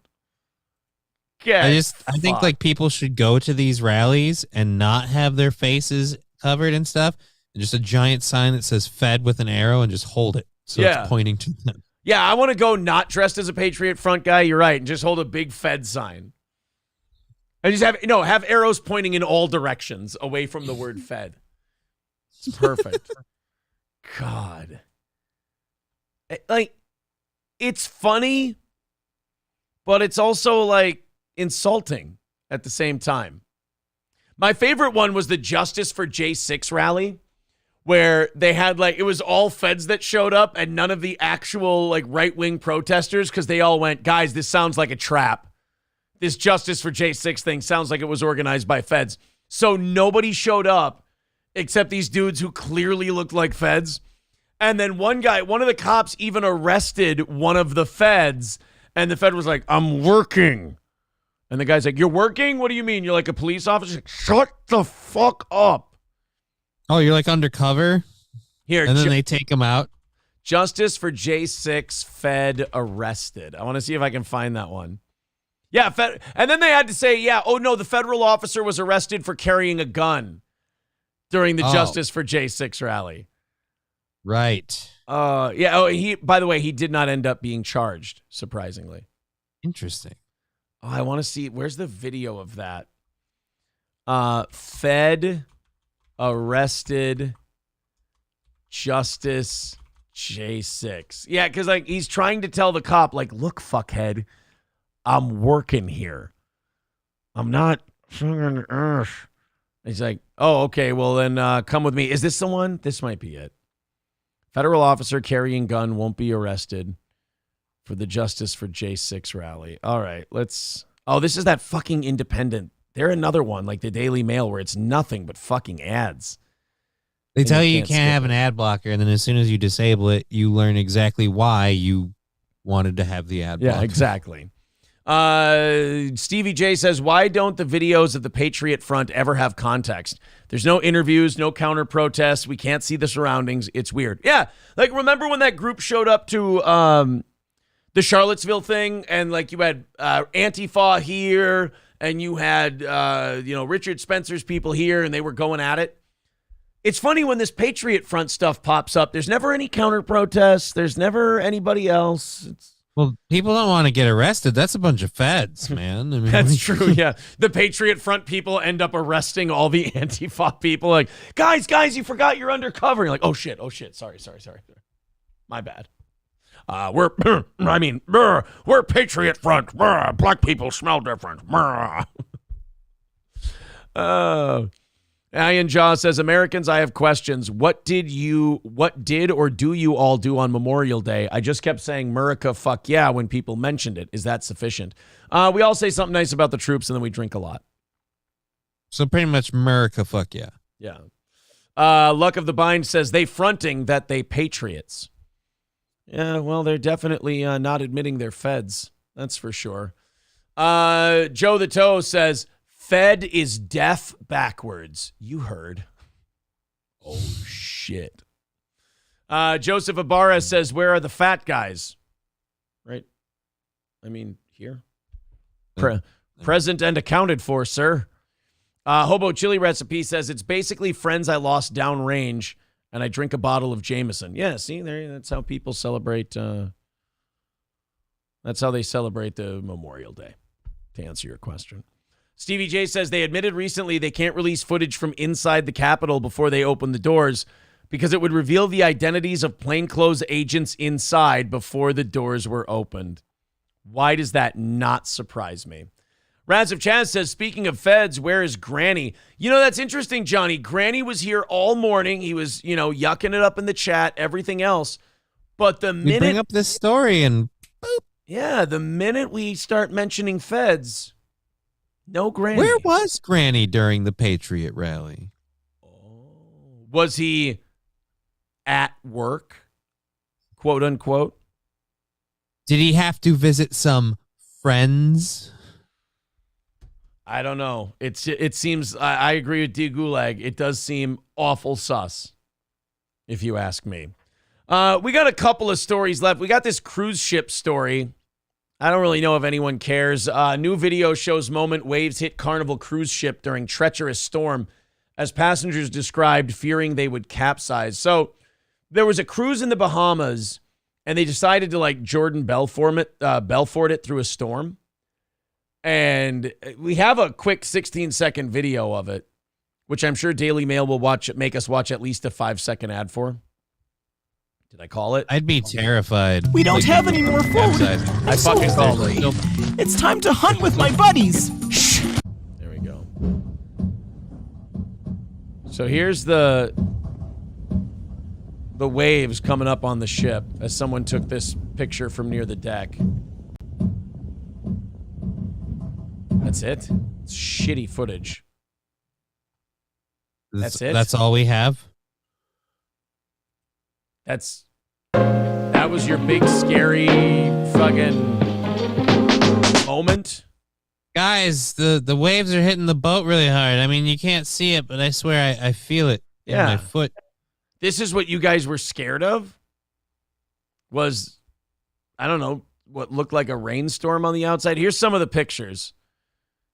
Yeah, they got some choppy waters. The pool table moved.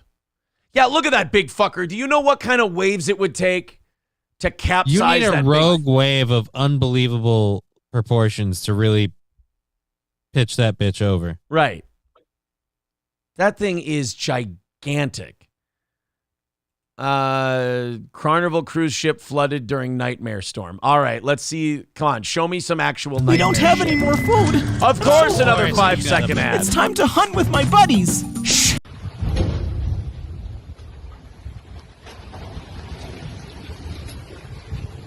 Oh, shit. Okay, well, there's some stuff that got fucked up. Draw me like one of your French girls, Jack. Bahamas, though, that water can't be too cold, can it? How clean is it? Oh, God, yeah. It's a good point.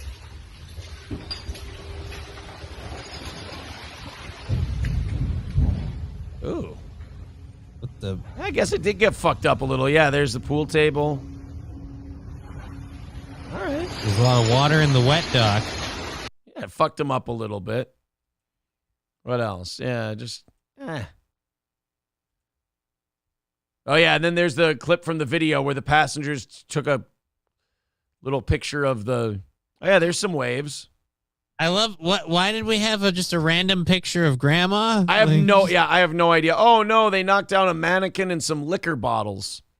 It's going to take at least 25 minutes for you to pick up. I don't know. I don't buy that they thought that the ship was going to capsize because of that. I feel like a lot of people freak out on that stuff really quick because they realize they are not ready to swim in open water for a long period of time. Yeah. Again, a ship that big. Although I will say this, I'm not going on a cruise ship. Why not? It doesn't seem very interesting to me. It also, you're stuck on the boat. I know you go to port and you go different places, but it's I don't like my vacation being that rigidly timed by someone else. Hey, we're going to this place and we're going to be here for this long and you better get your ass back on the boat and all that. I don't know if I like that.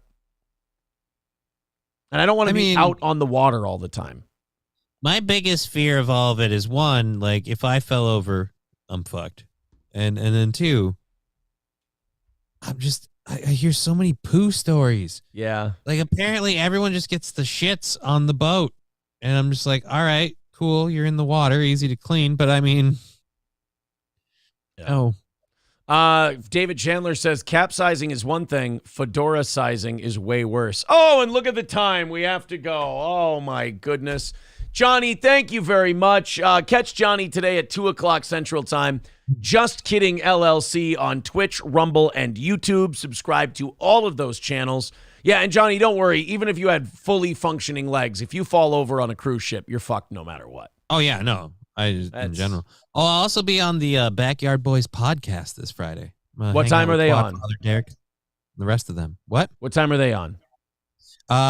You'll get back to us with that? I believe it's 7. All right, 7 o'clock on Friday. Backyard Boys. Check out Johnny there. And, of course, again, Just Kidding LLC on Twitch, Rumble, and YouTube at 2 o'clock today. Central Time. Trucker 18 Wheeler says, you owe us for being late. Not my fault. The internet was fucky. There's nothing I came on as soon as I was Charter able to. owes you, and you can call them and get that taken care of. Exactly. Tonight is the prize show, so be sure to join us at 7 Central for that. Lots of fun and probably barely any gold tomorrow, so it'll be a really quick-moving show. Johnny, thank you very much again. Thank you. And to the rest of you, have a great rest of your day. We'll talk to you this evening.